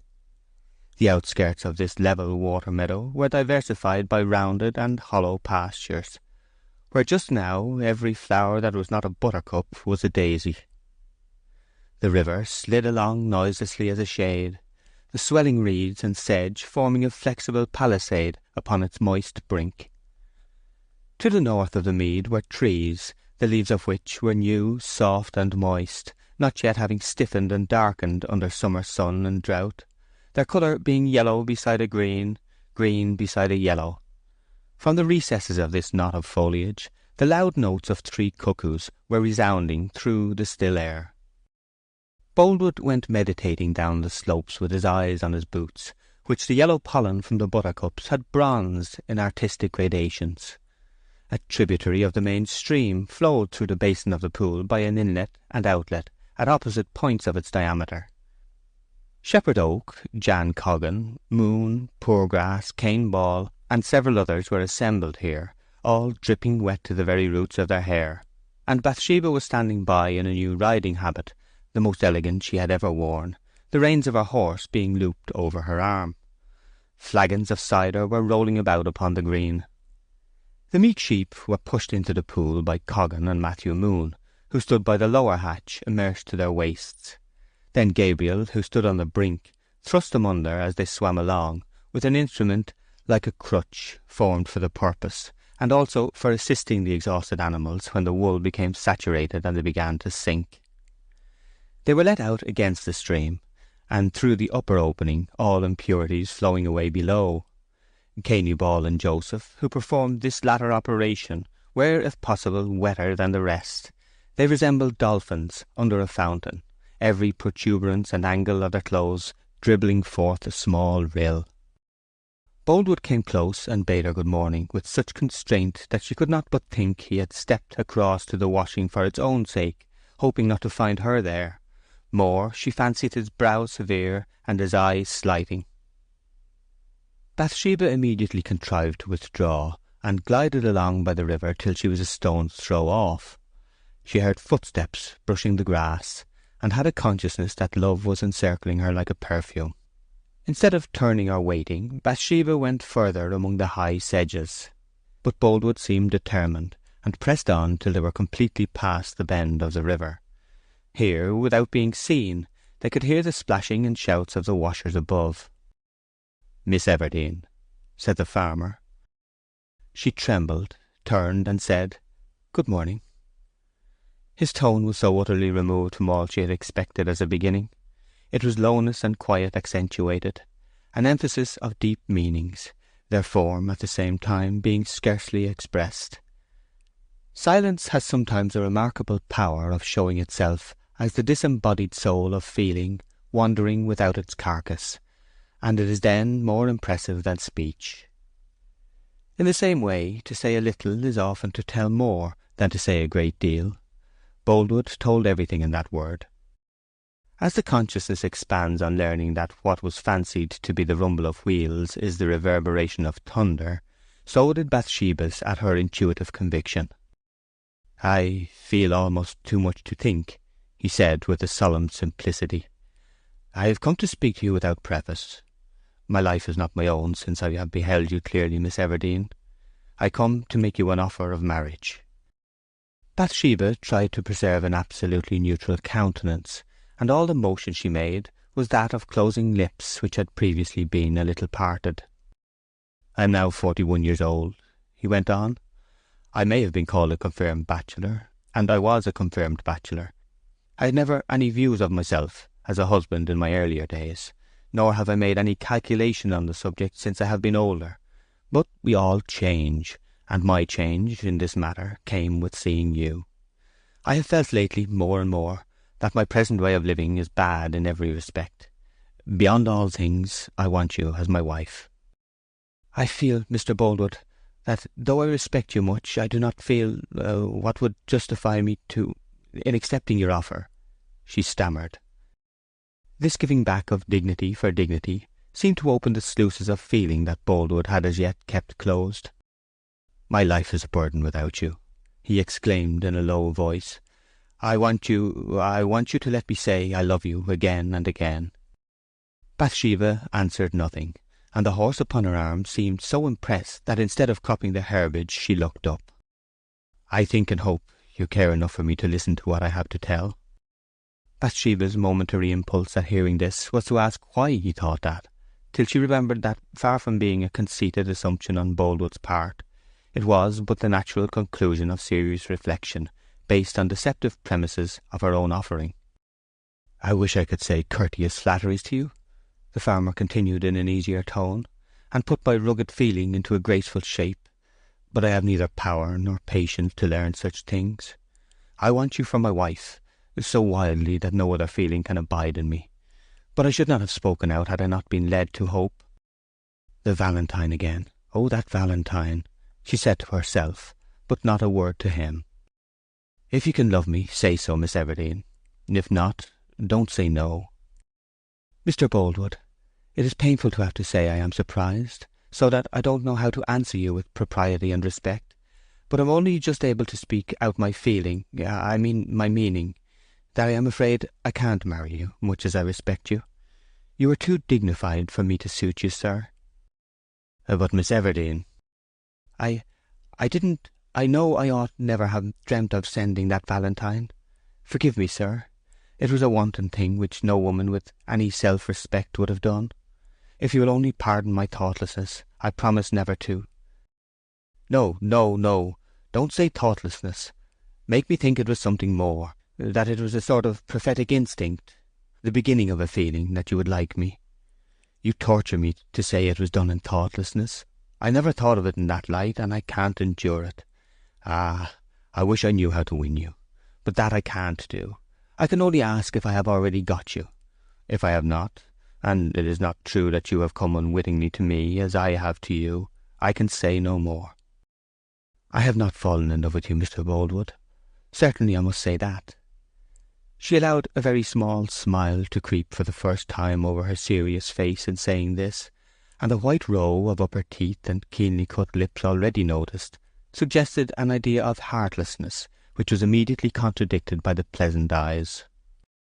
But will you just think, in kindness and condescension, think, if you cannot bear with me as a husband? I fear I am too old for you, but believe me, I will take more care of you than would many a man of your own age. I will protect and cherish you with all my strength. I will indeed. You shall have no cares, be worried by no household affairs, and live quite at ease, Miss Everdene. The dairy superintendent shall be done by a man. I can afford it well. You shall never have so much as to look out of doors at haymaking time, or to think of weather in the harvest.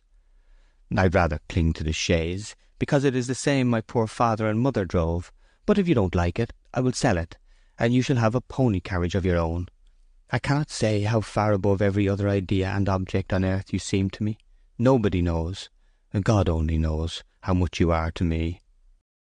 Bathsheba's heart was young, and it swelled with sympathy for the deep-natured man who spoke so simply. "Don't say it, don't. I cannot bear you to feel so much, and me to feel nothing. And I am afraid they will notice us, Mr. Boldwood. Will you let the matter rest now? I cannot think collectedly. I did not know you were going to say this to me. Oh, I am wicked to have made you suffer so." She was frightened as well as agitated at his vehemence. "Say then that you don't absolutely refuse. Do not quite refuse." "I can do nothing. I cannot answer." "I may speak to you again on the subject?" "Yes." "I may think of you?" "Yes, I suppose you may think of me." "And hope to obtain you?" "No, do not hope. Let us go on." "I will call upon you again tomorrow." "No, please not. Give me time." "Yes, I will give you any time," he said earnestly and gratefully. "I am happier now." "No, I beg you. Don't be happier if happiness only comes from my agreeing. Be neutral, Mr. Boldwood. I must think." "I will wait," he said. And then she turned away. Boldwood dropped his gaze to the ground and stood long like a man who did not know where he was. Realities then returned upon him like the pain of a wound received in an excitement which eclipses it, and he, too, then went on. Chapter 20. Perplexity. Grinding the shears. A quarrel. "He is so disinterested and kind to offer me all that I can desire," Bathsheba mused. Yet Farmer Boldwood, whether by nature kind or the reverse to kind, did not exercise kindness here. The rarest offerings of the purest loves are but a self-indulgence and no generosity at all. Bathsheba, not being the least in love with him, was eventually able to look calmly at his offer. It was one which many women of her own station in the neighbourhood, and not a few of higher rank, would have been wild to accept and proud to publish. In every point of view, ranging from politic to passionate, it was desirable that she, a lonely girl, should marry, and marry this earnest, well-to-do and respected man. He was close to her doors, his standing was sufficient, his qualities were even supererogatory. Had she felt, which she did not, any wish whatever for the married state in the abstract, she could not reasonably have rejected him, being a woman who frequently appealed to her understanding for deliverance from her whims. Boldwood as a means to marriage was unexceptionable. She esteemed and liked him, yet she did not want him. It appears that ordinary men take wives because possession is not possible without marriage, and that ordinary women accept husbands because marriage is not possible without possession. With totally differing aims, the method is the same on both sides. But the understood incentive on the woman's part was wanting here. Besides, Bathsheba's position as absolute mistress of a farm and house was a novel one, and the novelty had not yet begun to wear off. But a disquiet filled her which was somewhat to her credit, for it would have affected few. Beyond the mentioned reasons with which she combated her objections, she had a strong feeling that, having been the one who began the game, she ought in honesty to accept the consequences. Still the reluctance remained. She said in the same breath that it would be ungenerous not to marry Boldwood, and that she couldn't do it to save her life. Bathsheba's was an impulsive nature under a deliberative aspect. An Elizabeth in brain and a Mary Stuart in spirit, she often performed actions of the greatest temerity with a manner of extreme discretion. Many of her thoughts were perfect syllogisms. Unluckily, they always remained thoughts. Only a few were irrational assumptions, but unfortunately they were the ones which most frequently grew into deeds. The next day to that of the declaration, she found Gabriel Oak at the bottom of the garden, grinding his shears for the sheep shearing.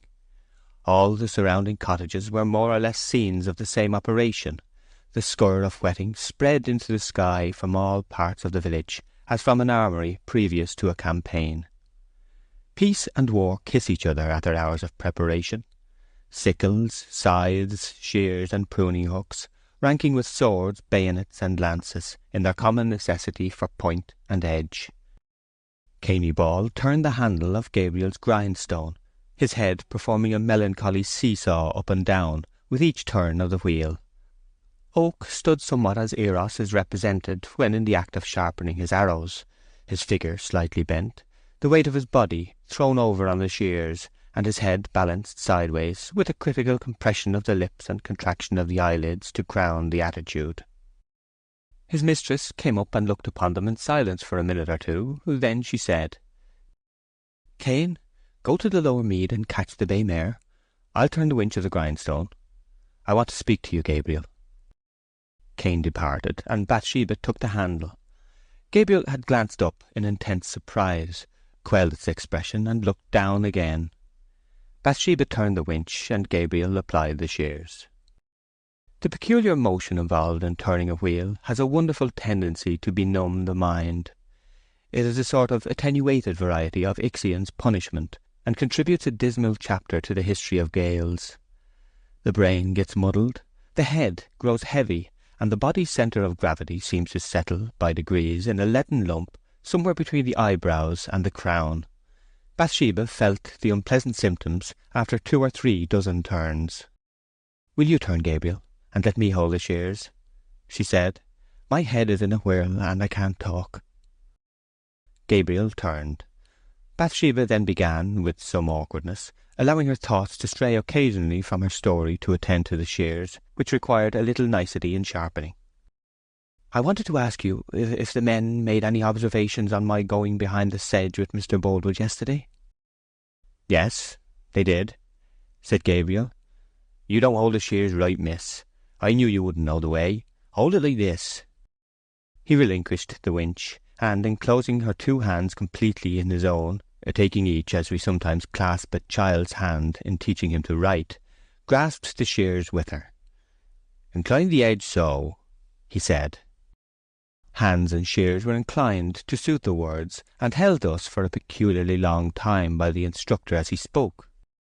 "That will do," exclaimed Bathsheba. "Loose my hands. I won't have them held. Turn the winch."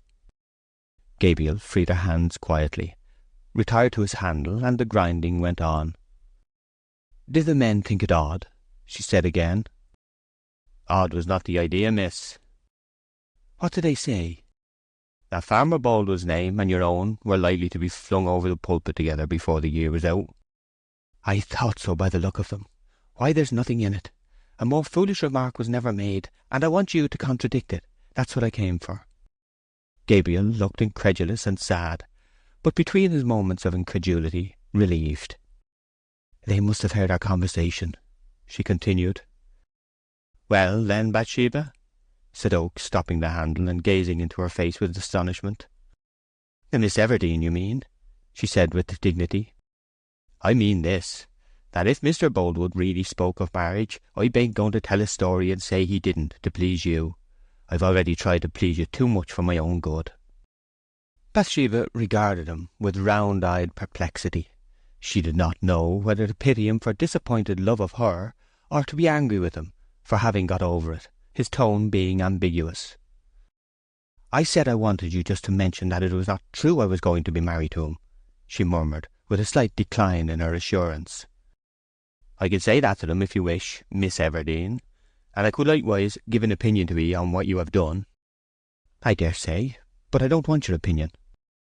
"I suppose not," said Gabriel bitterly, and going on with his turning, his words rising and falling in a regular swell and cadence as he stooped or rose with a winch, which directed them, according to his position, perpendicularly into the earth, or horizontally along the garden, his eyes being fixed on a leaf upon the ground.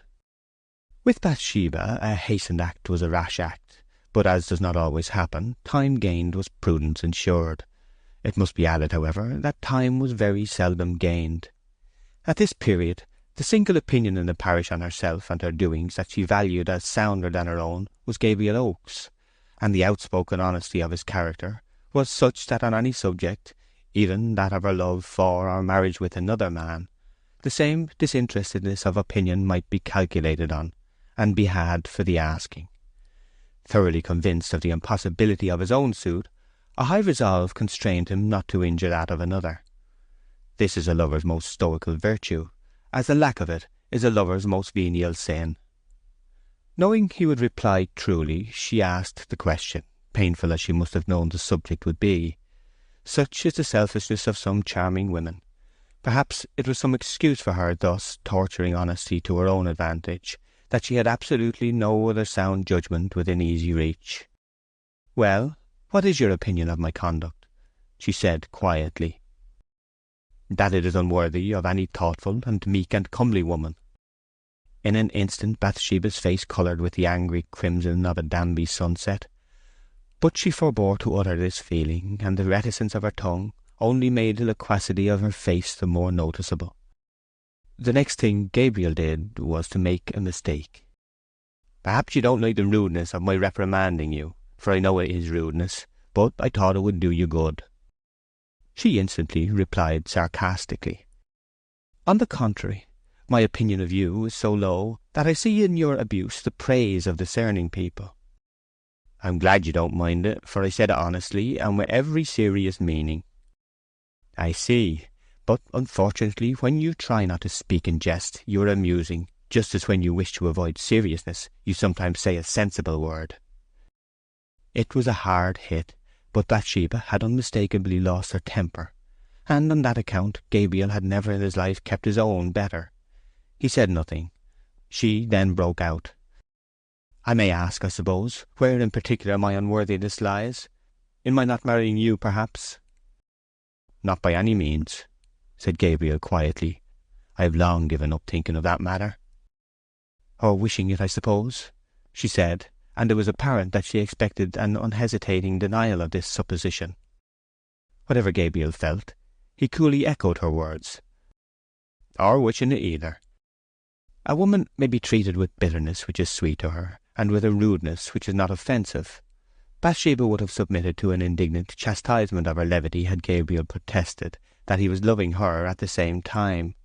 The impetuosity of passion, unrequited, is bearable, even if it stings and anathematizes. There is a triumph in the humiliation, and a tenderness in the strife. This was what she had been expecting, and what she had not got. To be lectured because the lecturer saw her in the cold morning light of open-shuttered disillusion was exasperating. He had not finished either. He continued in a more agitated voice.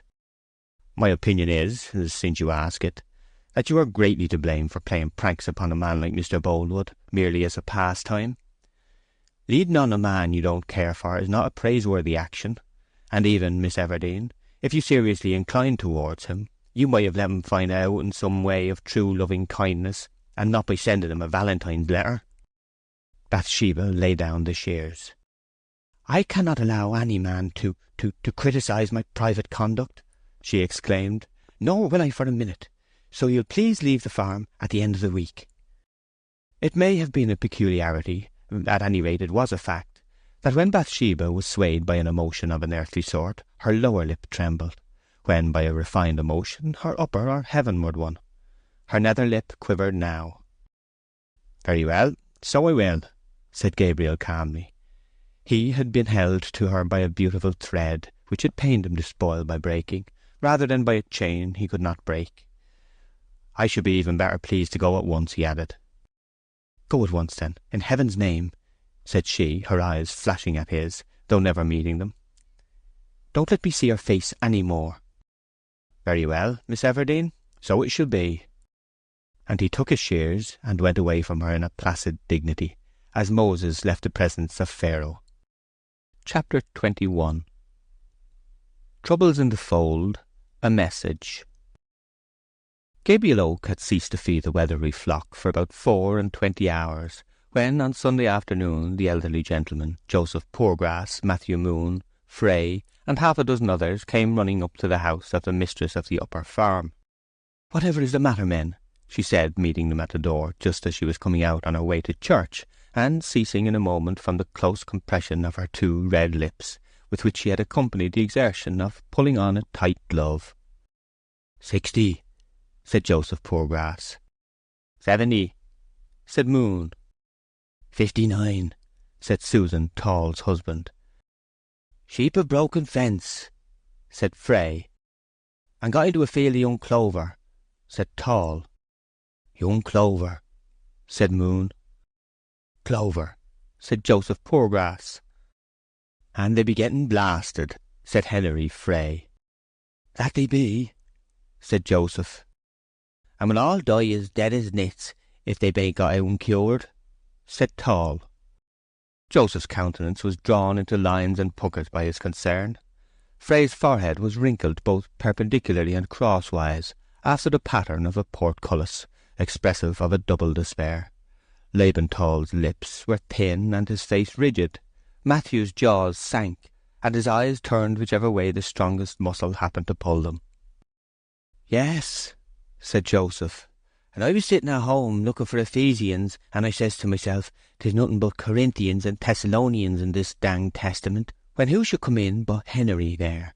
Joseph, he said, the sheep have blasted themselves. With Bathsheba it was a moment when thought was speech and speech exclamation.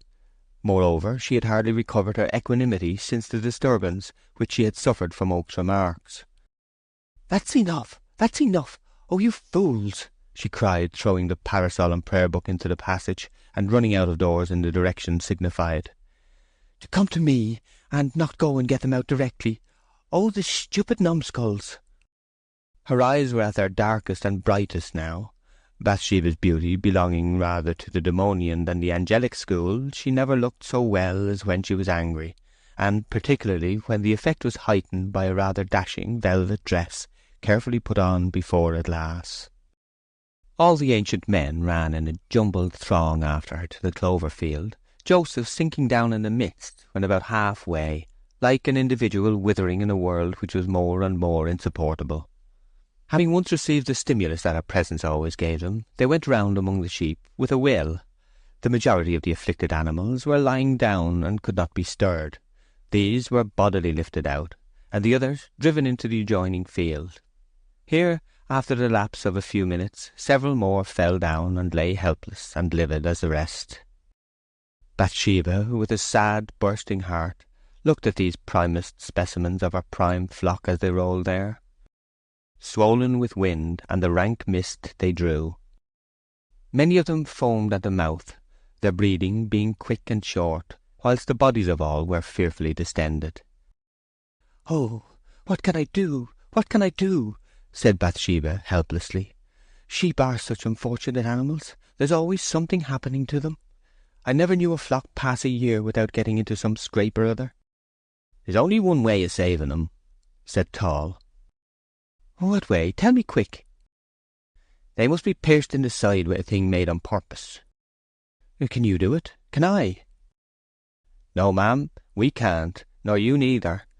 It must be done in a particular spot. If you go to the right or left but an inch, you stab the ewe and kill her. Not even a shepherd can do it as a rule." "Well, then they must die," she said in a resigned tone. "Only one man in the neighbourhood knows the way," said Joseph, now just come up. "He could cure 'em all if he were here." "Who is he? Let's get him." "Shepherd Oak," said Matthew. "Ah, he's a clever man in talents." "Ah, that he is so," said Joseph Poorgrass. "True, he's the man," said Laban Tall. "How dare you name that man in my presence?" she said excitedly. "I told you never to allude to him, nor shall you if you stay with me. Ah," she added, brightening, "Farmer Boldwood knows." "No, ma'am," said Matthew. "Two of his store ewes got into some vetches t'other day, and were just like these. He sent a man on horseback here post-haste for Gable, and Gable went and saved him. Farmer Boldwood have got the thing they do it with. 'Tis a holler pipe with a sharp pricker inside, isn't it, Joseph?" "Aye, a holler pipe," echoed Joseph. "That's what 'tis." "Ah, sure, that's the machine," chimed in Henry Frey reflectively, with an oriental indifference to the flight of time. "Well," burst out Bathsheba, "don't stand there with your eyes and your shores talking at me. Get somebody to cure the sheep instantly." All then stalked off in consternation to get somebody as directed, without any idea of who it was to be. In a minute they had vanished through the gate, and she stood alone with the dying flock. "Never will I send for him, never," she said firmly. One of the ewes here contracted its muscles horribly, extended itself, and jumped high into the air. The leap was an astonishing one. The ewe fell heavily and lay still. Bathsheba went up to it. The sheep was dead. "Oh, what shall I do? What shall I do?" she again exclaimed, wringing her hands. "I won't send for him. No, I won't." The most vigorous expression of a resolution does not always coincide with the greatest vigour of the resolution itself. It is often flung out as a sort of prop to support a decaying conviction which, whilst strong, required no enunciation to prove it so. The "no, I won't" of Bathsheba meant virtually "I think I must." She followed her assistants through the gate and lifted her hand to one of them. Laban answered to her signal. "Where is Oak staying?" "Across the valley at Nest Cottage." "Jump on the bay mare and ride across, and say he must return instantly. That I say so." Tall scrambled off to the field, and in 2 minutes was on Paul the bay, bare-backed and with only a halter by way of rein. He diminished down the hill. Bathsheba watched, and so did all the rest. Tall cantered along the bridle path, through 16 acres, sheeplands, Middlefield, the flats, Capel's Piece, shrank almost to a point, crossed the bridge, and ascended from the valley through Springmead and Whitepits on the other side. The cottage to which Gabriel had retired before taking his final departure from the locality was visible as a white spot on the opposite hill, backed by blue firs. Bathsheba walked up and down. The men entered the field and endeavoured to ease the anguish of the dumb creatures by rubbing them. Nothing availed. Bathsheba continued walking. The horse was seen descending the hill, and the wearisome series had to be repeated in reverse order.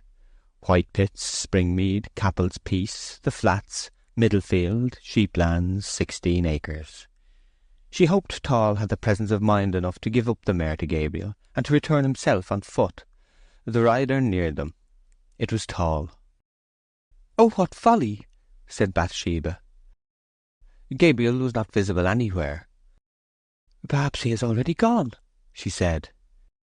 Tall came into the enclosure and leapt off, his face tragic as Morton's after the Battle of Shrewsbury. "Well," said Bathsheba, unwilling to believe that her verbal lettre de cachet could possibly have miscarried.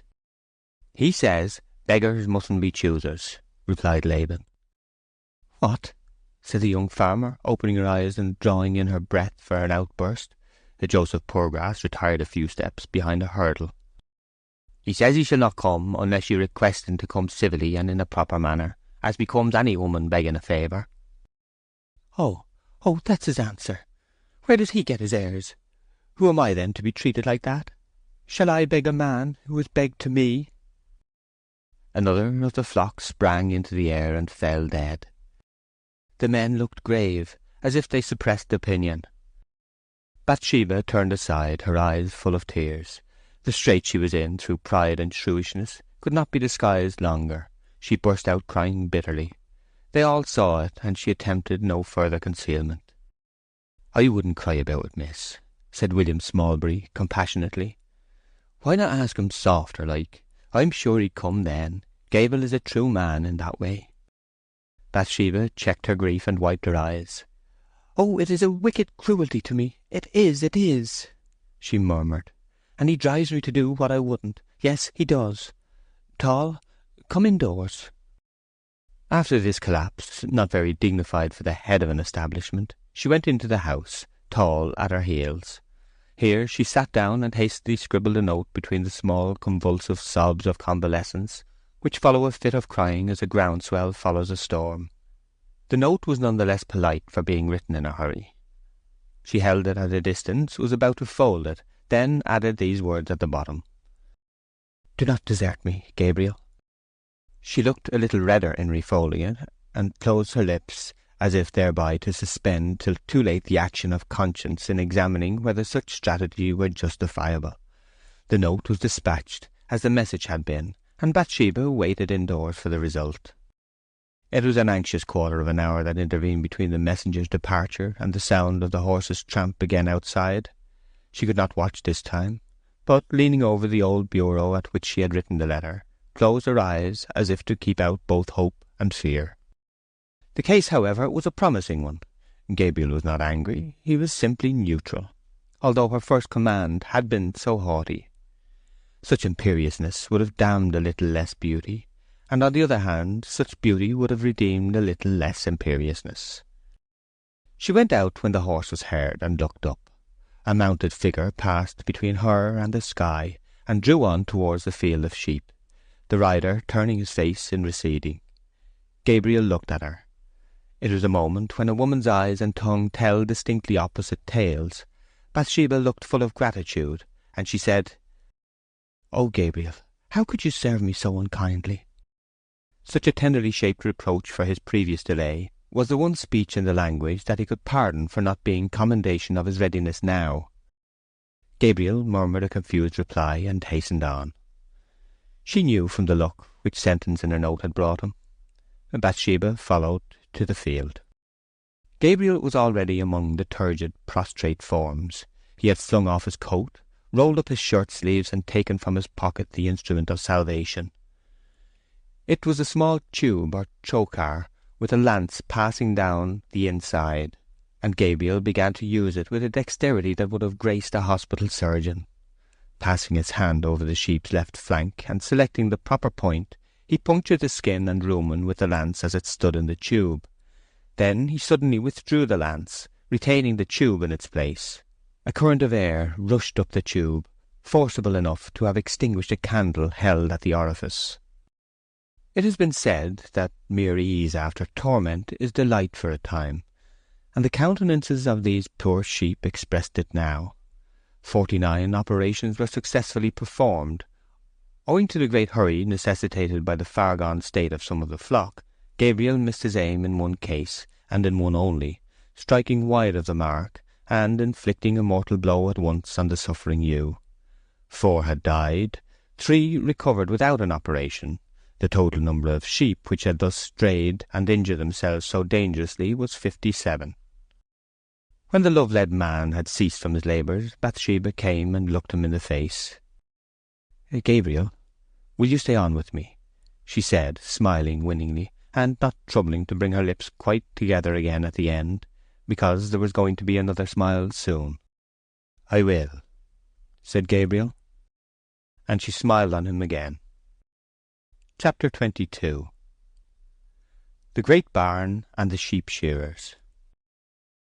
Men thin away into insignificance and oblivion quite as often by not making the most of good spirits when they have them, as by lacking good spirits when they are indispensable. Gabriel lately, for the first time since his prostration by misfortune, had been independent in thought and vigorous in action to a marked extent. Conditions which, powerless without an opportunity, as an opportunity without them is barren, would have given him a sure lift upwards when the favourable conjunction should have occurred. But this incurable loitering beside Bathsheba Everdene stole his time ruinously. The spring tides were going by without floating him off, and the neap might soon come, which could not.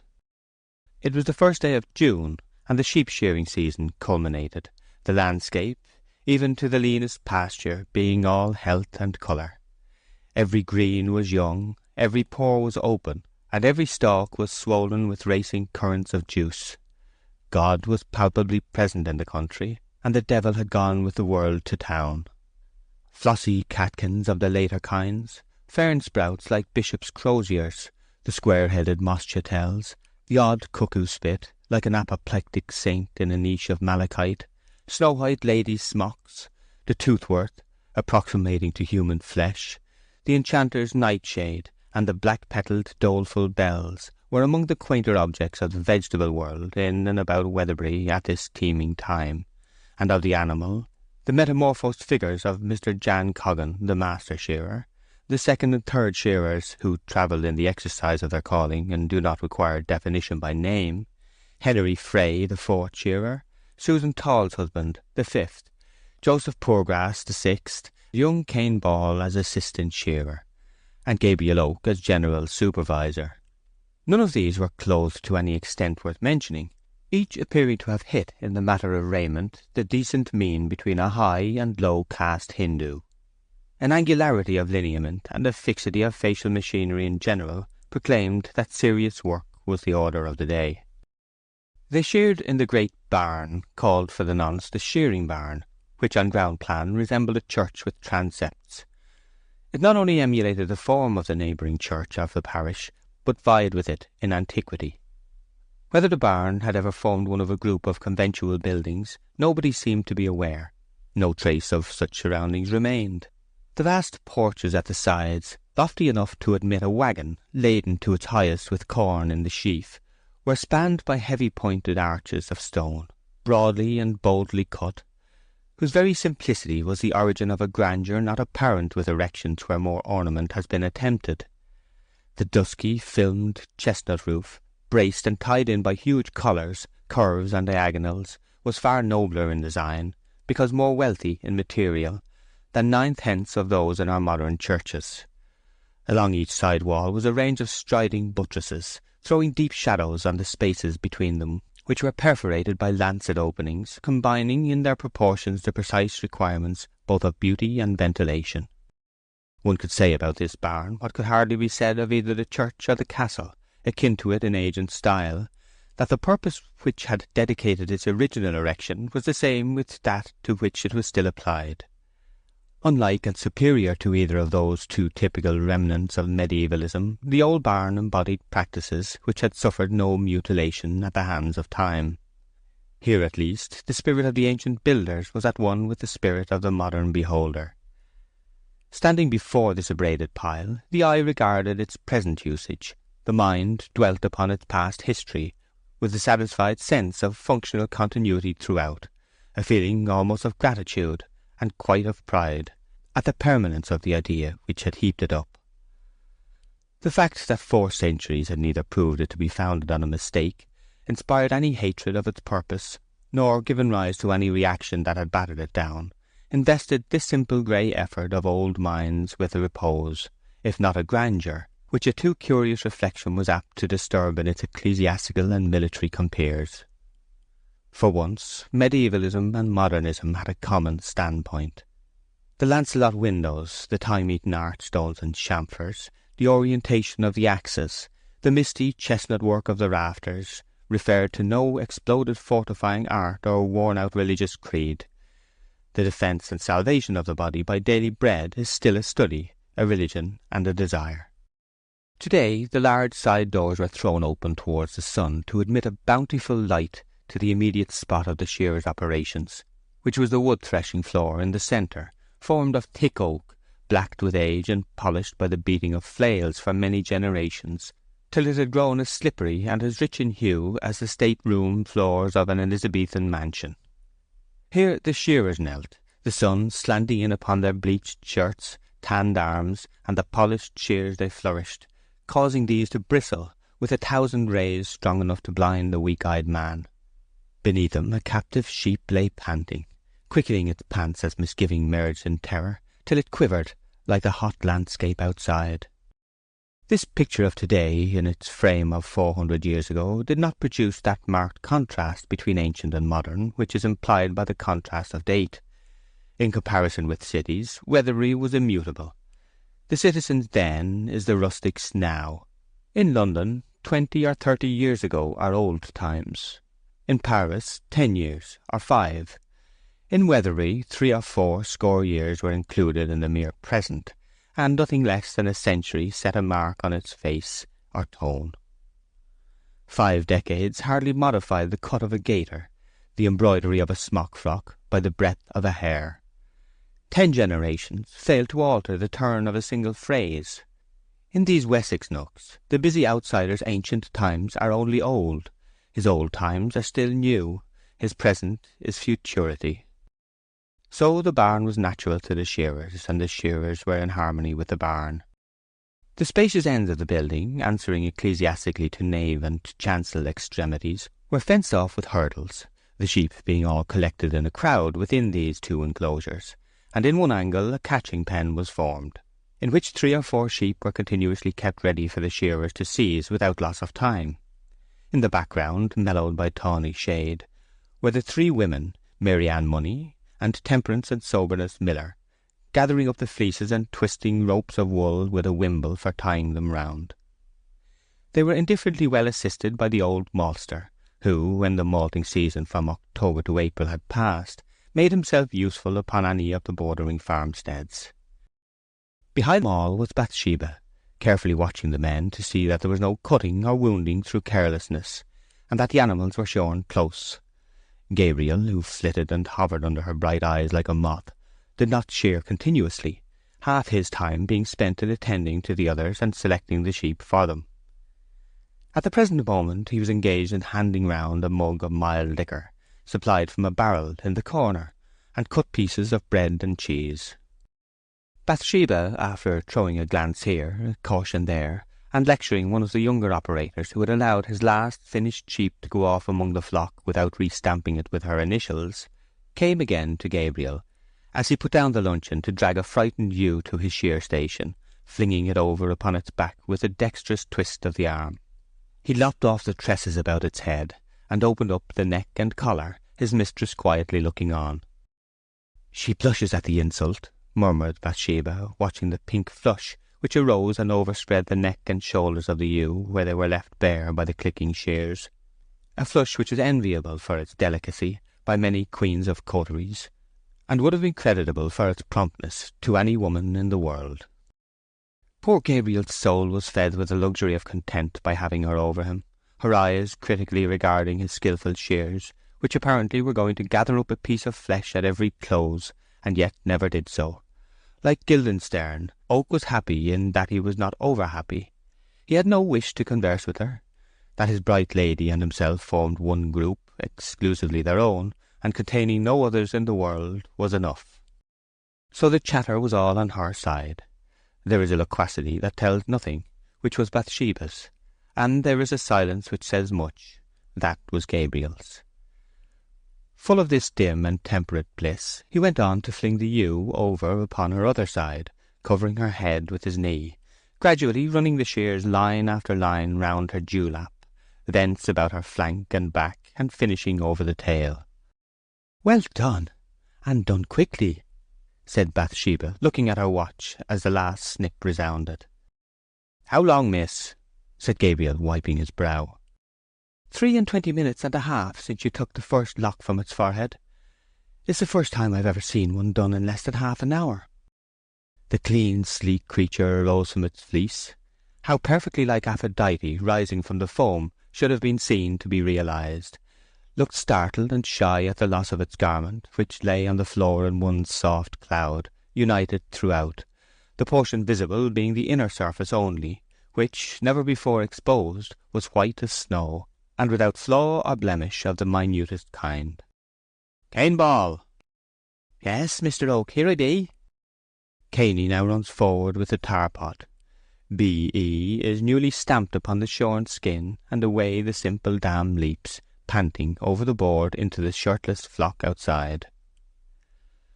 Then up comes Mary Ann, throws the loose locks into the middle of the fleece, rolls it up, and carries it to the background as 3½ pounds of unadulterated warmth for the winter enjoyment of persons unknown and far away, who will, however, never experience the superlative comfort derivable from the wool as it here exists, new and pure, before the uncouthness of its nature whilst in a living state has dried, stiffened, and been washed out, rendering it just now as superior to anything woolen as cream is superior to milk and water. But heartless circumstance could not leave entire Gabriel's happiness of this morning. The rams, old ewes, and 2 shear ewes had duly undergone their stripping, and the men were proceeding with the shearlings and hogs, when Oak's belief that she was going to stand pleasantly by and time him through another performance was painfully interrupted by Farmer Boldwood's appearance in the extremest corner of the barn. Nobody seemed to have perceived his entry, but there he certainly was. Boldwood always carried with him a social atmosphere of his own, which everybody felt who came near him, and the talk, which Bathsheba's presence had somewhat suppressed, was now totally suspended. He crossed over towards Bathsheba, who turned to greet him with a carriage of perfect ease. He spoke to her in low tones, and she instinctively modulated her own to the same pitch, and her voice ultimately even caught the inflection of his. She was far from having a wish to appear mysteriously connected with him, but woman at the impressionable age gravitates to the larger body, not only in her choice of words, which is apparent every day, but even in her shades of tone and humour, when the influence is great. What they conversed about was not audible to Gabriel, who was too independent to get near, though too concerned to disregard.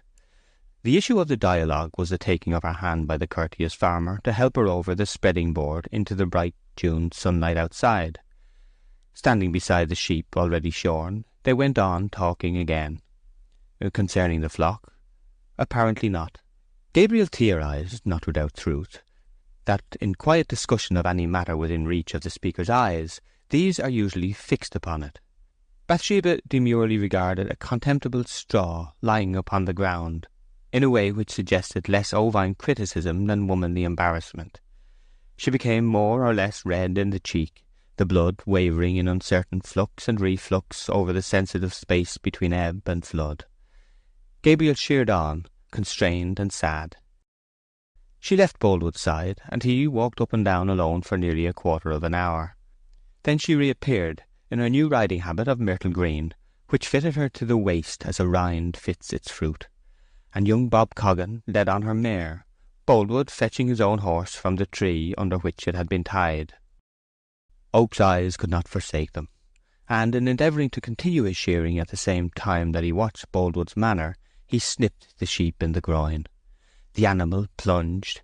Bathsheba instantly gazed towards it and saw the blood. "Oh, Gabriel!" she exclaimed with severe remonstrance. "You, who are so strict with the other men, see what you are doing yourself."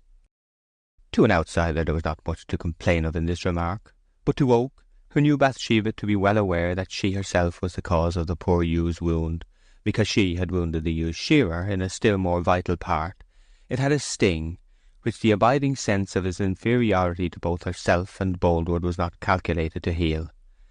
But a manly resolve to recognise boldly that he had no longer a lover's interest in her helped him occasionally to conceal a feeling. "Bottle!" he shouted in an unmoved voice of routine. Caney Ball ran up, the wound was anointed, and the shearing continued. Boldwood gently tossed Bathsheba into the saddle, and before they turned away she again spoke out to Oak with the same dominative and tantalizing graciousness. "I am going now to see Mr. Boldwood's Leicesters. Take my place in the barn, Gabriel, and keep the men carefully to their work." The horses' heads were put about, and they trotted away. Boldwood's deep attachment was a matter of great interest among all around him, but having been pointed out for so many years as the perfect exemplar of thriving bachelorship, his lapse was an anticlimax somewhat resembling that of St. John Long's death by consumption in the midst of his proofs that it was not a fatal disease. "That means matrimony," said Temperance Miller, following them out of sight with her eyes. "I reckon that's the size of it," said Coggan, working along without looking up. "Well, better went over the mixen than over the moor," said Laban Tall, turning his sheep. Henry Fray spoke, exhibiting miserable eyes at the same time. I don't see why the maid should take a husband when she's bold enough to fight her own battles, and don't want a home, for 'tis keeping another woman out. But let it be, for 'tis a pity he and she should trouble two houses." As usual with decided characters, Bathsheba invariably provoked the criticism of individuals like Henry Frey. Her emblazoned fault was to be too pronounced in her objections, and not sufficiently overt in her likings. We learn that it is not the rays which bodies absorb, but those which they reject that gives them the colours they are known by, and in the same way people are specialized by their dislikes and antagonisms, whilst their goodwill is looked upon as no attribute at all. Henry continued in a more complacent mood. "I once hinted my mind to her on a few things, as nearly as a battered frame dared to do so to such a forward piece. You all know, neighbours, what a man I be, and how I come down with my powerful words when my pride is boiling with scorn." We do, Henry." "So I said, Mistress Everdene, there's places empty, and there's gifted men willing, but the spite— no, not the spite, I didn't say spite, but the villainy of the contrary kind, said I, meaning womankind, keeps him out. That wasn't too strong for her, say?" "Passably well put." "Yes, and I would have said it, and death and salvation overtook me for it. Such is my spirit when I have a mind. A true man, and proud as a Lucifer. You see the artfulness? Why, 'twas about being Bailey, really, but I didn't put it so plain that she could understand my meaning, so I could lay it on all the stronger. That was my depth. However, let her marry, and she will. Perhaps 'tis high time. I believe Farmer Boldwood kissed her behind the spear bed at the sheep washing t'other day. That I do." "What a lie," said Gabriel. "Ah, neighbour Oak, how'st know?" said Henry mildly. "Because she told me all that passed," said Oak, with a pharisaical sense that he was not as other shearers in this matter. "Ye have a right to believe it," said Henry with dudgeon. "A very true right, but I mid see a little distance into things. To be long-headed enough for a bailie's place is a poor mere trifle, yet a trifle more than nothing. However, I look round upon life quite cool. Do you heed me, neighbours? My words, though made as simple as I can, mid be rather deep for some heads." "Oh, yes, Henry, we quite heed ye." "A strange old piece, good men, wheeled about from here to yonder as if I were nothing. A little warped too, but I have my depths. Ha, and even my great depths. I might gear at a certain shepherd brain to brain, but no, oh no." "A strange old piece, you say?" interposed the maltster in a querulous voice. "At the same time, you be no old man worth naming. No, no old man at all. Your teeth bain't half gone yet, and what's an old man standing if so be his teeth bain't gone?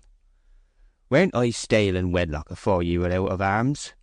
'Tis a poor thing to be 60 when there's people past 80, a boast weak as water." It was the unvarying custom in Weatherbury to sink minor differences when the maltster had to be pacified. "Weak as water, yes," said Jan Coggan. "Malter, I feel you to be a wonderful veteran man, and nobody can gainsay it." "Nobody," said Joseph Poorgrass. "You be a very rare old spectacle, Malter, and we all admire you for that gift." "Ah, as a young man, when my senses were in prosperity, I was likewise liked by a good few who knowed me," said the maltster. "Without doubt you was, without doubt." The bent and hoary man was satisfied, and so apparently was Henry Frey. That matters should continue pleasant, Mary Ann spoke, who, what with her brown complexion and the working wrapper of rusty linsey, had at present the mellow hue of an old sketch in oils, notably some of Nicholas Poussin's. "Do anybody know of a crooked man, or a lame, or any second-hand fellow at all that would do for poor me?" said Mary Ann.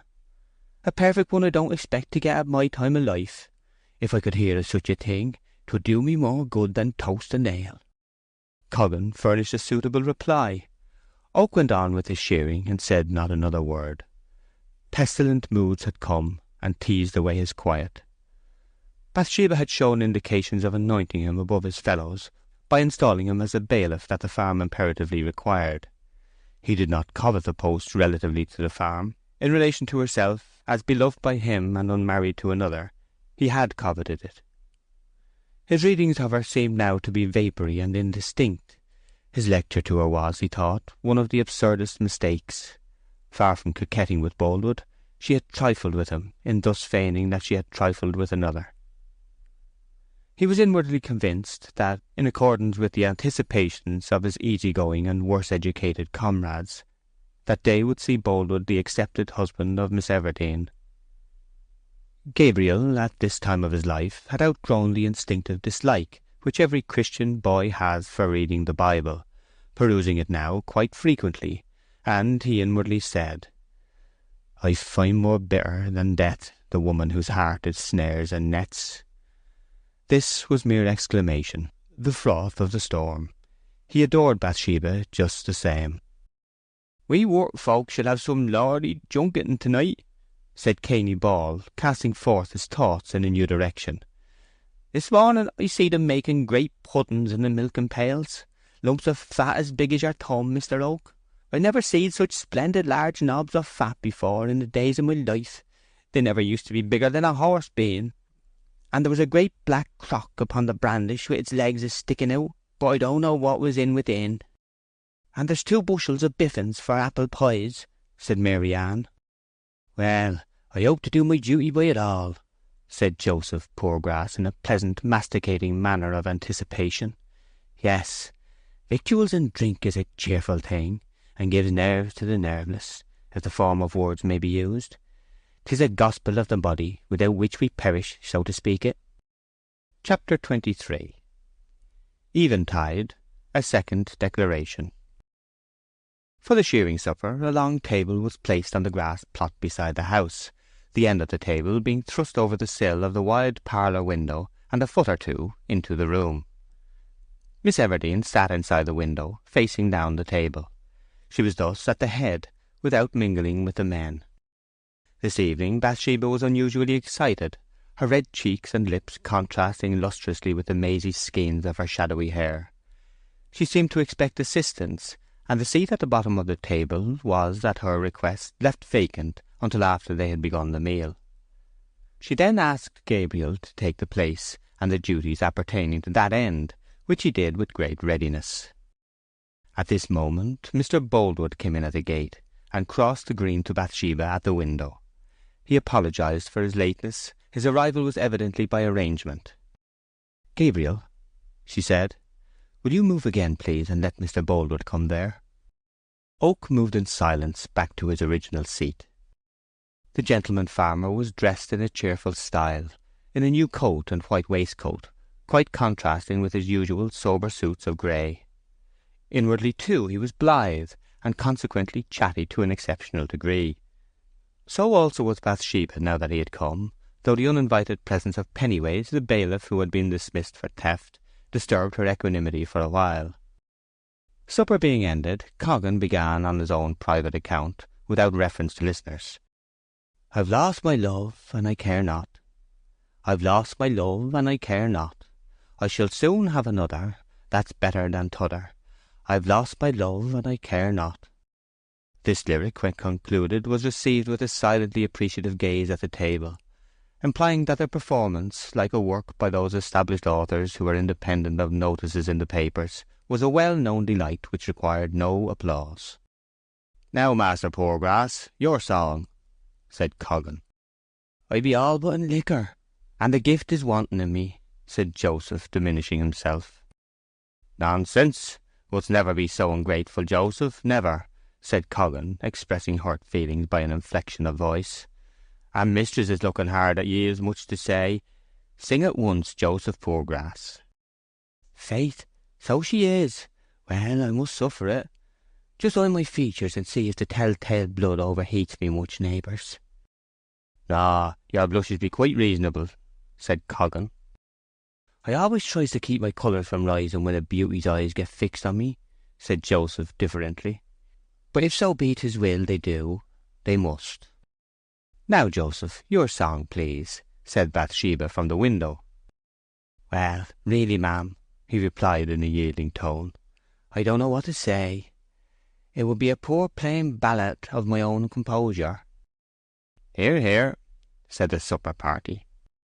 Poorgrass, thus assured, trilled forth a flickering yet commendable piece of sentiment, the tune of which consisted of a keynote and another, the latter being the sound chiefly dwelt upon. This was so successful that he rashly plunged into a second in the same breath after a few false starts. I sowed the seeds of love. It was all in the spring, in April, May, and sunny June, when small birds they do sing. Well put out of hand, said Coggan at the end of the verse. They do sing was a very taking paragraph. And there was a pretty piece at Seeds of Love that was well heaved out, though love is a nasty high corner when a man's voice is getting crazed. Next verse, Master Poorgrass. During this rendering, young Bob Coggan exhibited one of those anomalies which will afflict little people when other persons are particularly serious. In trying to check his laughter, he pushed down his throat as much of the tablecloth as he could get hold of, when after continuing hermetically sealed for a short time, his mirth burst out through his nose.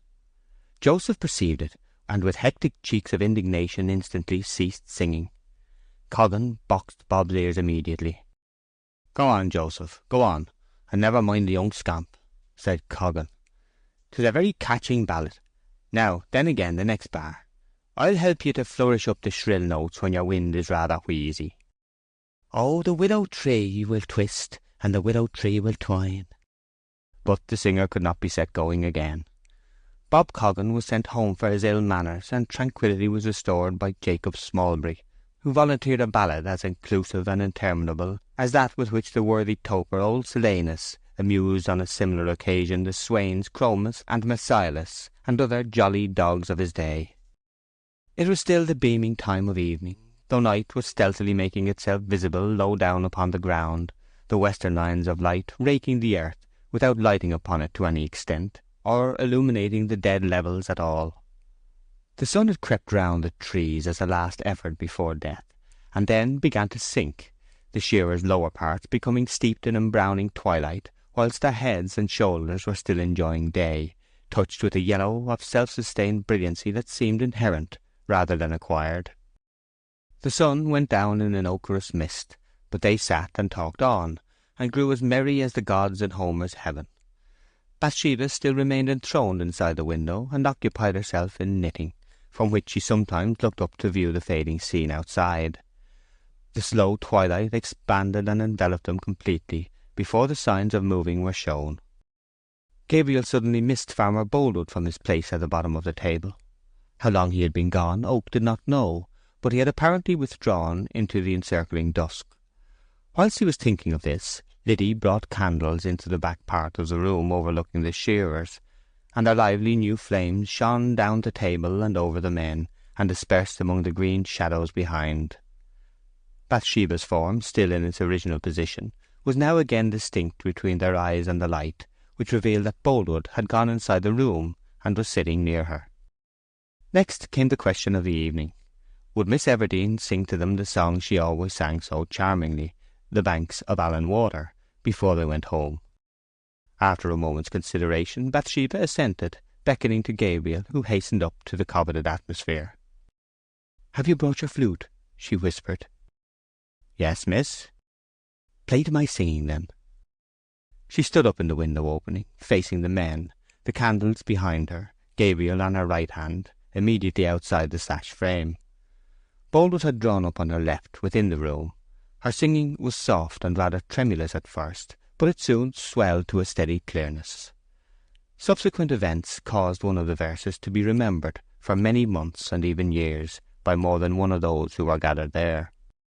For his bride a soldier sought her, and a winning tongue had he. On the banks of Allan Water, none was gay as she.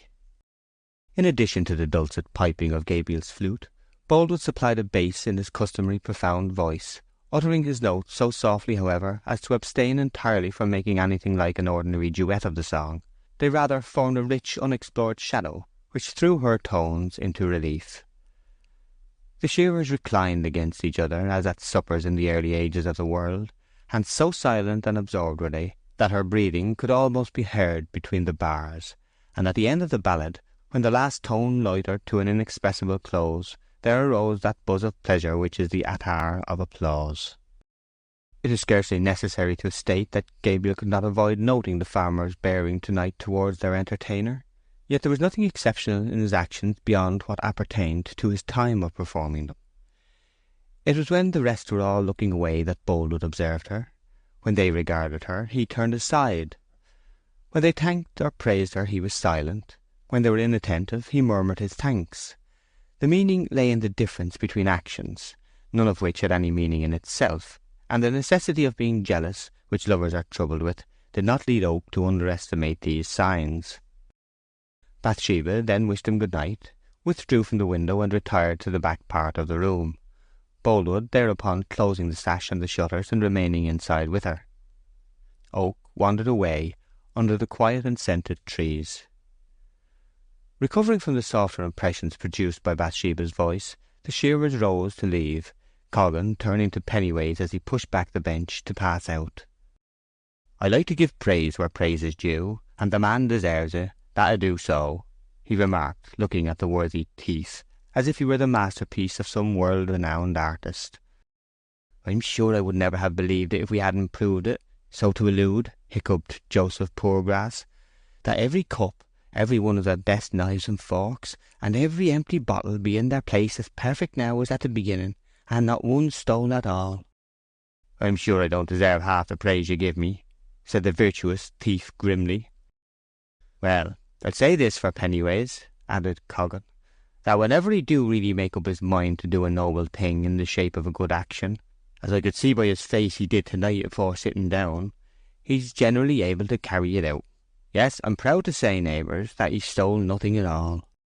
"Well, 'tis an honest deed, and we thank you for it, Pennyways," said Joseph, to which opinion the remainder of the company subscribed unanimously. At this time of departure, when nothing more was visible from the inside of the parlour than a thin and still chink of light between the shutters, a passionate scene was in course of enactment there. Miss Everdene and Boldwood were alone. Her cheeks had lost a great deal of their healthful fire from the very seriousness of her position, but her eye was bright with the excitement of a triumph, though it was a triumph which had been rather contemplated than desired. She was standing behind a low armchair, from which he had just risen, and he was kneeling in it, inclining himself over its back towards her, and holding her hand in both of his own. His body moved restlessly, and it was with what Keats daintily calls a too happy happiness.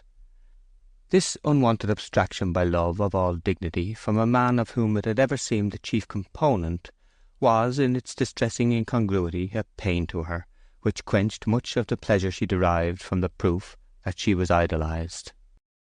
"I will try to love you," she was saying in a trembling voice quite unlike her usual self-confidence, "and if I can believe in any way that I shall make you a good wife, I shall indeed be willing to marry you. But, Mr. Boldwood, hesitation on so high a matter is honourable in any woman, and I don't want to give a solemn promise tonight. I would rather ask you to wait a few weeks till I can see my situation better." "But you have every reason to believe that then—" "I have every reason to hope that at the end of the 5 or 6 weeks, between this time and the harvest, that you say you are going to be away from home, I shall be able to promise to be your wife," she said firmly. "But remember this distinctly, I don't promise yet." "It is enough. I don't ask more. I can wait on those dear words. And now, Miss Everdene, good night." "Good night," she said graciously, almost tenderly, and Boldwood withdrew with a serene smile. Bathsheba knew more of him now. He had entirely bared his heart before her, even until he had almost worn in her eyes the sorry look of a grand bird without the feathers that make it grand. She had been awestruck at her past temerity, and was struggling to make amends without thinking whether the sin quite deserved the penalty she was schooling herself to pay. To have brought all this about her ears was terrible, but after a while the situation was not without a fearful joy. The facility with which even the most timid women sometimes acquire a relish for the dreadful, when that is amalgamated with a little triumph, is marvellous. Chapter 24. The same night, the fir plantation. Among the multifarious duties which Bathsheba had voluntarily imposed upon herself by dispensing with the services of a bailiff, was the particular one of looking round the homestead before going to bed, to see that all was right and safe for the night. Gabriel had almost constantly preceded her in this tour every evening, watching her affairs as carefully as any specially appointed officer of surveillance could have done. But this tender devotion was to a great extent unknown to his mistress, and as much as was known was somewhat thanklessly received. Women are never tired of bewailing man's fickleness in love, but they only seem to snub his constancy. As watching is best done invisibly, she usually carried a dark lantern in her hand, and every now and then turned on the lantern to examine nooks and corners with the coolness of a metropolitan policeman. This coolness may have owed its existence not so much to her fearlessness of expected danger as to her freedom from the suspicion of any, her worst anticipated discovery being that a horse might not be well bedded, the fowls not all in, or a door not closed. This night the buildings were inspected as usual, and she went round to the farm paddock. Here the only sounds disturbing the stillness were steady munchings of many mouths, and stentorian breathings from all but invisible noses, ending in snores and puffs like the blowing of bellows slowly. Then the munching would recommence, when the lively imagination might assist the eye to discern a group of pink-white nostrils, shaped as caverns, and very clammy and humid on their surfaces, not exactly pleasant to the touch until one got used to them, the mouths beneath having a great partiality for closing upon any loose end of Bathsheba's apparel which came within reach of their tongues. Above each of these a still keener vision suggested a brown forehead and two staring, though not unfriendly eyes, and above all a pair of whitish crescent-shaped horns, like two particularly new moons. An occasional stolid moo, proclaiming beyond the shade of a doubt that these phenomena were the features of the persons of Daisy, Whitefoot, Bonny Lass, Jolly-O, Spot, Twinkle-Eye, etc., etc., the respectable dairy of Devon cows belonging to Bathsheba aforesaid.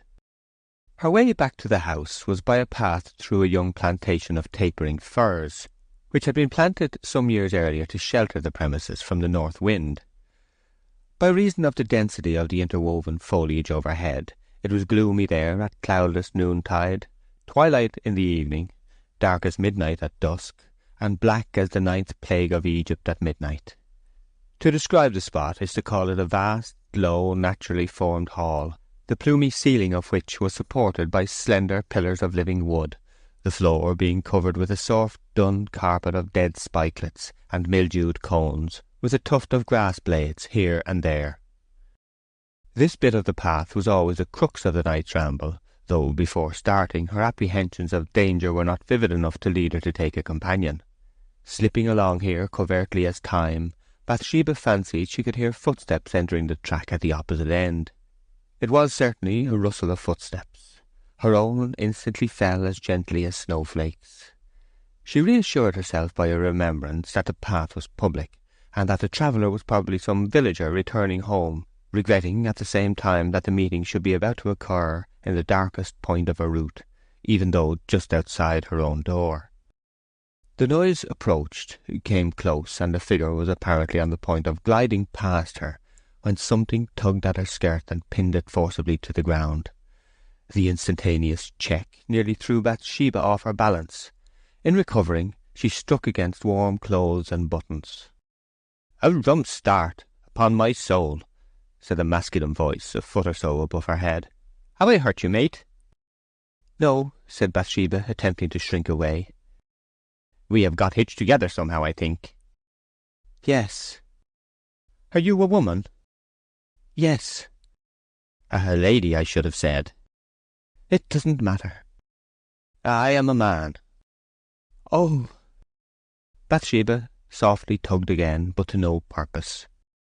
"Is that a dark lantern you have? I fancy so," said the man. "Yes." "If you'll allow me, I'll open it and set you free." His hand seized the lantern. The door was opened. The rays burst out from their prison, and Bathsheba beheld her position with astonishment. The man to whom she was hooked was brilliant in brass and scarlet. He was a soldier. His sudden appearance was to darkness what the sound of a trumpet is to silence.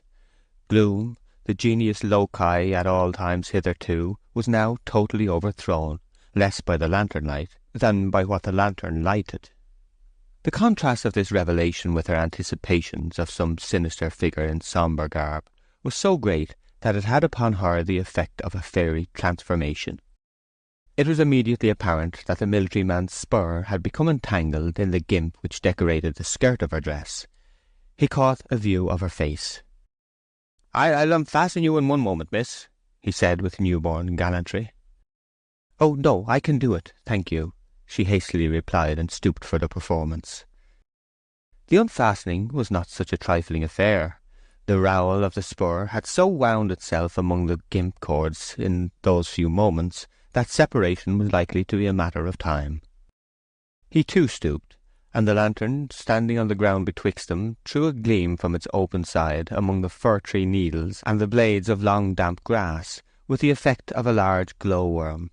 It radiated upwards into their faces, and sent over half the plantation gigantic shadows of both man and woman, each dusky shape becoming distorted and mangled upon the tree trunks till it was wasted to nothing.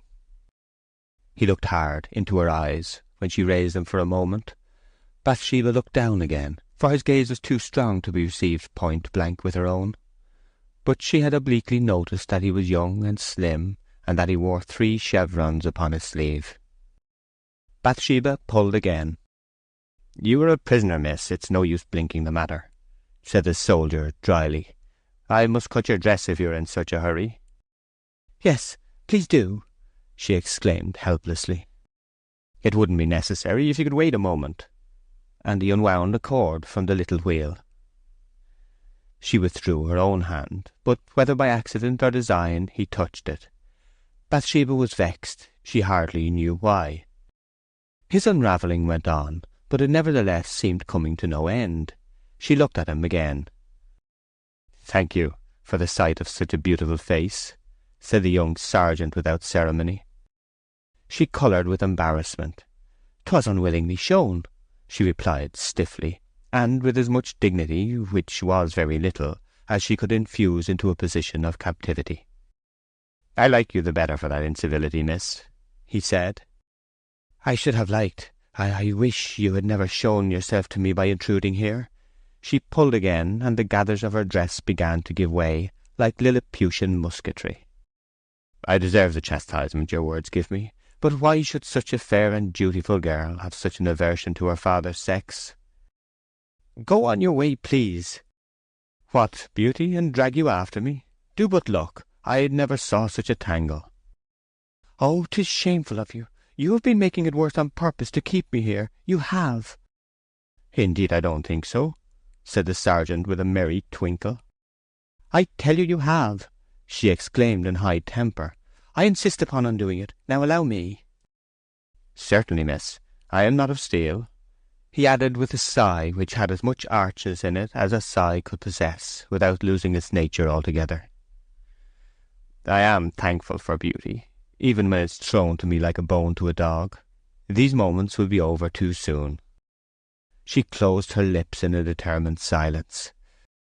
Bathsheba was revolving in her mind whether by a bold and desperate rush she could free herself at the risk of leaving her skirt bodily behind her. The thought was too dreadful. The dress, which she had put on to appear stately at the supper, was the head and front of her wardrobe. Not another in her stock became her so well. What woman in Bathsheba's position, not naturally timid, and within call of her retainers, would have bought escape from a dashing soldier at so dear a price? "All in good time. It will soon be done, I perceive," said her cool friend. "This trifling provokes, and— Not too cruel." "Insults me." "It is done in order that I may have the pleasure of apologizing to so charming a woman, which I straightway do most humbly, madam," he said, bowing low. Bathsheba really knew not what to say. "I have seen a good many women in my time," continued the man in a murmur, and more thoughtfully than hitherto, critically regarding her bent head at the same time. "But I've never seen a woman so beautiful as you. Take it or leave it, be offended or like it, I don't care." "Who are you, then, who can so well afford to despise opinion?" "No stranger. Sergeant Troy. I am staying at this place. There, It is undone at last, you see. Your light fingers were more eager than mine. I wish it had been the knot of knots which there is no untying. This was worse and worse. She started up, and so did he. How to decently get away from him, that was her difficulty now. She sidled off inch by inch, the lantern in her hand, till she could see the redness of his coat no longer. "Ah, beauty, good-bye," he said. She made no reply, and reaching a distance of 20 or 30 yards, turned about and ran indoors. Liddy had just retired to rest. In ascending to her own chamber, Bathsheba opened the girl's door an inch or two, and, panting, said, "Liddy, is any soldier staying in the village? Sergeant somebody, rather gentlemanly for a sergeant, and good-looking, a red coat with blue facings." "No, miss." "No, say I, but really it might be Sergeant Troy home on furlough, though I have not seen him. He was here once in that way when the regiment was at Casterbridge." "Yes, that's the name. He had a moustache, no whiskers or beard." "He had." "What kind of person is he?" "Oh, miss, I blush to name it, a gay man, but I know him to be very quick and trim, who might have made his thousands like a squire. Such a clever young dandy as he is. He's a doctor's son by name, which is a great deal, and he's an earl's son by nature." "Which is a great deal more fancy, is it true?" "Yes, and he was brought up so well and sent to Casterbridge Grammar School for years and years, learnt all languages while he was there, and it was said that he got on so far that he could take down Chinese in shorthand, but that I don't answer for, as it was only reported. However, he wasted his gifted lot and listed a soldier, but even then he rose to be sergeant without trying at all. Ah, such a blessing it is to be high-born. Nobility of blood will shine out even in the ranks and files. And is he really come home, miss?" "I believe so. Good night, Liddy." After all, how could a cheerful wearer of skirts be permanently offended with a man? There are occasions when girls like Bathsheba will put up with a great deal of unconventional behaviour, when they want to be praised, which is often, when they want to be mastered, which is sometimes, and when they want no nonsense, which is seldom. Just now the first feeling was in the ascendant with Bathsheba, with a dash of the second. Moreover, by chance or by devilry, the ministrant was antecedently made interesting by being a handsome stranger who had evidently seen better days. So she could not clearly decide whether it was her opinion that he had insulted her or not. "Was ever anything so odd?" she at last exclaimed to herself in her own room. "And was ever anything so meanly done as what I did, to skulk away like that from a man who was only civil and kind?" Clearly she did not think his barefaced praise of her person an insult now. It was a fatal omission of Boldwood's that he had never once told her she was beautiful. Chapter 25. The new acquaintance described. Idiosyncrasy and vicissitude had combined to stamp Sergeant Troy as an exceptional being. He was a man to whom memories were an encumbrance, and anticipations a superfluity. Simply feeling, considering, and caring for what was before his eyes, he was vulnerable only in the present. His outlook upon time was as a transient flash of the eye now and then, that projection of consciousness into days gone by and to come, which makes the past a synonym for the pathetic, and the future a word for circumspection, was foreign to Troy. With him the past was yesterday, the future tomorrow, never the day after. On this account he might in certain lights have been regarded as one of the most fortunate of his order. For it may be argued, with great plausibility, that reminiscence is less an endowment than a disease, and that expectation in its only comfortable form, that of absolute fate, is practically an impossibility, whilst in the form of hope and the secondary compounds, patience, impatience, resolve, curiosity, it is a constant fluctuation between pleasure and pain. Sergeant Troy, being entirely innocent of the practice of expectation, was never disappointed. To set against this negative gain there may have been some positive losses from a certain narrowing of the higher tastes and sensations which it entailed. But limitation of the capacity is never recognized as a loss by the loser therefrom. In this attribute, moral or aesthetic poverty contrasts plausibly with material, since those who suffer do not mind it, whilst those who mind it soon cease to suffer. It is not a denial of anything to have been always without it, and what Troy had never enjoyed he did not miss. But, being fully conscious that what sober people missed he enjoyed, his capacity, though really less, seemed greater than theirs. He was moderately truthful towards men, but to women lied like a Cretan, a system of ethics above all others calculated to win popularity at the first flush of admission into lively society, and the possibility of the favour gained being transitory had reference only to the future. He never passed the line which divides the spruce vices from the ugly, and hence, though his morals had hardly been applauded, disapproval of them had frequently been tempered with a smile. This treatment had led to his becoming a sort of regrater of other men's gallantries, to his own aggrandizement as a Corinthian, rather than to the moral profit of his hearers.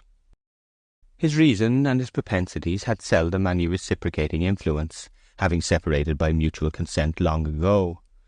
Thence it sometimes happened that, whilst his intentions were as honourable as could be wished, any particular deed formed a dark background which threw them into fine relief. The sergeant's vicious phases being the offspring of impulse, and his virtuous phases of cool meditation, the latter had a modest tendency to be oftener heard of than seen. Troy was full of activity, but his activities were less of a locomotive than a vegetative nature, and never being based upon any original choice of foundation or direction, they were exercised on whatever object chance might place in their way. Hence, whilst he sometimes reached the brilliant in speech because that was spontaneous, he fell below the commonplace in action, from inability to guide incipient effort. He had a quick comprehension and considerable force of character, but, being without the power to combine them, the comprehension became engaged with trivialities whilst waiting for the will to direct it, and the force wasted itself in useless grooves through unheeding the comprehension. He was a fairly well-educated man for one of middle class, exceptionally well-educated for a common soldier. He spoke fluently and unceasingly. He could in this way be one thing and seem another. For instance, he could speak of love and think of dinner, call on the husband to look at the wife, be eager to pay and intend to owe. The wondrous power of flattery and pasados at woman is a perception so universal as to be remarked upon by many people almost as automatically as they repeat a proverb, or say that they are Christians and the like, without thinking much of the enormous corollaries which spring from the proposition. Still less is it acted upon for the good of the complemental being alluded to. With the majority, such an opinion is shelved with all those trite aphorisms which require some catastrophe to bring their tremendous meanings thoroughly home.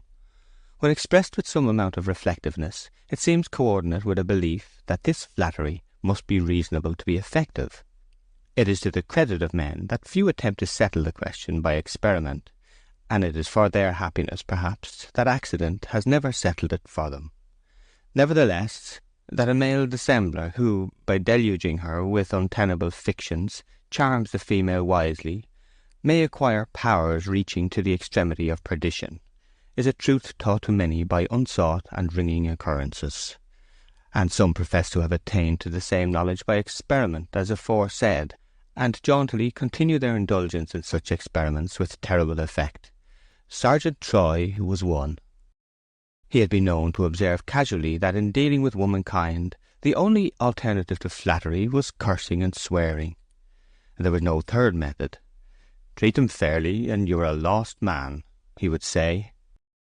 This person's public appearance in Weatherbury promptly followed his arrival there. A week or two after the shearing, Bathsheba, feeling a nameless relief of spirits on account of Boldwood's absence, approached her hayfields and looked over the hedge towards the haymakers. They consisted in about equal proportions of gnarled and flexuous forms, the former being the men, the latter the women, who wore tilt bonnets covered with nankeen, which hung in a curtain upon their shoulders. Coggan and Mark Clark were mowing in a less forward meadow, Clark humming a tune to the strokes of his scythe, to which Jan made no attempt to keep time with his. In the first mead they were already loading hay, the women raking it into cocks and windrows, and the men tossing it upon the waggon. From behind the waggon a bright scarlet spot emerged, and went on loading unconcernedly with the rest. It was the gallant sergeant, who had come haymaking for pleasure, and nobody could deny that he was doing the mistress of the farm real night service by his voluntary contribution of his labour at a busy time. As soon as she had entered the field, Troy saw her, and sticking his pitchfork into the ground and picking up his crop or cane, he came forward. Bathsheba blushed with a half-angry embarrassment, and adjusted her eyes, as well as her feet, to the direct line of her path. Chapter 26. Seen on the verge of the haymead. "Ah, Miss Everdene," said the sergeant, touching his diminutive cap. "Little did I think it was you I was speaking to the other night, and yet, if I had reflected, the Queen of the Corn Market, and truth is truth at any hour of day or night, and I heard you so named in Casterbridge yesterday. The Queen of the Corn Market, I say, could be no other woman.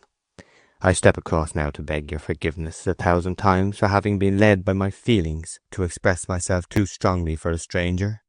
Here, to be sure, I am no stranger to the place. I am Sergeant Troy, as I told you, and I have assisted your uncle in these fields no end of times when I was a lad. I have been doing the same for you today." "I suppose I must thank you for that, Sergeant Troy," said the Queen of the Corn Market in an indifferently grateful tone. The sergeant looked hurt and sad. "Indeed you must not, Miss Everdene," he said. "Why could you think such a thing necessary?" "I am glad it is not." "Why, if I may ask without offence?" "Because I don't much want to thank you for anything. I am afraid I have made a hole with my tongue that my heart will never mend. Oh, these intolerable times, that ill luck should follow a man for honestly telling a woman she is beautiful. 'Twas the most I said, you must own that, and the least I could say, that I own myself. There is some talk I could do without more easily than money." "Indeed, that remark is a sort of digression." "No, it means that I would rather have your room than your company." "And I would rather have curses from you than kisses from any other woman, so I'll stay here." Bathsheba was absolutely speechless, and yet she could not help feeling that the assistance he was rendering forbade a harsh repulse. "Well," continued Troy, "I suppose there is a praise which is rudeness, and that may be mine. At the same time, there is a treatment which is injustice, and that may be yours, because a plain, blunt man, who has never been taught concealment, speaks out his mind without exactly intending it. He is snapped off like the son of a sinner." "Indeed, there is no such case between us," she said, turning away. "I don't allow strangers to be bold and impudent, even in praise of me." "Ah, it is not the fact but the method which offends you," he said carelessly. "But I have the sad satisfaction of knowing that my words, whether pleasing or offensive, are unmistakably true. Would you have had me look at you and tell my acquaintance that you are quite a commonplace woman, to save you the embarrassment of being stared at if they come near you? Not I. I couldn't tell any such ridiculous lie about a beauty to encourage a single woman in England in too excessive a modesty." "It is all pretence, what you are saying," exclaimed Bathsheba, laughing in spite of herself at the sly method. "You are a rare invention, Sergeant Troy. Why couldn't you have passed by me that night and said nothing? That was all I meant to reproach you for." "Because I wasn't going to. Half the pleasure of a feeling lies in being able to express it on the spur of the moment, and I let out mine. It would have been just the same if you had been the reversed person, ugly and old. I should have exclaimed about it in the same way." "How long is it since you have been so afflicted with strong feeling, then?" "Oh, ever since I was big enough to know loveliness from deformity." "'Tis to be hoped your sense of the difference you speak of doesn't stop at faces, but extends to morals as well." "I won't speak of morals or religion, my own or anybody else's, though perhaps I should have been a very good Christian if you pretty women hadn't made me an idolater." Bathsheba moved on to hide the irrepressible dimplings of merriment. Troy followed, whirling his crop. "But, Miss Everdene, do you forgive me?" "Hardly." "Why?" "You say such things." "I said you were beautiful, and I'll say so still. For by— so you are, the most beautiful ever I saw, or may I fall dead this instant. Why, upon my— Don't, I won't listen to you. You are so profane," she said in a restless state between distress at hearing him and a penchant to hear more. "I say again you are a most fascinating woman. There's nothing remarkable in my saying so, is there? I'm sure the fact is evident enough. Miss Everdene, my opinion may be too forcibly let out to please you, and, for the matter of that, too insignificant to convince you, but surely it is honest. Why can't it be excused?" "Because it isn't a correct one," she femininely murmured. "Oh, fie, fie! Am I any worse for breaking the third of that terrible 10 than you are for breaking the 9th? "Well, it doesn't seem quite true to me that I am fascinating," she replied evasively. "Not so to you? Then I say with all respect that, if so, it is owing to your modesty, Miss Everdene. But surely you must have been told by everybody of what everybody notices, and you should take their words for it." "They don't say so exactly." "Oh, yes, they must." "Well, I mean to my face, as you do," she went on, allowing herself to be further lured into a conversation that intention had rigorously forbidden. "But you know they think so." "No, that is, I certainly have heard Liddy say they do, but—" She paused. Capitulation. It was the purport of the simple reply. Guarded as it was, capitulation unknown to herself. Never did a fragile, tailless sentence convey a more perfect meaning. The careless sergeant smiled within himself, and probably too the devil smiled from a loophole in Tophet. For the moment was the turning point of a career. Her tone and mien signified beyond mistake that the seed which was to lift the foundation had taken root in the chink. The remainder was a mere question of time and natural changes. "There, the truth comes out," said the soldier in reply. "Never tell me that a young lady can live in a buzz of admiration without knowing something about it. Ah, well, Miss Everdene, you are, pardon my blunt way, you are rather an injury to your race than otherwise." "How, indeed?" she said, opening her eyes. "Oh, it is true enough. I may as well be hung for a sheep as a lamb. An old country saying, not of much account, but it will do for a rough soldier. And so I will speak my mind, regardless of your pleasure, and without hoping or intending to get your pardon. Why, Miss Everdene, it is in this manner that your good looks may do more harm than good in the world." The sergeant looked down the mead in critical abstraction. "Probably some one man, on an average, falls in love with each ordinary woman. If she can marry him, he is content and leads a useful life. Such women as you 100 men always covet. Your eyes will bewitch scores on scores into an unavailing fancy for you. You can only marry one of that many. Out of these, say 20 will endeavour to drown the bitterness of despised love in drink. 20 more will mope away their lives without a wish or attempt to make a mark in the world, because they have no ambition apart from their attachment to you. 20 more, the susceptible person, myself possibly among them, will be always draggling after you, getting where they may just see you, and doing desperate things. Men are such constant fools. The rest may try to get over their passions with more or less success, but all these men will be saddened. And not only these 99 men, but the 99 women they may have married are saddened with them. There's my tale. That's why I say that a woman so charming as yourself, Miss Everdene, is hardly a blessing to her race." The handsome sergeant's features were during this speech as rigid and stern as John Knox's in addressing his gay young queen. Seeing she made no reply, he said, "Do you read French?" "No, I began, but when I got to the verbs father died," she said simply. "I do when I have an opportunity, which latterly has not been often. My mother was a Parisienne. There is a proverb they have, Qui aime bien, châtie bien. He chastens who loves well. Do you understand me?" "Ah," she replied, and there was even a little tremulousness in the usually cool girl's voice. "If you can only fight half as winningly as you can talk, you are able to make a pleasure of a bayonet wound." And then poor Bathsheba instantly perceived her slip in making this admission. In hastily trying to retrieve it, she went from bad to worse. "Don't, however, suppose that I derive any pleasure from what you tell me." I know you do not. I know it perfectly, said Troy with much hearty conviction on the exterior of his face, and altering the expression to moodiness. When a dozen men are ready to speak tenderly to you, and give you the admiration you deserve without adding the warning you need, it stands to reason that my poor rough and ready mixture of praise and blame cannot convey much pleasure. Fool as I may be, I am not so conceited as to suppose that. I think you are conceited, nevertheless, said Bathsheba, looking askance at a reed she was fitfully pulling with one hand, having lately grown feverish under the soldier's system of procedure, not because the nature of its cajolery was entirely unperceived, but because its vigour was overwhelming. I would not own it to anybody else, nor do I exactly to you. Still, there might have been some self-conceit in my foolish supposition the other night. I knew that what I said in admiration might be an opinion too often forced upon you to give any pleasure, but I certainly did think that the kindness of your nature might prevent you judging an uncontrolled tongue harshly, which you have done, and thinking badly of me and wounding me this morning when I am working hard to save your hay.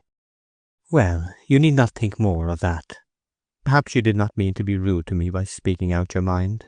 Indeed, I believe you did not, said the shrewd woman, in painfully innocent earnest.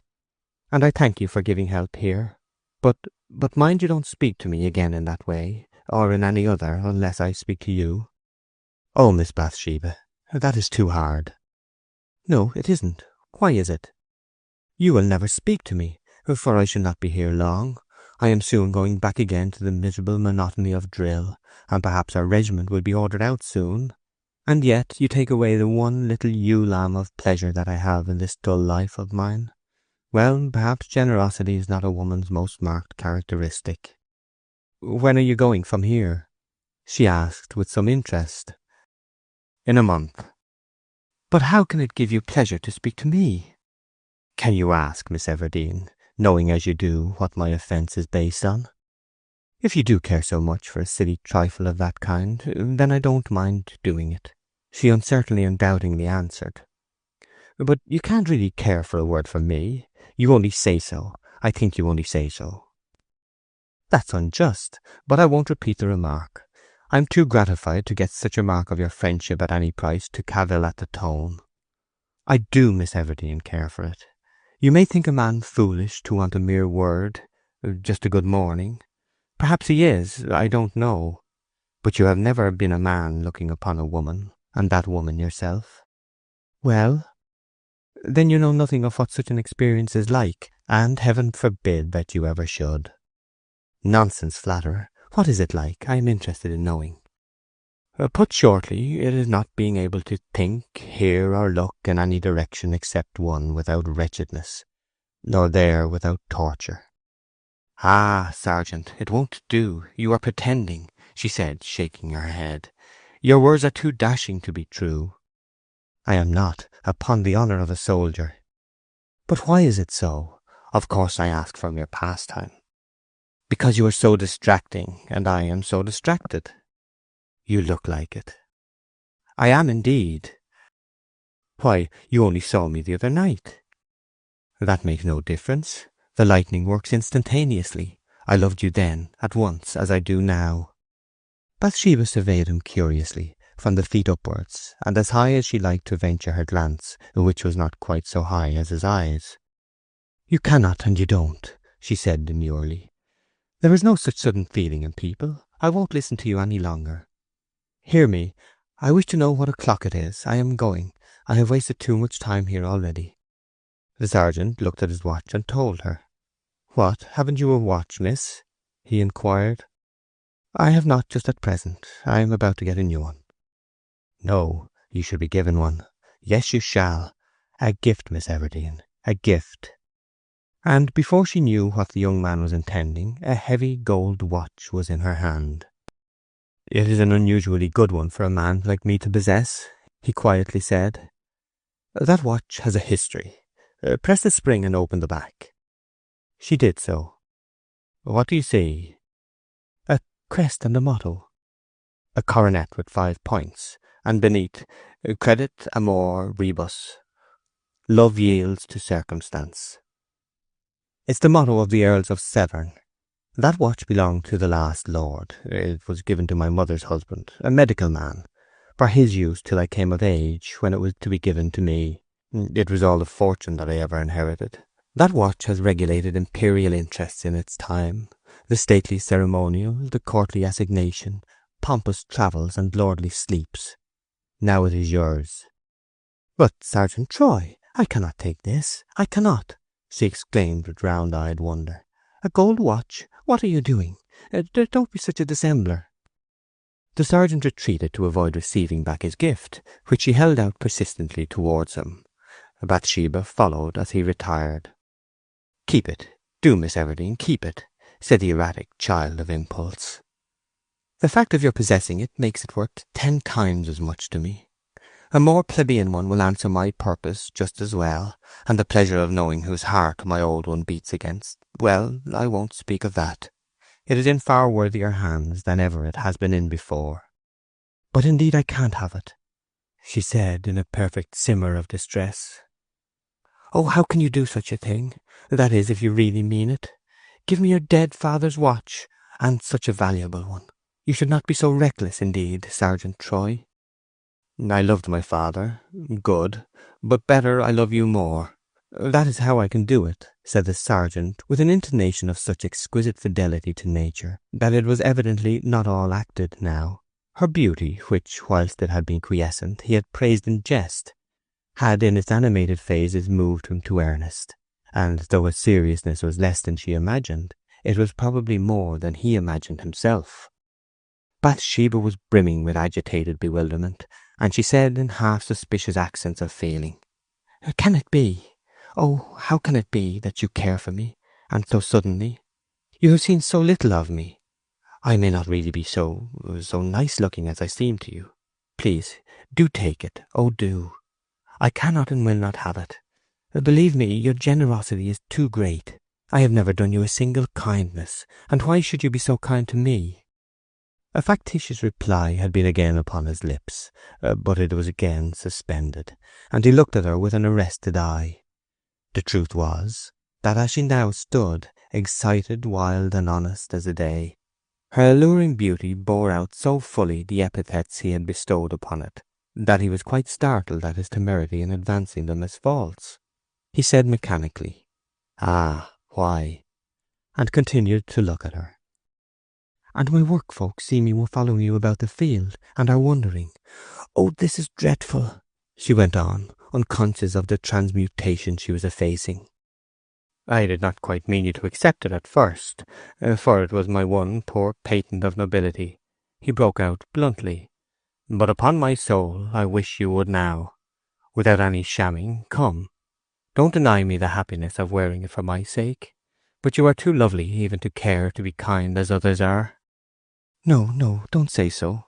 I have reasons for reserve, which I cannot explain." "Let it be, then, let it be," he said, receiving back the watch at last. "I must be leaving you now. And will you speak to me for these few weeks of my stay?" "I will indeed, yet I don't know if I will. Oh, why did you come and disturb me so?" "Perhaps in setting a gin I have caught myself. Such things have happened. Well, will you let me work in your fields?" he coaxed. "Yes, I suppose so, if it is any pleasure to you." "Miss Everdene, I thank you." "No, no." "Goodbye." The sergeant brought his hand to the cap on the slope of his head, saluted, and returned to the distant group of haymakers. Bathsheba could not face the haymakers now. Her heart erratically flitting hither and thither from perplexed excitement, hot and almost tearful, she retreated homeward, murmuring, "Oh, what have I done? What does it mean? I wish I knew how much of it was true." Chapter 27. Hiving the Bees. The Weatherbury bees were late in their swarming this year. It was in the latter part of June, and the day after the interview with Troy in the hayfield, that Bathsheba was standing in her garden, watching it swarm in the air and guessing their probable settling place. Not only were they late this year, but unruly. Sometimes, throughout a whole season, all the swarms would alight on the lowest attainable bough, such as part of a currant bush or espalier apple tree. Next year they would, with just the same unanimity, make straight off to the uppermost member of some tall, gaunt costard or quarrendon, and there defy all invaders who did not come armed with ladders and staves to take them. This was the case at present. Bathsheba's eyes, shaded by one hand, were following the ascending multitude against the unexplorable stretch of blue, till they ultimately halted by one of the unwieldy trees spoken of. A process somewhat analogous to that of alleged formations of the universe time and times ago was observable.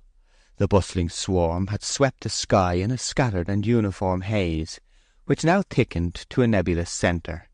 This glided to a bow and grew still denser, till it formed a solid black spot upon the light. The men and women being all busily engaged in saving the hay, even Liddy had left the house for the purpose of lending a hand, Bathsheba resolved to hive the bees herself, if possible. She had dressed the hive with herbs and honey, fetched a ladder, brush, and crook, made herself impregnable with armour of leather gloves, straw hat, and large gauze veil, once green but now faded to snuff colour, and ascended a dozen rungs of the ladder. At once she heard, not 10 yards off, a voice that was beginning to have a strange power in agitating her. "Miss Everdene, let me assist you. You should not attempt such a thing alone." Troy was just opening the garden gate. Bathsheba flung down the brush, crook, and empty hive, pulled the skirt of her dress tightly round her ankles in a tremendous flurry, and, as well as she could, slid down the ladder. By the time she reached the bottom, Troy was also there, and he stooped to pick up the hive. "How fortunate I am to have dropped in at this moment!" exclaimed the sergeant. She found her voice in a minute. "What, and will you shake them in for me?" she asked, in what for a defiant girl was a faltering way, though for a timid girl it would have seemed a brave way enough. "Will I?" said Troy. "Why, of course I will. How blooming you are today." Troy flung down his cane and put his foot on the ladder to ascend. "But you must have on the veil and gloves, or you'll be stung fearfully." "Ah, yes, I must put on the veil and gloves. Will you kindly show me how to fix them properly?" "And you must have the broad-brimmed hat, too, for your cap has no brim to keep the veil off, and they'll reach your face." "The broad-brimmed hat, too, by all means." So a whimsical fate ordered that her hat should be taken off, veil and all attached, and placed upon his head, Troy tossing his own into a gooseberry bush. Then the veil had to be tied at its lower edge round his collar, and the gloves put on him. He looked such an extraordinary object in this guise that, flurried as she was, she could not avoid laughing outright. It was the removal of yet another stake from the palisade of cold manners which had kept him off. Bathsheba looked on from the ground whilst he was busy sweeping and shaking the bees from the tree, holding up the hive with the other hand for them to fall into. She made use of an unobserved minute whilst his attention was absorbed in the operation to arrange her plumes a little. He came down, holding the hive at arm's length, behind which trailed a cloud of bees.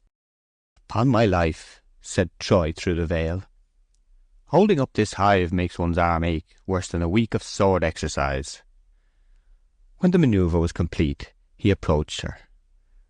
"Would you be good enough to untie me and let me out? I am nearly stifled inside this silk cage."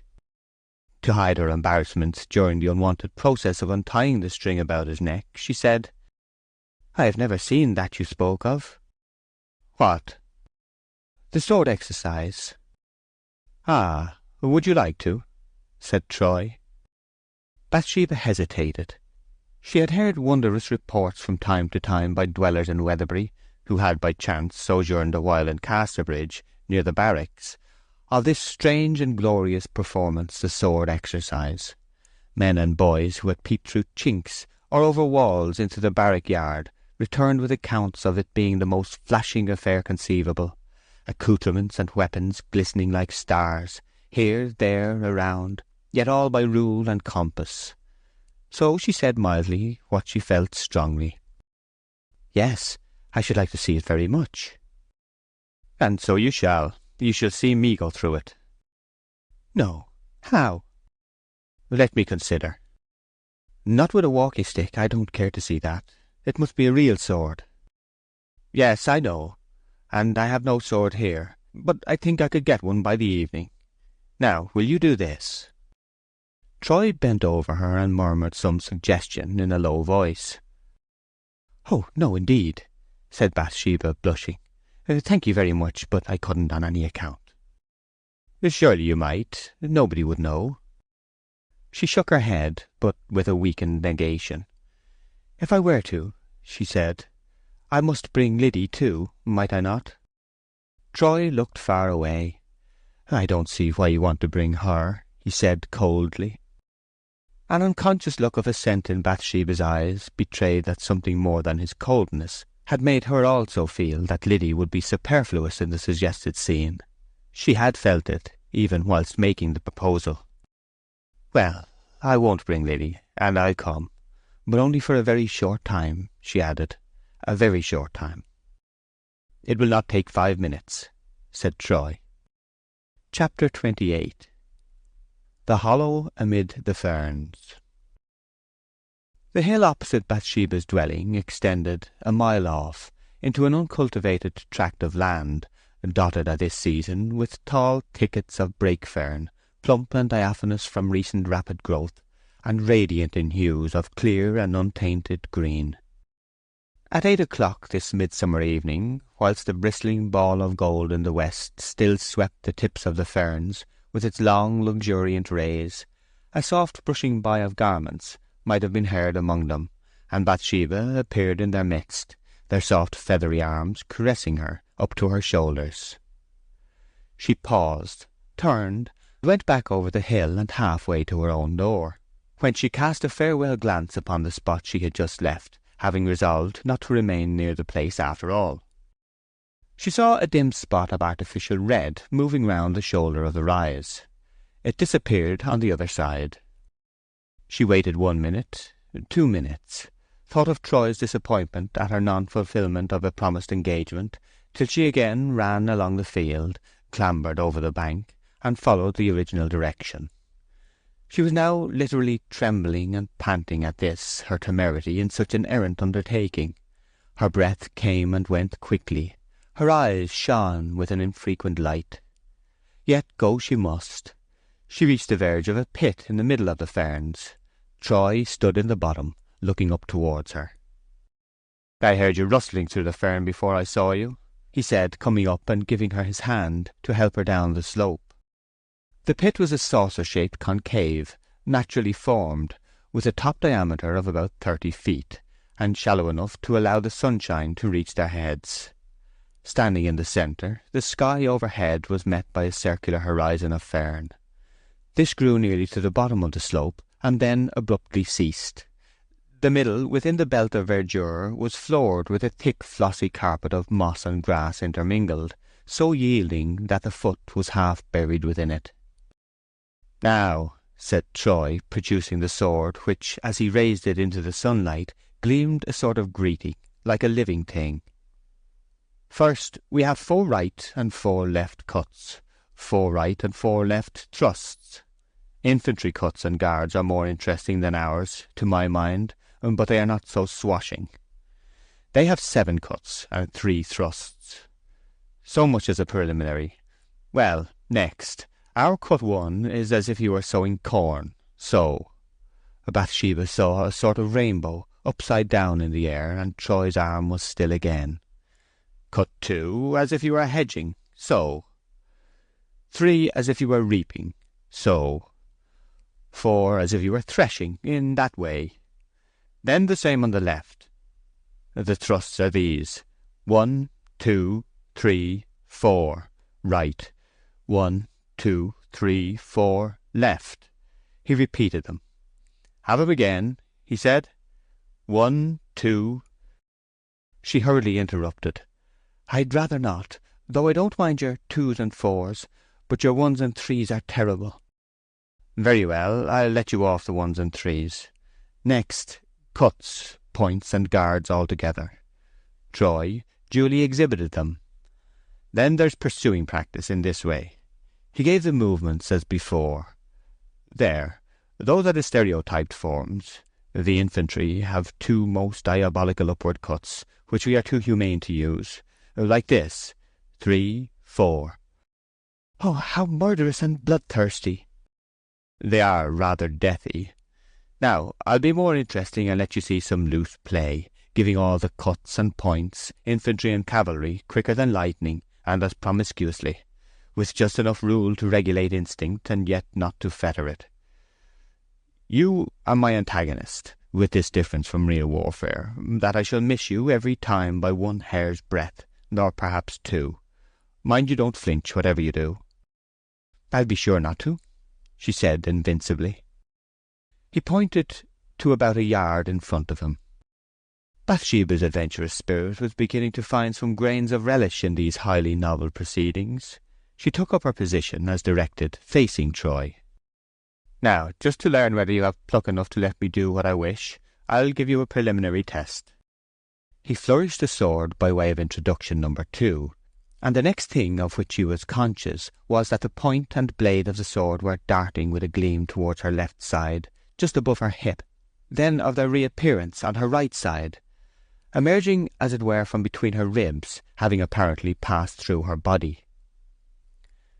The third item of consciousness was that of seeing the same sword, perfectly clean and free from blood, held vertically in Troy's hand, in the position technically called recover swords. All was as quick as electricity. Oh, she cried out in a fright, pressing her hand to her side. Have you run me through? No, you have not. Whatever have you done? I have not touched you, said Troy quietly. It was mere sleight of hand. The sword passed behind you. Now, you are not afraid, are you? Because if you are, I can't perform.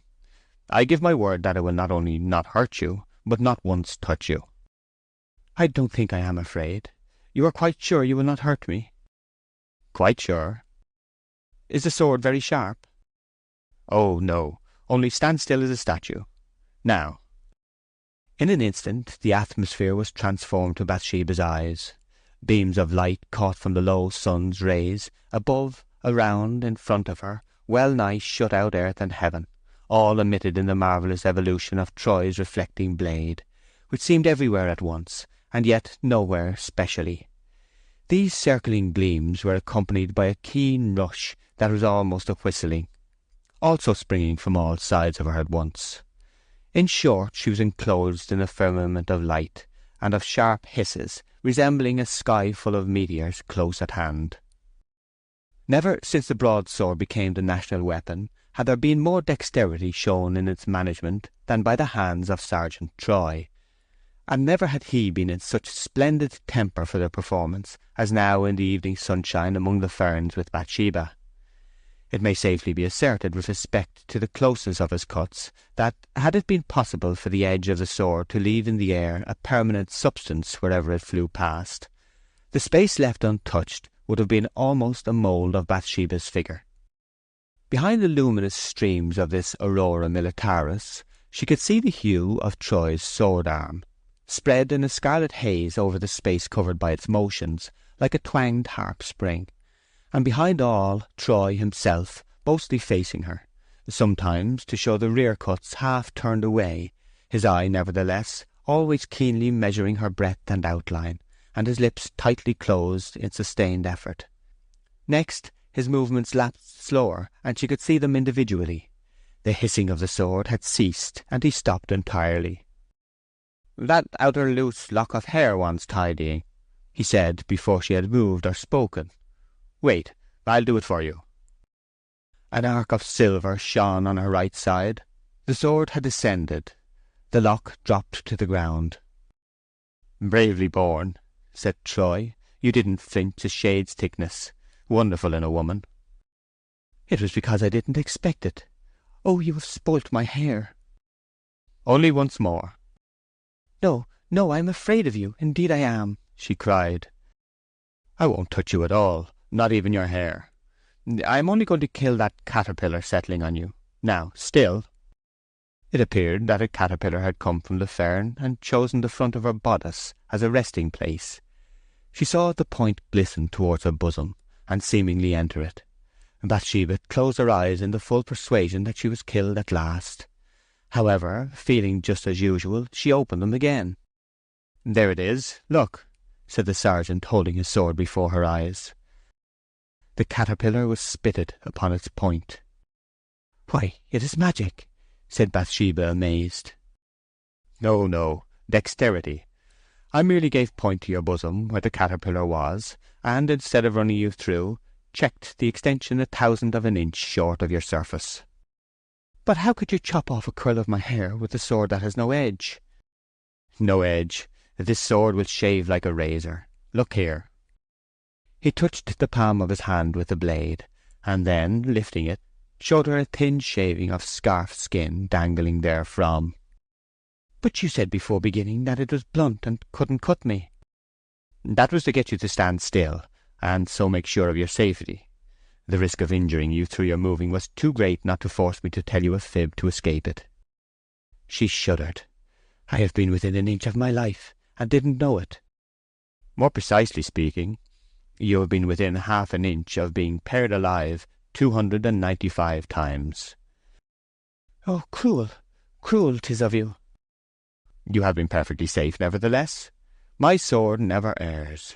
And Troy returned the weapon to the scabbard. Bathsheba, overcome by 100 tumultuous feelings resulting from the scene, abstractedly sat down on a tuft of heather. "I must leave you now," said Troy softly, "and I'll venture to take and keep this in remembrance of you." She saw him stoop to the grass, pick up the winding lock which he had severed from her manifold tresses, twist it round his fingers, unfasten a button in the breast of his coat, and carefully put it inside. She felt powerless to withstand or deny him. He was altogether too much for her, and Bathsheba seemed as one who, facing a reviving wind, finds it blow so strongly that it stops the breath. He drew near and said, "I must be leaving you." He drew nearer still. A minute later, and she saw his scarlet form disappear amid the ferny thicket, almost in a flash, like a brand swiftly waved. That minute's interval had brought the blood beating into her face, set her stinging as if aflame to the very hollows of her feet, and enlarged emotion to a compass which quite swamped thought. It had brought upon her a stroke resulting, as did that of Moses in Horeb, in a liquid stream, here a stream of tears. She felt like one who has sinned a great sin. The circumstance had been the gentle dip of Troy's mouth downwards upon her own. He had kissed her. Chapter 29. Particulars of a Twilight Walk. We now see the element of folly distinctly mingling with the many varying particulars which made up the character of Bathsheba Everdene. It was almost foreign to her intrinsic nature. Introduced as lymph on the dart of Eros, it eventually permeated and coloured her whole constitution. Bathsheba, though she had too much understanding to be entirely governed by her womanliness, had too much womanliness to use her understanding to the best advantage. Perhaps in no minor point does woman astonish her helpmate more than in the strange power she possesses of believing cajoleries that she knows to be false, except, indeed, in that of being utterly sceptical on strictures that she knows to be true. Bathsheba loved Troy in the way that only self-reliant women love when they abandon their self-reliance. When a strong woman recklessly throws away her strength, she is worse than a weak woman who has never had any strength to throw away. One source of her inadequacy is the novelty of the occasion. She has never had practice in making the best of such a condition. Weakness is doubly weak by being new. Bathsheba was not conscious of guile in this matter. Although in one sense a woman of the world, it was, after all, that world of daylight coteries and green carpets wherein cattle form the passing crowd, and winds the busy hum, where a quiet family of rabbits or hares lives on the other side of your party wall, where your neighbour is everybody in the tithing, and where calculation is confined to market days. Of the fabricated tastes of good fashionable society she knew but little, and of the formulated self-indulgence of bad, nothing at all. Had her utmost thoughts in this direction been distinctly worded, and by herself they never were, they would have amounted to such a matter as that she felt her impulses to be pleasanter guides than her discretion. Her love was entire as a child's, and though as warm as summer, it was fresh as spring. Her culpability lay in her making no attempt to control feeling by subtle and careful inquiry into consequences. She could show others the steep and thorny way, but recked not her own rede. And Troy's deformities lay deep down from a woman's vision, whilst his embellishments were upon the very surface, thus contrasting with homely Oak, whose defects were patent to the blindest, and whose virtues were as metals in a mine. The difference between love and respect was markedly shown in her conduct. Bathsheba had spoken of her interest in Boldwood with the greatest freedom to Liddy, but she had only communed with her own heart concerning Troy. All this infatuation Gabriel saw, and was troubled thereby from the time of his daily journey afield to the time of his return, and on to the small hours of many a night. That he was not beloved had hitherto been his great sorrow. That Bathsheba was getting into the toils was now a sorrow greater than the first, and one which nearly obscured it. It was a result which paralleled the oft-quoted observation of Hippocrates concerning physical pains. That is a noble, though perhaps an unpromising love, which not even the fear of breeding aversion in the bosom of the one beloved can deter from combating his or her errors. Oak determined to speak to his mistress. He would base his appeal on what he considered her unfair treatment of Farmer Boldwood, now absent from home. An opportunity occurred one evening when she had gone for a short walk by a path through the neighbouring cornfields. It was dusk when Oak, who had not been far afield that day, took the same path and met her returning, quite pensively as he thought. The wheat was now tall and the path was narrow. Thus the way was quite a sunken groove between the embrowning thicket on either side. Two persons could not walk abreast without damaging the crop, and Oak stood aside to let her pass. "Oh, is it Gabriel?" she said. "You are taking a walk too? Good night." "I thought I would come to meet you, as it is rather late," said Oak, turning and following at her heels when she had brushed somewhat quickly by him. "Thank you, indeed, but I am not very fearful." "Oh, no, but there are bad characters about." "I never meet them." Now Oak, with marvellous ingenuity, had been going to introduce the gallant sergeant through the channel of bad characters. But all at once the scheme broke down, it suddenly occurring to him that this was rather a clumsy way, and too barefaced to begin with. He tried another preamble. "As the man who would naturally come to meet you is away from home too, I mean Farmer Boldwood, why, thinks I'll go," said he. "Ah, yes."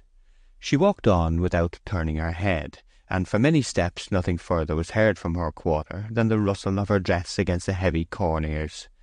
Then she resumed rather tartly. "I don't quite understand what you meant by saying that Mr. Boldwood would naturally come to meet me."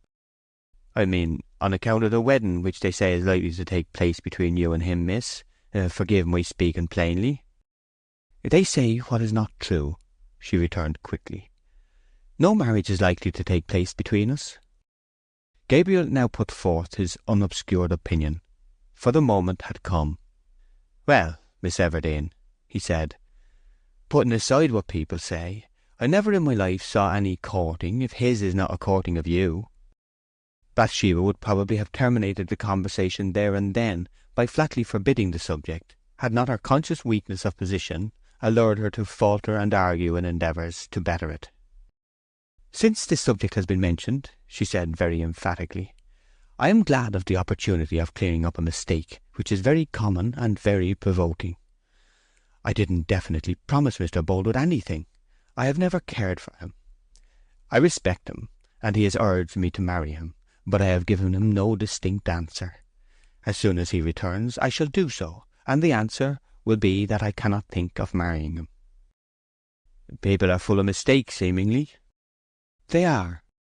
"The other day they said you were trifling with him, and you almost proved that you were not. Lately they have said that you be not, and you straightway begin to show." "That I am, I suppose you mean?" "Well, I hope they speak the truth." "They do, but wrongly applied. I don't trifle with him, but then I have nothing to do with him." Oak was unfortunately led on to speak of Boldwood's rival in a wrong tone to her after all. "I wish you had never met that young Sergeant Troy, miss," he sighed. Bathsheba's steps became faintly spasmodic. "Why?" she asked. "He is not good enough for 'ee." "Did anyone tell you to speak to me like this?" "Nobody at all." "Then it appears to me that Sergeant Troy does not concern us here," she said intractably. "Yet I must say that Sergeant Troy is an educated man, and quite worthy of any woman.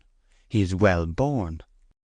His being higher in learning and birth than the ruck of soldiers is anything but a proof of his worth. It shows his course to be downward. I cannot see what this has to do with our conversation. Mr. Troy's course is not by any means downward, and his superiority is a proof of his worth. I believe him to have no conscience at all, and I cannot help begging you, miss, to have nothing to do with him. Listen to me this once, only this once. I don't say he is such a bad man as I have fancied. I pray to God he is not. But since we don't exactly know what he is, why not behave as if he might be bad, simply for your own safety? Don't trust him, mistress. I ask you not to trust him so." "Why, pray?" "I like soldiers, but this one I do not like," he said sturdily. "His cleverness in his calling may have tempted him astray, and what is mirth to the neighbours is ruin to the woman. When he tries to talk to me again, why not turn away with a short good day, and when you see him coming one way, turn the other. When he says anything laughable, fail to see the point and don't smile, and speak of him before those who will report your talk as that fantastical man, or that Sergeant What's-his-name, that a man of family that has come to the dogs. Don't be unmannerly towards him, but harmlessly uncivil, and so get rid of the man." No Christmas robin detained by a window-pane ever pulsed as did Bathsheba now. I say again, that it doesn't become you to talk about him.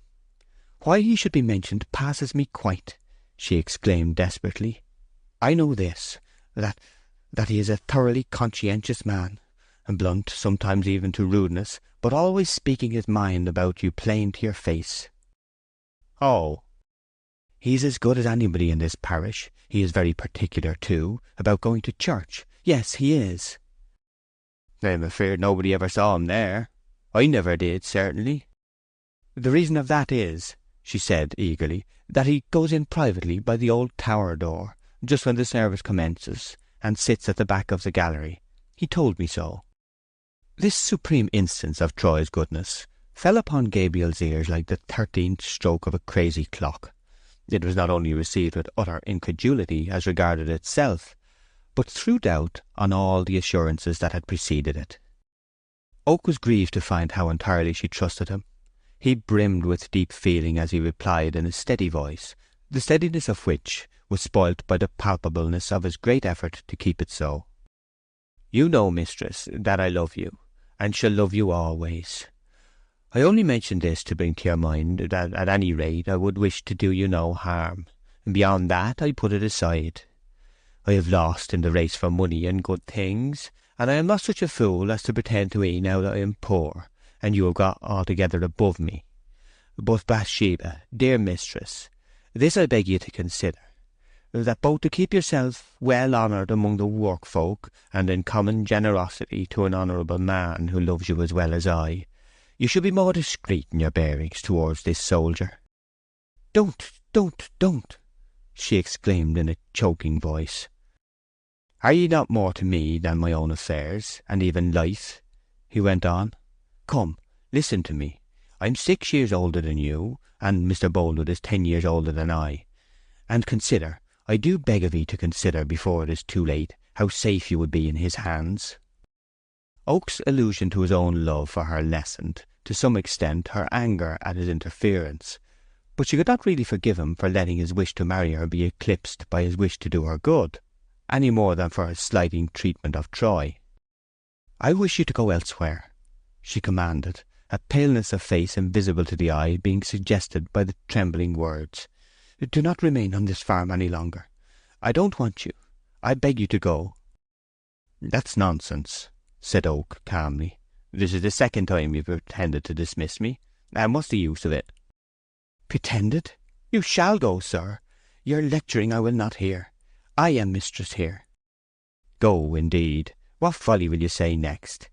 Treating me like Dick, Tom, and Harry, when you know that a short time ago my position was as good as yours. Upon my life, Bathsheba, it is too barefaced.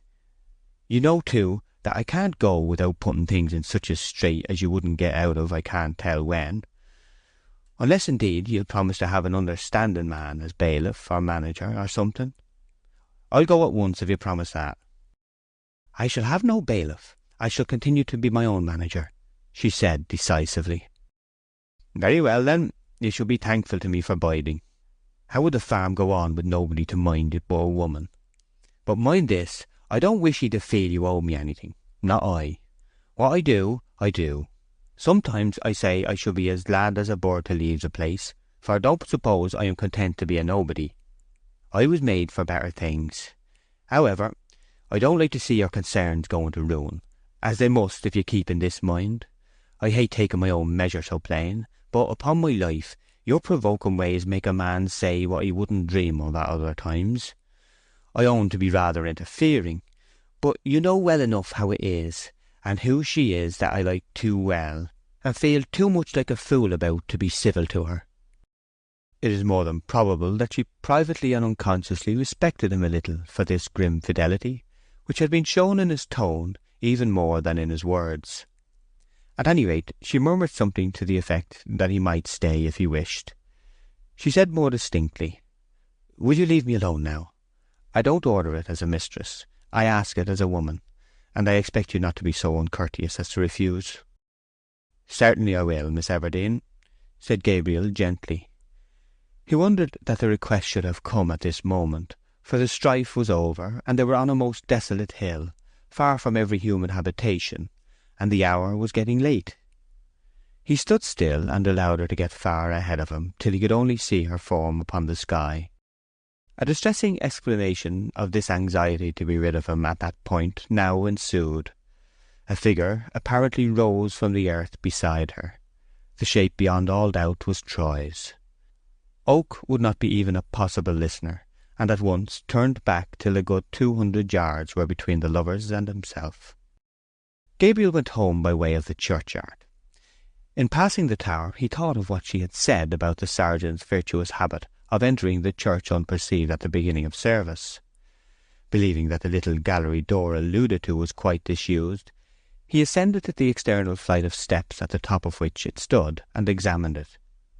The pale lustre yet hanging in the north-western heaven was sufficient to show that a sprig of ivy had grown from the wall, across the door to a length of more than a foot, delicately tying the panel to the stone jamb. It was a decisive proof that the door had not been opened at least since Troy came back to Weatherbury. Chapter 30. Hot cheeks and tearful eyes. Half an hour later Bathsheba entered her own house. There burnt upon her face when she met the light of the candles the flush and excitement which were little less than chronic with her now. The farewell words of Troy, who had accompanied her to the very door, still lingered in her ears. He had bidden her adieu for 2 days, which were, so he stated, to be spent at Bath in visiting some friends. He had also kissed her a second time. It is only fair to Bathsheba to explain here a little fact which did not come to light till a long time afterwards, that Troy's presentation of himself so aptly at the roadside this evening was not by any distinctly preconcerted arrangement. He had hinted, she had forbidden, and it was only on the chance of his still coming that she had dismissed Oak, fearing a meeting between them just then. She now sank down into a chair, wild and perturbed by all these new and fevering sequences. Then she jumped up with a manner of decision, and fetched her desk from a side table. In 3 minutes, without pause or modification, she had written a letter to Boldwood, at his address beyond Casterbridge, saying mildly but firmly that she had well considered the whole subject he had brought before her, and kindly given her time to decide upon, that her final decision was that she could not marry him. She had expressed to Oak an intention to wait till Boldwood came home before communicating to him her conclusive reply, but Bathsheba found that she could not wait. It was impossible to send the letter till the next day, yet to quell her uneasiness by getting it out of her hands, and so, as it were, setting the act in motion at once, she arose to take it to any one of the women who might be in the kitchen. She paused in the passage. A dialogue was going on in the kitchen, and Bathsheba and Troy were the subject of it. If he marry her, she'll give up farming. 'Twill be a gallant life, but may bring some trouble between them, Mert, so say I. Well, I wish I had half such a husband. Bathsheba had too much sense to mind seriously what her servitor said about her, but too much womanly redundance of speech to leave alone what was said, till it had died the natural death of unminded things. She burst in upon them. "Who are you speaking of?" she asked. There was a pause before anybody replied. At last Liddy said frankly, "What was passing was a bit of a word about yourself, miss." "I thought so. Mary Ann and Liddy and Temperance. Now I forbid you to suppose such things. You know I don't care the least for Mr. Troy, not I. Everybody knows how much I hate him. Yes," repeated the forward young person, "hate him." "We know you do, miss," said Liddy, "and so do we all." "I hate him too," said Mary Ann. "Mary Ann, oh, you perjured woman! How can you speak that wicked story?" said Bathsheba excitedly. "You admired him from your heart only this morning in the very world. You did. Yes, Mary Ann, you know it." "Yes, miss, but so did you. He's a wild scamp now, and you are right to hate him." "He is not a wild scamp. How dare you to my face? I have no right to hate him, nor you, nor anybody. But I am a silly woman. What is it to me what he is? You know it is nothing. I don't care for him. I don't mean to defend his good name, not I. Mind this, if any of you say a word against him, you'll be dismissed instantly." She flung down the letter and surged back into the parlour, with a big heart and tearful eyes, Liddy following her. "Oh, miss," said mild Liddy, looking pitifully into Bathsheba's face, "I am sorry we mistook you. I did think you cared for him, but I see you don't now." "Shut the door, Liddy." Liddy closed the door and went on. "People always say such foolery, miss. I'll make answer henceforth. Of course a lady like Miss Everdene can't love him. I'll say it out in plain black and white." Bathsheba burst out. "Oh, Liddy, are you such a simpleton? Can't you read riddles? Can't you see? Are you a woman yourself?" Liddy's clear eyes rounded with wonderment. "Yes, you must be a blind thing, Liddy," she said in reckless abandonment and grief. "Oh, I love him, to very distraction and misery and agony. Don't be frightened at me, though perhaps I am enough to frighten any innocent woman. And come closer, closer." She put her arms around Liddy's neck. "I must let it out to somebody. It is wearing me away. Don't you yet know enough of me to see through that miserable denial of mine? Oh, God, what a lie it was! Heaven and my love forgive me. And don't you know that a woman who loves at all thinks nothing of perjury when it is balanced against her love? There, go out of the room. I want to be quite alone." Liddy went towards the door. "Liddy, come here. Solemnly swear to me that he's not a fast man, that it is all lies they say about him." "But, miss, how can I say he is not if—" "You graceless girl! How can you have the cruel heart to repeat what they say? Unfeeling thing that you are! But I'll see if you or anybody else in the village, or town either, dare do such a thing." She started off, pacing from fireplace to door and back again. "No, miss, I don't. I know it's not true," said Liddy, frightened at Bathsheba's unwonted vehemence. "I suppose you only agree with me like that to please me. But, Liddy, he cannot be bad, as is said. Do you hear?" "Yes, miss, yes." "And you don't believe he is?" "I don't know what to say, miss," said Liddy, beginning to cry. "If I say no, you don't believe me. If I say yes, you rage at me. Say you don't believe it. Say you don't." "I don't believe him to be so bad as they make out. He is not bad at all. My poor life and heart, how weak I am," she moaned in a relaxed, desultory way, heedless of Liddy's presence. "Oh, how I wish I had never seen him. Loving is misery for women always. I shall never forgive God for making me a woman, and dearly I am beginning to pay for the honour of owning a pretty face." She freshened and turned to Liddy suddenly. "Mind this, Liddy Smallbury. If you repeat anywhere a single word of what I have said to you inside these closed doors, I'll never trust you, or love you, or have you with me a moment longer. Not a moment." "I don't want to repeat anything," said Liddy with womanly dignity of a diminutive order. "But I don't wish to stay with you. And if you please, I'll go at the end of the harvest, or this week, or today. I don't see that I deserve to be put upon and stormed at for nothing," concluded the small woman, bigly. "No, no, Liddy, you must stay," said Bathsheba, dropping from haughtiness to entreaty with capricious inconsequence. "You must not notice my being in a taking just now. You are not as a servant, you are a companion to me. Dear, dear, I don't know what I am doing since this miserable ache of my heart has waited and worn upon me so. What shall I come to? I suppose I shall get further and further into troubles. I wonder sometimes if I am doomed to die in the union. I'm friendless enough, God knows. I won't notice anything, nor will I leave you," sobbed Liddy impulsively, putting her lips to Bathsheba's and kissing her. Then Bathsheba kissed Liddy, and all was smooth again. "I don't often cry, do I, Liddy?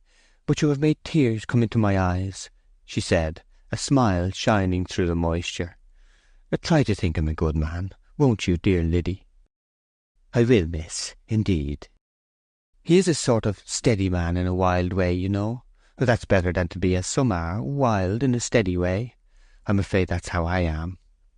And promise me to keep my secret, do, Liddy, and do not let him know that I have been crying about him, because it will be dreadful for me and no good to him, poor thing. Death's head himself shall wring it from me, mistress, if I've a mind to keep anything, and I'll always be your friend," replied Liddy emphatically, at the same time bringing a few more tears into her own eyes, not from any particular necessity, but from an artistic sense of making herself in keeping with the remainder of the picture, which seems to influence women at such times. "I think God likes us to be good friends, don't you?" "Indeed I do." "And, dear miss, you won't harry me and storm at me, will you? Because you seem to swell as tall as a lion then, and it frightens me. Do you know, I fancy you would be a match for any man when you're in one of your takings." "Never, do you?" said Bathsheba, slightly laughing, though somewhat seriously alarmed by this Amazonian picture of herself. "I hope I am not a bold sort of maid, mannish," she continued with some anxiety. "Oh, no, not mannish, but so almighty womanish that 'tis getting on that way sometimes. Ah, miss," she said, after having drawn her breath very sadly in and sent it very sadly out, "I wish I had half your failing in that way. 'Tis a great protection to a poor maid in these illegitimate days." Chapter 31. Blame, Fury. The next evening Bathsheba, with the idea of getting out of the way of Mr. Boldwood in the event of his returning to answer her note in person, proceeded to fulfil an engagement made with Liddy some few hours earlier. Bathsheba's companion, as a gage of their reconciliation, had been granted a week's holiday to visit her sister, who was married to a thriving hurdler and cattle-crib maker, living in a delightful labyrinth of hazel copse not far beyond Yalbury. The arrangement was that Miss Everdene should honour them by coming there for a day or two to inspect some ingenious contrivances which this man of the woods had introduced into his wares. Leaving her instructions with Gabriel and Mary Ann, that they were to see everything carefully locked up for the night, she went out of the house just at the close of a timely thunder-shower, which had refined the air, and daintily bathed the coat of the land, though all beneath was dry as ever. Freshness was exhaled in an essence from the varied contours of bank and hollow, as if the earth breathed maiden breath, and the pleased birds were hymning to the scene. Before her, among the clouds, there was a contrast in the shape of layers of fierce light which showed themselves in the neighbourhood of a hidden sun, lingering on to the farthest north-west corner of the heavens that this midsummer season allowed.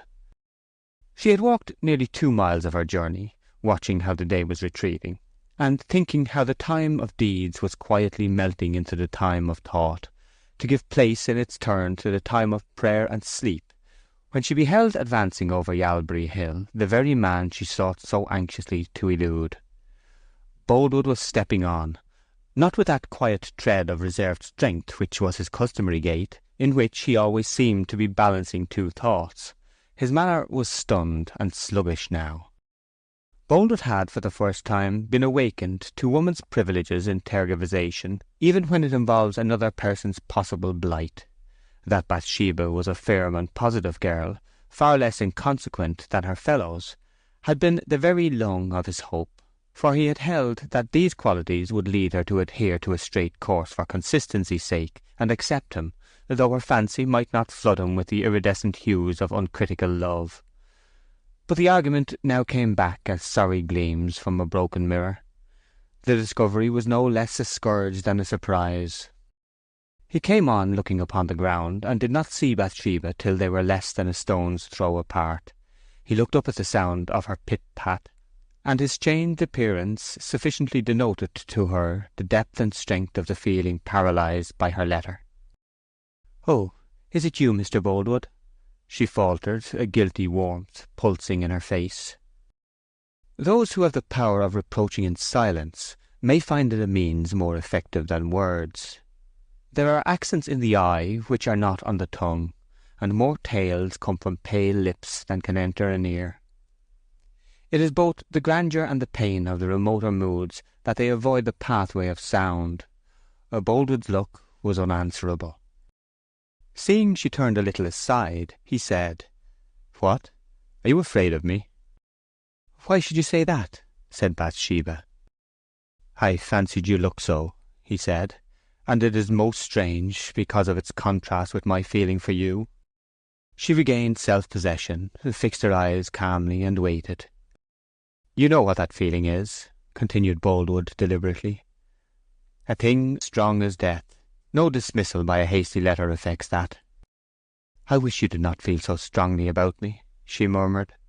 "It is generous of you, and more than I deserve, but I must not hear it now." "Hear it? What do you think I have to say, then? I am not to marry you, and that is enough. Your letter was excellently plain. I want you to hear nothing, not I." Bathsheba was unable to direct her will into any definite groove for freeing herself from this fearfully awkward position. She confusedly said, "Good evening," and was moving on. Boldwood walked up to her, heavily and dully. "Bathsheba, darling, is it final indeed?" "Indeed it is." "Oh, Bathsheba, have pity upon me," Boldwood burst out. "God's sake, yes, I am come to that lowest stage, to ask a woman for pity. Still she is you, she is you." Bathsheba commanded herself well, but she could hardly get a clear voice for what came instinctively to her lips. There is little honour to the woman in that speech. It was only whispered, for something unutterably mournful, no less than distressing, in this spectacle of a man, showing himself to be so entirely the vein of a passion, enervated the feminine instinct for punctilios. "I am beyond myself about this, and am mad," he said. "I am no stoic at all to be supplicating here, but I do supplicate to you.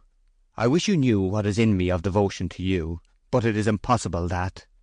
In bare human mercy to a lonely man, don't throw me off now." "I don't throw you off. Indeed, how can I? I never had you." In her new and clear sense that she had never loved him, she forgot for a moment her thoughtless angle on that day in February. "But there was a time when you turned to me, before I thought of you. I don't reproach you, for even now I feel that the ignorant and cold darkness that I should have lived in, if you had not attracted me by that letter, Valentine you call it, would have been worse than my knowledge of you, though it has brought this misery. But, I say, there was a time when I knew nothing of you, and cared nothing for you, and yet you drew me on. And if you say you gave me no encouragement, I cannot but contradict you. What you call encouragement was the childish game of an idle minute. I have bitterly repented of it, aye, bitterly, and in tears. Can you still go on reminding me?" "I don't accuse you of it. I deplore it. I took for earnest what you insist was jest, and now this that I pray to be jest you say is awful, wretched earnest.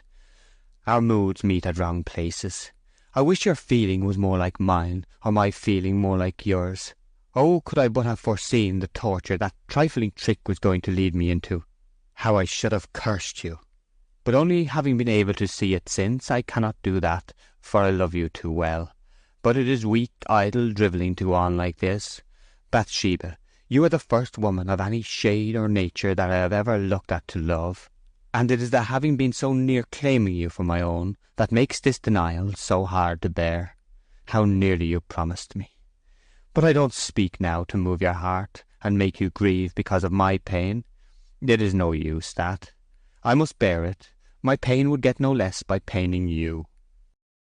But I do pity you, deeply, oh so deeply, she earnestly said. Do no such thing, do no such thing. Your dear love, Bathsheba, is such a vast thing beside your pity, that the loss of your pity as well as your love is no great addition to my sorrow, nor does the gain of your pity make it sensibly less. Oh, sweet, how dearly you spoke to me behind the spear-bed at the washing-pool, and in the barn at the shearing, and that dearest last time in the evening at your home. Where are your pleasant words all gone, your earnest hope to be able to love me? Where is your firm conviction that you would get to care for me very much? Really forgotten? Really? She checked emotion, looked him quietly and clearly in the face, and said in a low, firm voice, Mr. Boldwood, I promised you nothing. Would you have had me a woman of clay when you paid me that furthest, highest compliment a man can pay to a woman, telling her he loves her? I was bound to show some feeling, if I would not be a graceless shrew. Yet each of those pleasures was just for the day just for the pleasure. How was I to know that what is a pastime to all other men was death to you? Have reason, do, and think more kindly of me. Well, never mind arguing, never mind. One thing is sure, you were all but mine, and now you are not nearly mine. Everything is changed, and that by you alone, remember. You were nothing to me once, and I was contented. You are now nothing to me again, and how different the second nothing is from the first. Would to God you had never taken me up, since it was only to throw me down. Bathsheba, in spite of her mettle, began to feel unmistakable signs that she was inherently the weaker vessel. She strove miserably against this femininity which would insist upon supplying unbidden emotions in stronger and stronger current. She had tried to elude agitation by fixing her mind on the trees, sky, and any trivial object before her eyes, whilst his reproaches fell, but ingenuity could not save her now. I did not take you up, surely I did not, she answered as heroically as she could. But don't be in this mood with me. I can endure being told I am in the wrong, if you will only tell me it gently. Oh, sir, will you not kindly forgive me, and look at it cheerfully? Cheerfully? Can a man, fooled to utter heart-burning, find a reason for being merry? If I have lost, how can I be as if I had won? Heavens, you must be heartless, quite. Had I known what a fearfully bitter-sweet this was to be, how I would have avoided you, and never seen you, and been deaf of you. I tell you all this, but what do you care? You don't care. She returned silent and weak denials to his charges, and swayed her head desperately, as if to thrust away the words as they came showering about her ears from the lips of the trembling man in the climax of life, with his bronzed Roman face and fine frame. Dearest, dearest, I am wavering even now between the two opposites of recklessly renouncing you, and labouring humbly for you again. Forget that you have said no, and let it be as it was. Say, Bathsheba, that you only wrote that refusal to me in fun. Come, say it to me. It would be untrue, and painful to both of us. You overrate my capacity for love. I don't possess half the warmth of nature you believe me to have. An unprotected childhood in a cold world has beaten gentleness out of me.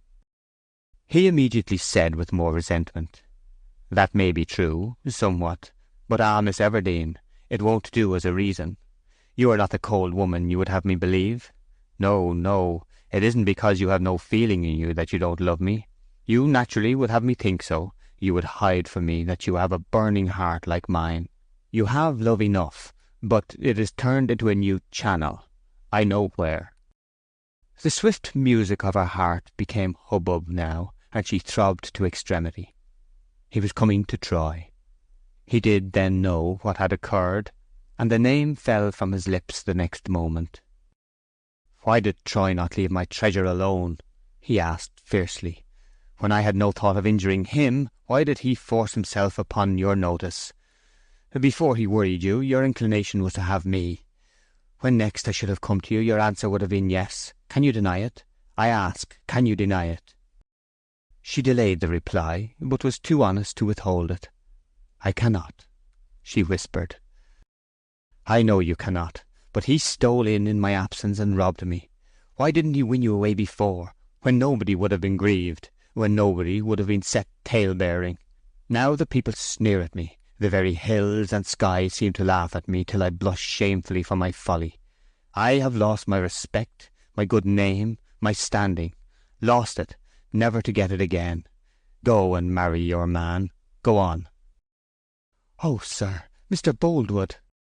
"You may as well. I have no further claim upon you. As for me, I had better go somewhere alone, and hide and pray. I loved a woman once. I am now ashamed.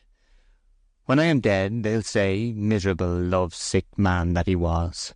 Heaven, heaven, and if I got jilted secretly, and the dishonour was not known, and my position kept.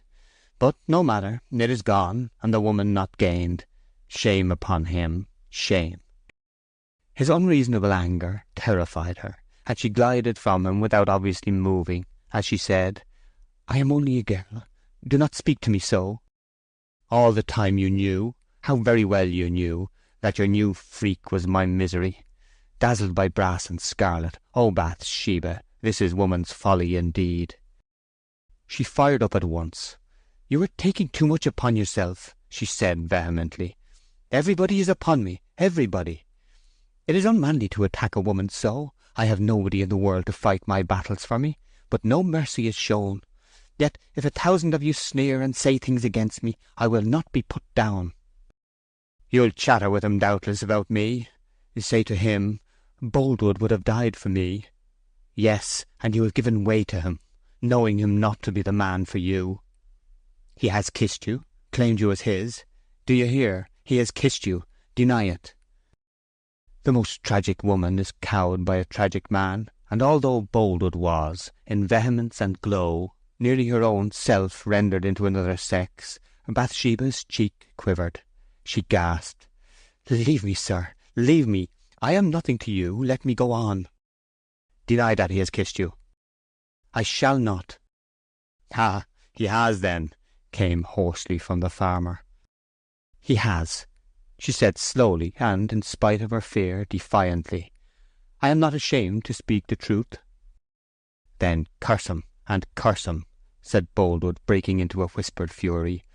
"Whilst I would have given worlds to touch your hand, you have let a rake come in without rite or ceremony, and kiss you.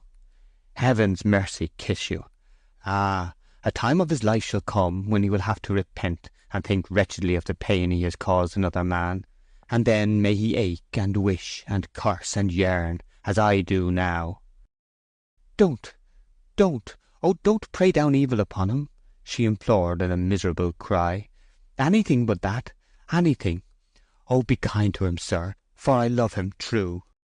Boldwood's ideas had reached that point of fusion at which outline and consistency entirely disappear. The impending night appeared to concentrate in his eye.